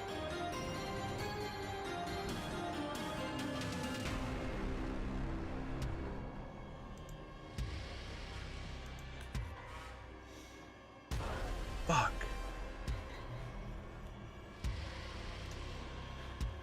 Pre-launch work in progress. Classical.e. Public domain Creative Commons. Royalty-free licensing. No sign-up subscription ads. Welcome to Classical.de. Man, flashbang. An online... Man, it's dark in my room. Including background information. Composition whose copyrights have expired. Allowing users to access, download, and use these works freely. Including background information, sheet notes, and more. Okay.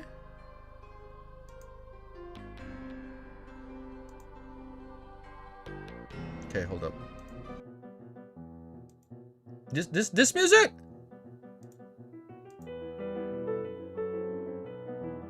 Oh, wait, hold up. This one? Oh, because it's a piano. Oh, okay. Oh, you guys wanted classical piano music. Do you now understand why people say Hello Tim gives you trauma?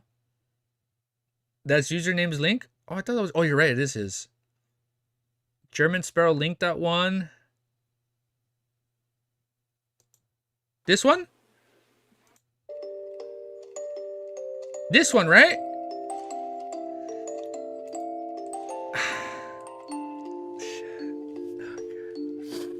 Man up, bro. Man up. You can do this. Yes, that one? Alright, I'm gonna play it. So we'll link this. I gotta remember to link this in the description. Okay. I'm not ready to read this. All was well. I like how the video starts with all is well. Alright, we'll link the song.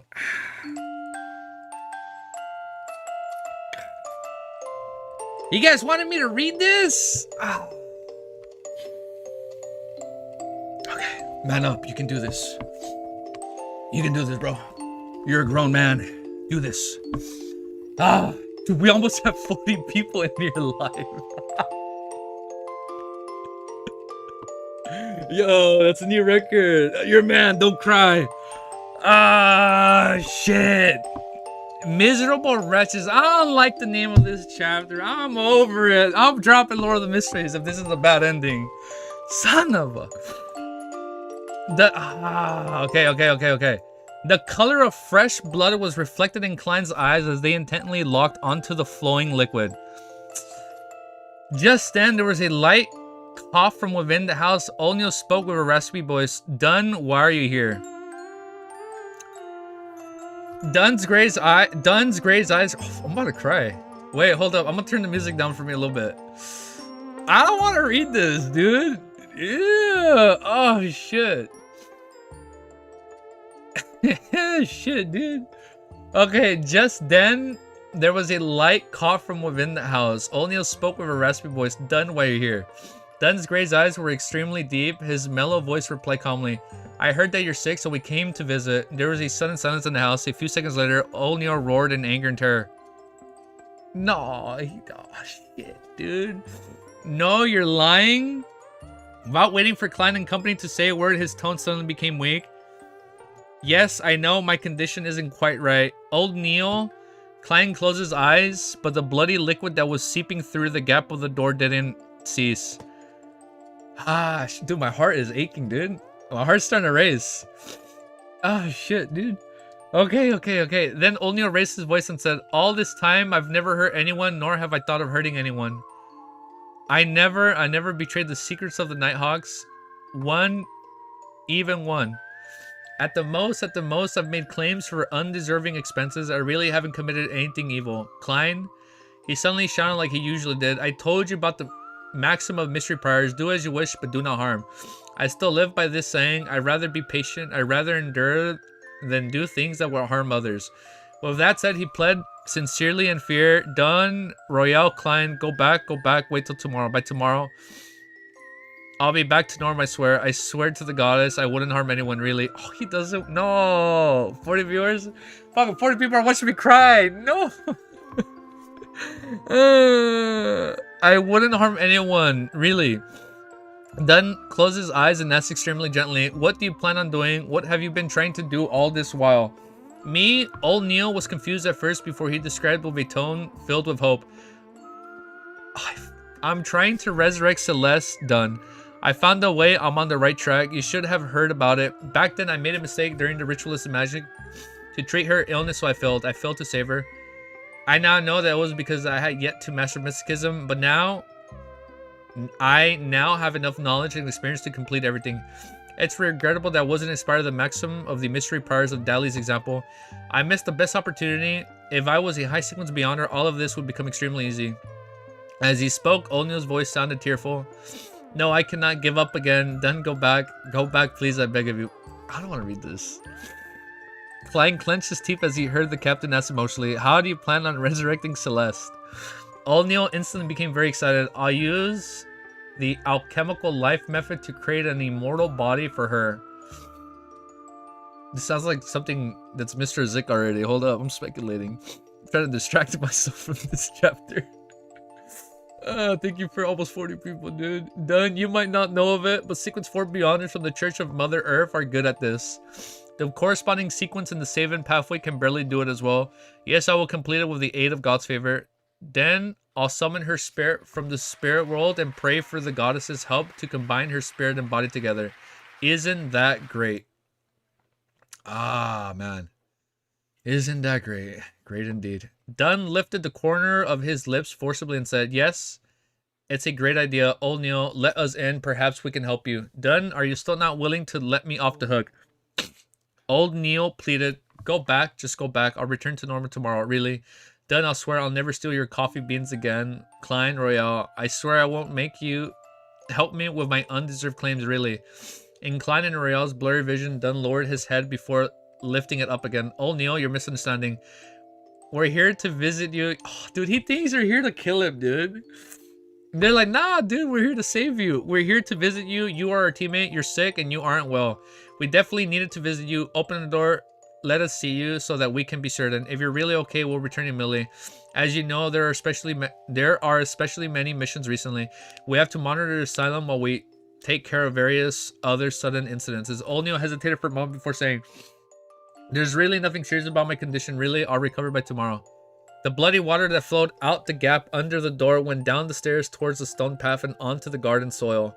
Old Neil, we've known each other for about 15 years now, right? We've worked on countless missions together. I'm really concerned and worried for you. I have to see you with my own eyes before I'll be at ease, Dunn said gently. Alright, Old Neil pounded. There's really nothing wrong with me. Oh, shit, dude. He's like half turned or whatever.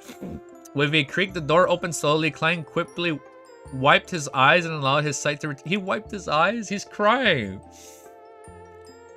With a creak, the door opened. Klein quickly wiped his eyes and allowed his sight to return to normal. Then he saw the carpet in the lobby was red and sticky, covered in blood and hair. He looked forward and up, and only to realize that the living room's floor, ceiling, round table, piano, and chairs were all covered in the same disgusting, sticky, and hairy liquid. Old Neil's head hung... Old Neil's head hung in the air, connected to the ceiling by a thick liquid.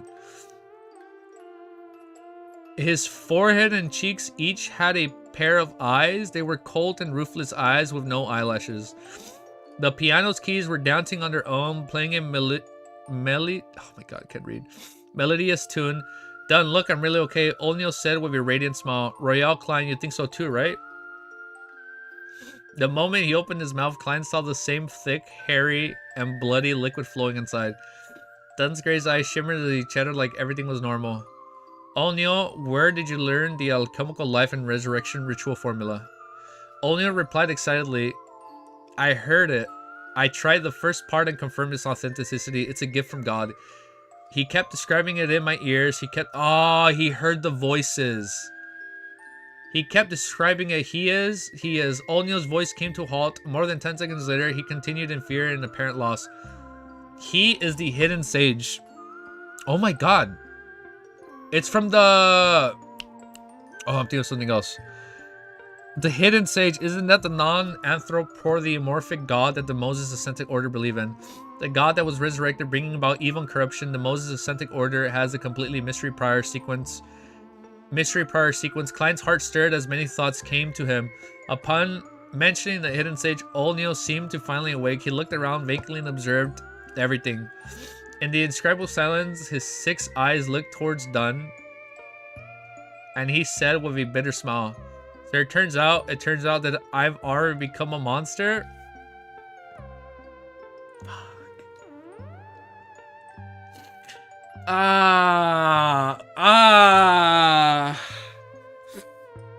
All my homies hate this hidden sage. F that guy, dude. There's 40 of you guys here. Thank you. This is a new record. There's 40 of you. Shit, dude. I'm already a monster. It turns out that I've already become a monster. Without waiting for Dunn and the others to reply, O'Neill suddenly revealed a smile. One of the growing fear and cowardness. Let me go. I'll go deep into the mountains and won't appear again. Stop, man. I'll never harm anyone. I'll only attempt my ritual quietly. Really? Let me go. Please, I beg you. Just then, Klein felt something illusionary shattering before his eyes. Then O'Neill's 4 cold-looking lashes... Oh, I can't read, dude. Oh, shit, my eyes are getting blurry. I can't read the screen, dude. Then O'Neill's 4 cold-looking lashes eyes flashed with dark glow and locked onto Dunn. His expression suddenly turned cold. You're pulling me into a dream. No, it's useless. My eyes can see through all of that. The sticky blood that covered the ceiling, floor, and walls started squirming. Like a giant opening its mouth to swallow Klein and company. Old Neil's head grew blurry like overlapping after images. Klein didn't fumble for his revolver. Instead, he extended his hand into his pocket and planned to use his slumber charm. Suddenly, everything calmed down before him. The sticky bloody liquid suddenly turned placid like a still lake. Old Neil lost his coldness, hatred, desires, and all other expressions. He became quiet and peaceful. It was unknown when Dunn had thrown sealed artifact 30611 into the blood. Oh, since the blood is him, he'd be in contact. What if we told you this isn't even the saddest moment? I know, dude. We're barely like on volume 1, dude. Oh, man. I can already see a character that I've been grown to for like 1,000 chapters get set up as a villain or just die. I'm not ready, man. Why am I reading this? Dunn, Klein, and Rio drew their glance at the same time, and I skipped the line. I'm gonna reread from here. I'm reading for here. The 4 lashes eyes on Old Neil's forehead and cheeks slowly closed, seemingly having lost the desire to keep them open. Any living creature that came into contact with the peaceful hair strands would turn peaceful and lose all motivation under the end of their life. Dunn, Klein, and Royale drew their guns at the same time and aimed at Old Neil's head. Then, Old Neil revealed a look of extreme fear. He was struggling. His strong desire to live fought against the effects of sealed artifact 30611.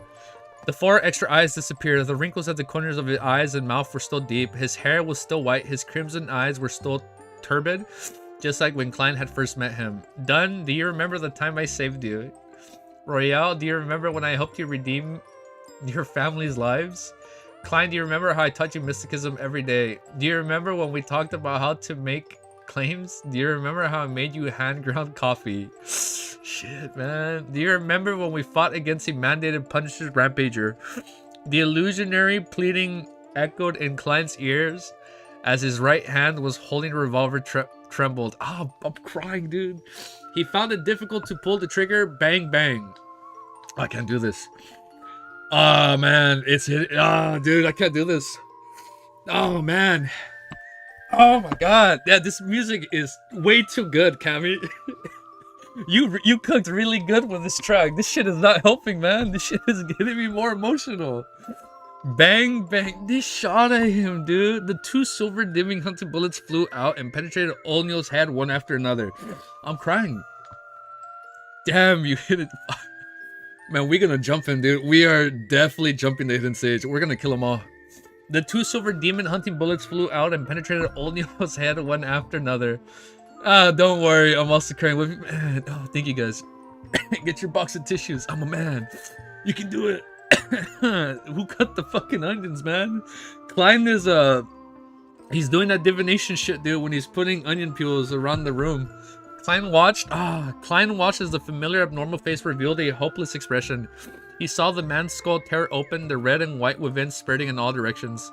The sticky blood that coated their surroundings started shrinking as it flowed back into O'Neill's broken head that had fallen to the ground. Dunn and Royale lowered the gun simultaneously, and all was silent. Klein looked at everything before him. O'Neill's corpse was becoming a ball of rotten... Wait, what? Klein looked at everything before him. O'Neill's corpse was becoming a ball of rotten flesh. He saw that there was a pair of eyes, crimson and crystal clear, yet incredibly plain amidst the blood and flesh.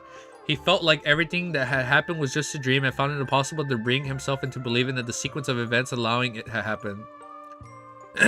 He stood dumbfounded as he saw Dunn take 2 steps forward. His figure stooped. Dunn looked at O'Neill's corpse and muttered heavily. We are guardians, but also a bunch of... the stupid quote came back, man. Dunn looked at O'Neill's corpse and muttered heavily. We are guardians, but also a bunch of miserable wretches that are constantly fighting against threats and madness. I'll look at the artwork right now. God. Dude, this is so hard to read. Let me do a timestamp. Son of a bitch, man. Son of a bitch. Fuck, man. Oh, shit. I really liked O'Neill, man. I'm choking up. Why am I reading this? What are we doing here? It's a Sunday. I should be walking my dog right now. I should be having fun. Why am I over here crying? The press for out is gloomy here. Now you feel the weight of the quote. Shit, dude. We're all a bunch of miserable wretches, dude. Man. Shit, dude. I can't even read. Man. This is so sad, bro. This is not even top 7. Get out of here, dude. This is not really top 1. Everybody loved O'Neill. That's why this hits so much. Damn it, dude. Okay. Keep it together, man. You're a grown man. Chapter 165 is... I can't even read the name of the chapter. You guys tell me. It's called Epa something, man. My eyesight is too damn blurry right now. I'm like Klein wiping the tears. Chapter 165 is called Epitaph, First Casualty. Shit, man. We are guardians, but also a bunch of miserable wretches that are constantly fighting against threats of madness. Dunn's words echoed throughout O'Neill's house. They reverberated across the corroded floor, the walls and ceilings, as well as within Klein's mind and soul. He never had a stronger impression of that sequence than the one he had now. He felt that he wouldn't forget this feeling for as long as he lived, even if he were to return to Earth. Oh man, my nose. Amidst the still atmosphere, Dunn walked towards O'Neill's corpse and kneeled down. He took out a white handkerchief from the pocket of his windbreaker and covered it over the dark red crystalline eyeball which looked pained. Nah. At this moment, Klein noticed that the keys of the piano had stopped moving. A faint, translucent figure appeared. Oh, it's because of the artifact, right? Klein, who had activated his spirit vision before entering the house, froze. He hadn't noticed this strange soul until now. Was it because he was distracted by Old Neil, or was it due to Old Neil's abilities after he lost control? Klein saw the formless figure evaporate quickly, vanishing before his very eyes. He had a faint idea of what was going on. Suppressing that heavy feeling in his heart, he heard the captain's order. Search Old Neil's house for possible clues. Alright, when Klein spoke, it took him a minute to recognize his own voice. His voice was raspy and deep, and it... as if he had the flu. That's what I sound like, dude.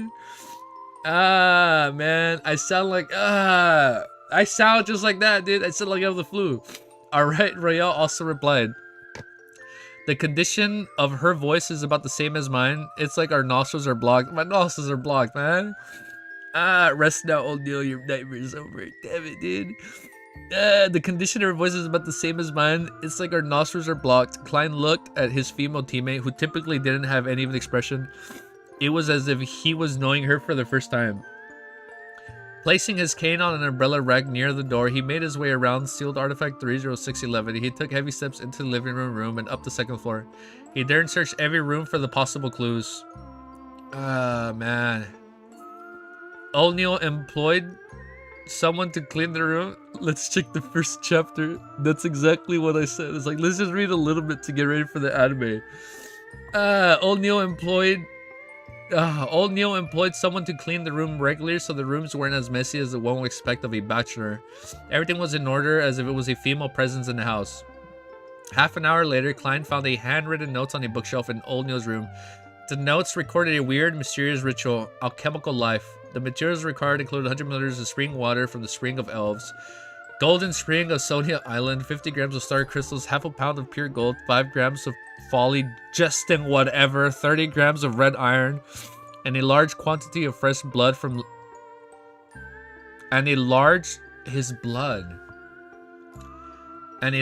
quantity of fresh blood from living people. Old Neil annotated beneath the part about the flesh blood from living. I can consider drawing my own blood, accumulating it little by little, and preserving it using ritualistic magic. Is that why he's always been so skinny and pale? I can consider drawing my own. Klein closed his eyes and crushed notes. On Thursday morning at 9, the time of the moon, Raphael Cemetery. Is that the cemetery? On Thursday morning at 9, the time of the moon, Raphael Cemetery. Klein was wearing his black formal suit and holding onto his cane. He stood silently in a corner of the cemetery. He had stuffed a neat white handkerchief in his breast pocket as if he was holding onto a slumber flower. Then Friar Leonard and Cleaning were carrying a black coffin. Oh, shit, man. They were carrying a black coffin that stored Old Neil's corpse. They slowly walked to the front of the tombstone and silently lowered it into the grave. As she saw the brown soil begin tossed into the grave, Roseanne, who was wearing a black dress and a white flower in her hair, wept. Can someone tell me if this is all happening for real? Oh, man. Damn, dude. Why did he lose control? Why did he consume the potion? Why did he become a Beyonder? Why must there be wraiths and monsters? And why is there I can't read. My eyes are blurry. And why is there no safer way? Why? Klein silently listened until Old Neil's coffin was completely buried in the soil. Until all signs that he existed were buried deep within the earth. Man, I look like shit, huh? Oh, man, I look so bad right now. May the goddess bless you. He drew a crimson moon in front of the chest. Then took a few steps forward and placed the slumber flower in front of the tomb. May the goddess believe you, Dunfire and the others tapped at their chests in a clockwise fashion. Klein looked up straight in his back and saw the black and white photograph of the tombstone. Old Neil was wearing his classical black hat, his white hair peeking out around the edges. The wrinkles beside his eyes and mouth were deep, his dark red eyes a little turbid. He was so peaceful, no longer feeling grief, pain, or fear. Man, there was an epitaph carved underneath the photograph. It came from the contents of the last entry in Old Neil's diary. If I cannot save her, then I shall accompany her. Damn.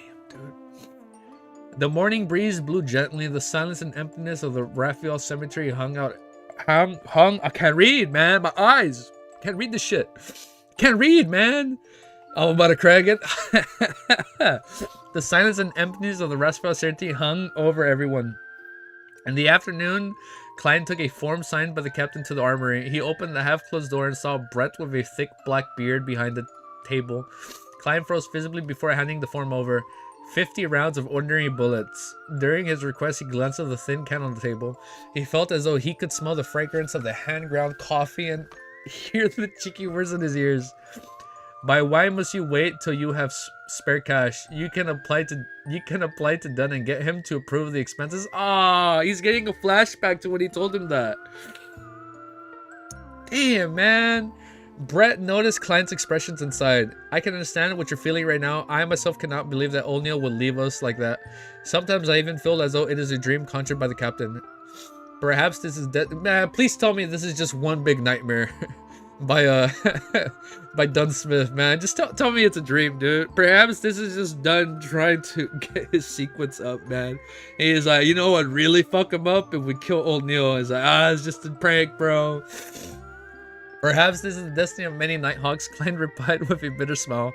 After this incident, he felt much more dissipated hatred towards the upper echelons of the church for keeping the acting method secret. I hate the fucking upper heads in this church. Not church in general, but like the church within the series. Son of a bitch, man. Let's hope that there will be fewer such tragedies. May the goddess bless us. Brute drew a crimson moon in front of his chest. He took the application form and walked into the armory. Bang, bang, bang. The smell of gunpowder filled the air. Klein vented his frustrations out the target he was shooting at. Until he finished shooting the bullets that he had requested, he then collected himself and took a public carriage to Gawain's house. He completed the sets upon sets of exercises as he was torturing himself until Gawain told him to stop. Combat practice isn't there for you to harm yourself. Gawain looked at Klein with his turbid green eyes. I'm sorry, teacher. I'm a little down today. Klein exhaled and attempted to explain. What happened? Gawain asked without a ripple of emotion. Klein thought for a moment and then gave a simple reply. A friend of mine passed away suddenly. Gawain was silent for a few seconds. I can't hear the clapping thing right now. Hearing the clapping at the end of the song is like, it's throwing me, dude. Gawain was silent for a few seconds. He stroked his blonde mustache and said with a fleeting voice, I once lost 325 friends in the span of 5 minutes. Amongst them were 10 that I could trust with my life. Klein sighed in resignation. That is the cruelty of war. Gawain shot a glance at him and let out a self-deprecating laugh. The cruelest thing of all of this is the fact that I can never exact revenge for them. I can never fulfill their dreams, and the answers elude me forever. As for you, you still have such a chance. Even though I don't exactly know what happened, I know that you're still young. You have many opportunities. Oh man, my nose. Klein was silent for a moment. He took in a breath and collected himself. Thank you, teacher. Gawain nodded and said without any expression, take a 10-minute break. Then do 10 more sets of exercises you were doing just now. Klein was momentarily unsure what expression he should show. Friday morning in the recreation room of the Nighthawks, Klein, Sikatron, and Friar were seated around the round table. They weren't playing cards. One of them was flipping through newspapers, and the other was looking out the Oriole windows in a daze. And the last was holding on to a pen, wanting to write something but failing to do so. The room was quiet, no one spoke, and no one joked around. The atmosphere was heavy. Klein exhaled. He lowered his newspaper and planned to focus on reading the materials he had found. At that moment, Dunn Smith knocked and entered the room. He looked around before saying, Klein, come out for a moment. Oh, dude, it's ready. What happened? Klein, who had a premonition of what was happening, stood up and made his way out of the recreation room. Dunn stood at the entrance of the stairway leading to the basement. He turned and looked at Klein. The person that the Holy Cathedral sent is here. The person examining me is here. Klein's nerves tensed.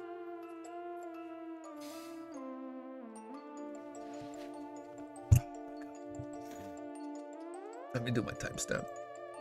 I'm gonna stop reading right there. I can keep reading. I'm good. I want to keep reading, but I need a break. Break? Can we get a break for client? Time to recover. I need to recover, man. Watch art of Discord, then you can take off the music. Okay, hold up. Let me look at the music. I'm gonna just write my timestamp. Fuck. Ah, shit. I'm choking up. I'm fucked. I'm gonna cry, dude. Shit, dude. Ah. Damn, man. I'm so fucked up right now. I'm so fucked up in the head. This shit fucked me up. This shit hit me pretty hard. Message deleted by Alma. Oh shit. Careful, Heartless. Careful, guys. Okay. Where did you put it? Where's the... my eyes. Oh, the music stopped.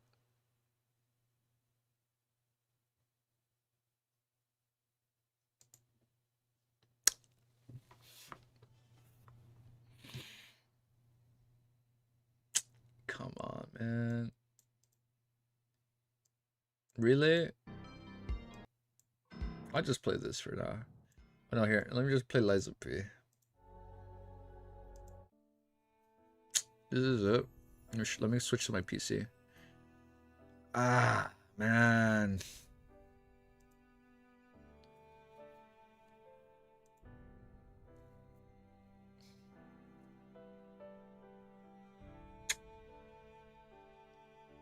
Damn.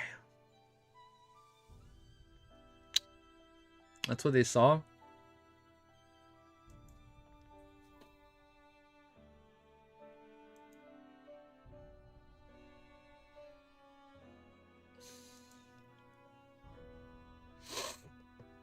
So the lady was his wife, right? Oh, man. No, it's, the music changes. Let me do this. Hold up. Let me open it and, oh my god, I already forgot where you linked the music, man. I'm so out of it right now. Let me just open this on YouTube. Shit, man. I don't even want to read it anymore. I'm taking a 1 week break. I'm taking a fucking 1 week break after this fucking chapter. This shit fucked me up, dude. This shit fucked me up. Holy shit, that fucked me up. Okay. Man, where's the fucking Twitch chat? I'm going crazy over here. Let me put you guys down here. Shit, man. Now it's too loud. It's okay. Let's talk about that. This is messed up, dude.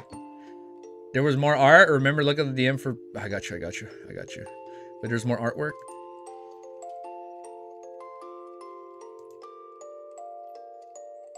What is this from? Oh, snap. Oh, wait. I can't show that. This is like a manga panel, right? Like, is this all fan-made stuff or what is it? You skipped the best one? Okay. Can I show this? Wait, is this fan art or what is this from? The best one? This is all fan-made? Okay, it's fan-made. I'm so sad, dude. I'm so sad. I'm so fucked up. Is fan-made? Okay, let's go through it. And the name of the song is All Was Well.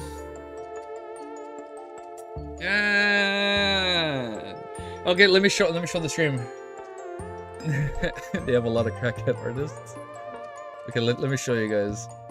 Ah, man. They messed me up. So this is how it was. So this was them walking to his house. This is when they chimed the bell and they heard the piano.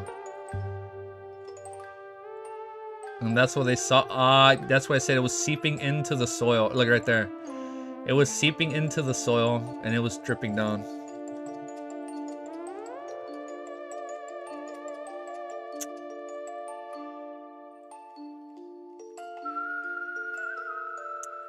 Man, I'm about to cry again, dude. This is so bad. You guys wanted me to read this? I'm so this breaks my heart, dude. And then that's when they saw when he opened the door and said, "I'll be okay tomorrow." And then he realized, I'm a monster already, huh? Man, I liked Oldio so much. He was such a good character. That comic had more? Oh, I got it. Right? I got it. Thank you. That's the eye. There's 5 images I sent. Thank you. Oh, wait, is that safe to show? Yeah, it's safe. Just scroll down a little bit quick. Okay, hold up. Let me pause the video. Okay, there's nothing. There's no areoles. We're good. Bro, there are more pages. Let me go through the whole thing. Okay. Man. So that's the wife. He's wiping away his tears. Man.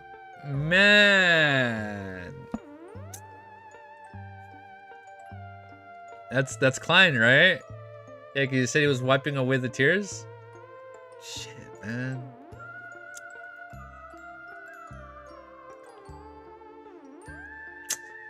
That's when they opened it and it was his floating head, right? With the blood lacerating across everything. Nah, man. What the fuck? This is so messed up, man. This was only the first death. This is only the first death in Lord of Mysteries, and I'm already this fucked up, man. There's no Lord of Mysteries tomorrow, man. I need a day to recover. What a way to start the morning with tears and anguish. Oh, man. This is where it all starts.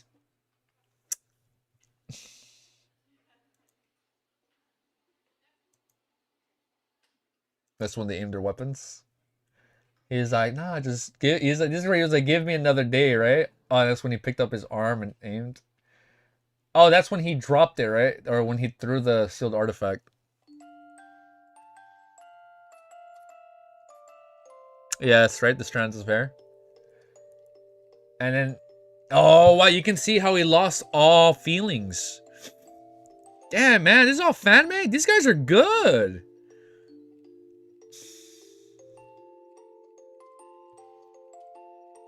Man, this will be sure to see him some lovely dreams tonight. Yeah. Yeah, I think we'll have some beautiful dreams tonight. Oh, Klein's crying, aiming at him. Oh, and this is the flashback. Oh, just apply, just as Dunn Smith. Yeah, look. He's thinking back, right? On the coffee. Remember the grounded coffee I made for you? Remember all the divination lessons I taught you? Oh, man. Yeah, when they both shot. I didn't want to watch the anime anymore.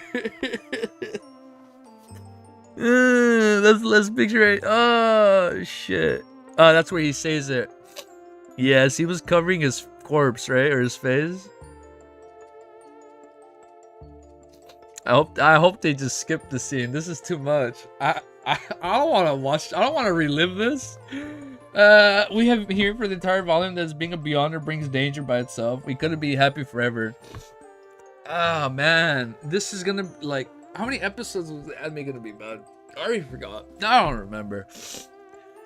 It was peak. That was a pretty big chapter. I think that was my favorite fight. Even though technically it wasn't a fight, it was. I think that was my favorite. Like, I think this is my favorite moment in the series so far. Yeah. How many episodes season 1 be? I think they said, 12 episodes. This is gonna be like episode 8 or 9, right? Oh, anime 14 episodes. This is gonna be like the third or fourth to last episode or something. Yeah, this is either 10 or 9. Well, some people say it was gonna be like a. It's probably gonna be like a season, right? Like a regular anime season, 12 episodes, give or take. minus +1. And they're gonna be like an hour long. Shit, man. I won't be ready for the next fight. I'm not ready, man. I know the next... Actually, don't tell me when's the next fight. Don't even hit and tell me when's the next fight. Just no hints. No hints when the next fight's coming up. I already forgot. It's like I think it's in the 200s. I think it's close to the end of the volume. Ah, man. 14 chapters in one episode? Yeah, I can see that. Oh, man. This was sad. So, wait, just to clarify. It was the wife. So the eyes behind him was his late wife. Right? That's the nature of Elohim. You keep fighting until you lose yourself. Wait till we get to the 200s. Okay, so it's 213 chapters and 12 episodes. Yeah. Is it gonna be like 200 plus? Ah, man. So from the very beginning of the series, the old eyes he was seeing... Oh, it was the hidden sage, not his wife. So the eyes were the hidden sage observing him. No, the eyes are the hidden sage Oh, you're right. So the eyes behind old Neo was the hidden sage whispering to him that, oh, hey, if you want to bring her back, do this. Wait till we get to the end. Shit, man, it's going to be a while. We'll get to it. So the eyes was the hidden sage telling him to bring back his wife, right? And I assume the lady in the picture is his wife, right? Yeah. Oh, look, and she's like covered in drapes, like in her wedding gown. The one he never married. What was it? If I can't save her, I'll join her.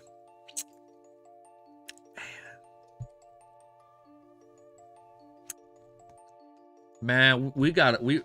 All my homies are gonna jump the hidden sage. That's all I can say.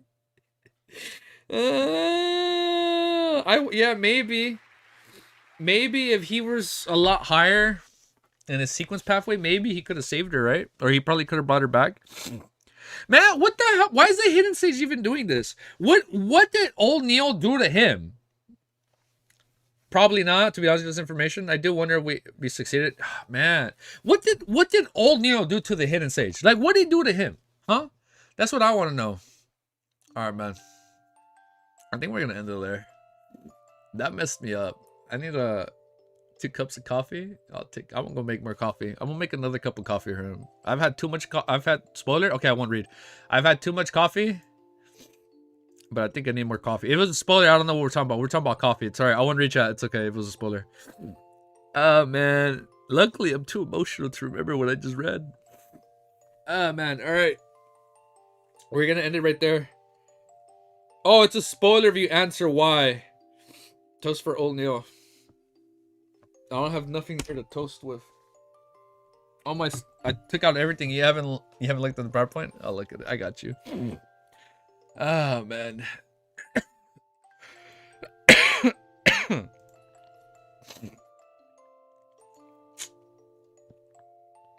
so mad.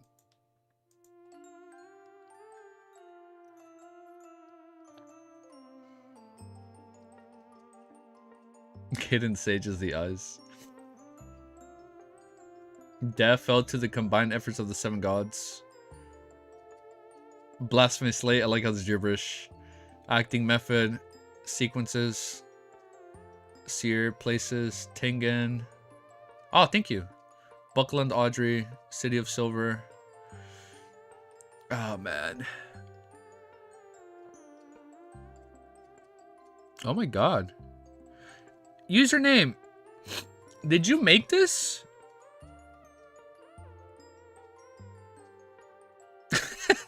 I like this. I like what you made right here. Wait, hold up. This is actually fucking cool. This is amazing. Wait, this is sick. You made the table. Right? Let me show it. My name is Bald Eagle. What the heck? Did this Canva website make fun of me because I'm fucking bald? That's a low blow. I'm so emotional right now. Yeah, I made a template for notes. Bro, this is amazing. Man. Let me show my screen. Oh, wait. Careful, username. When you click on it, I think it shows your name when you're editing. Just in case you don't want it to be shown. Wait, hold up. Let me do this. Guess I ain't sleeping before class. Hold up, man. Look at this shit. I like this part. Look what he made right here. Let's accept cookies. Sure, we'll accept cookies. Oh my god, where's my PC screen? Damn it. Look at this. This is so cool, dude. Thank you. I like this part. Look at the round table. You got Klein, Audrey, Oliger, and then Derek right here. And like even put the little tarot cards. That's so cool. It has no spoiler. No, yeah. There's an AMV for game looking like 4th Epoch. Do you want to watch it? Gotta go, guys. Oh, thank you. Thank you, Damon. Thank you for tuning in, man. You guys are amazing. You guys tuned in. It's been like, it's almost been 5 hours. Yeah, you gotta take a power nap. Deceased. Damn. Damn. Here's the first page.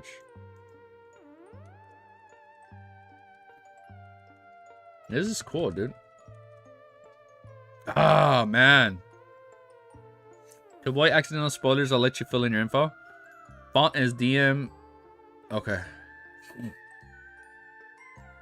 Man. No, I know it's okay. Yeah, no, don't do it. Yeah, should I send a link? Damn, man. Look at that. That's cool, dude. Thank you. This is a true creator, deaf, beyond information. How are you doing? I'm so fucking sad, dude. I'm so fucking sad. Look at this part. Look what username did right here. Look, you got all the characters. You got Dunn Smith, and then look, deceased. Ah, that hits hard, man. You got the blood splatter and everything. Ah, man. The gray fog, ritualistic magic. I like this part. This is such a little subtle touch. Like you got the table, you got the characters, and you got the little symbols next to it. I already forgot all the theories I've said, man. I don't even remember what I've said. Good night. You're gonna sleep. Yeah, thank you guys for tuning in. Ah, man. Ah. Oh, you put that right away, huh? Zik is deaf. Yeah, there you go. Damn, you were quick when I said that, huh? Ah, that was quick. You said that before I said it. I was like, maybe it's part of the chemical life, right? Just like old Neil brought back his wife, maybe somebody brought back a Zik, aka deaf, after what's it called, after the gods took him down. Oh man, shit. I'm so sad. All right, man. I think we're gonna end it right there.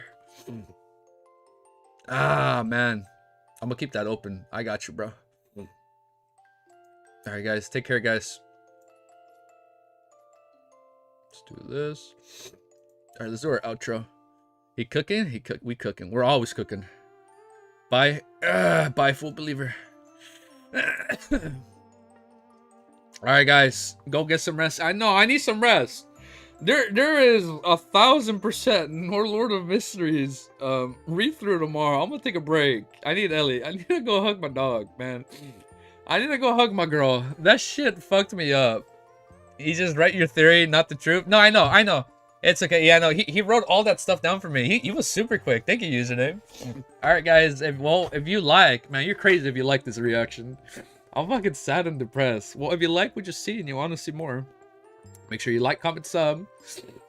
We've been streaming for almost 5 hours, and this is like a 3+ hour video. Whew, man, this was hands down our longest Lord of Mysteries video.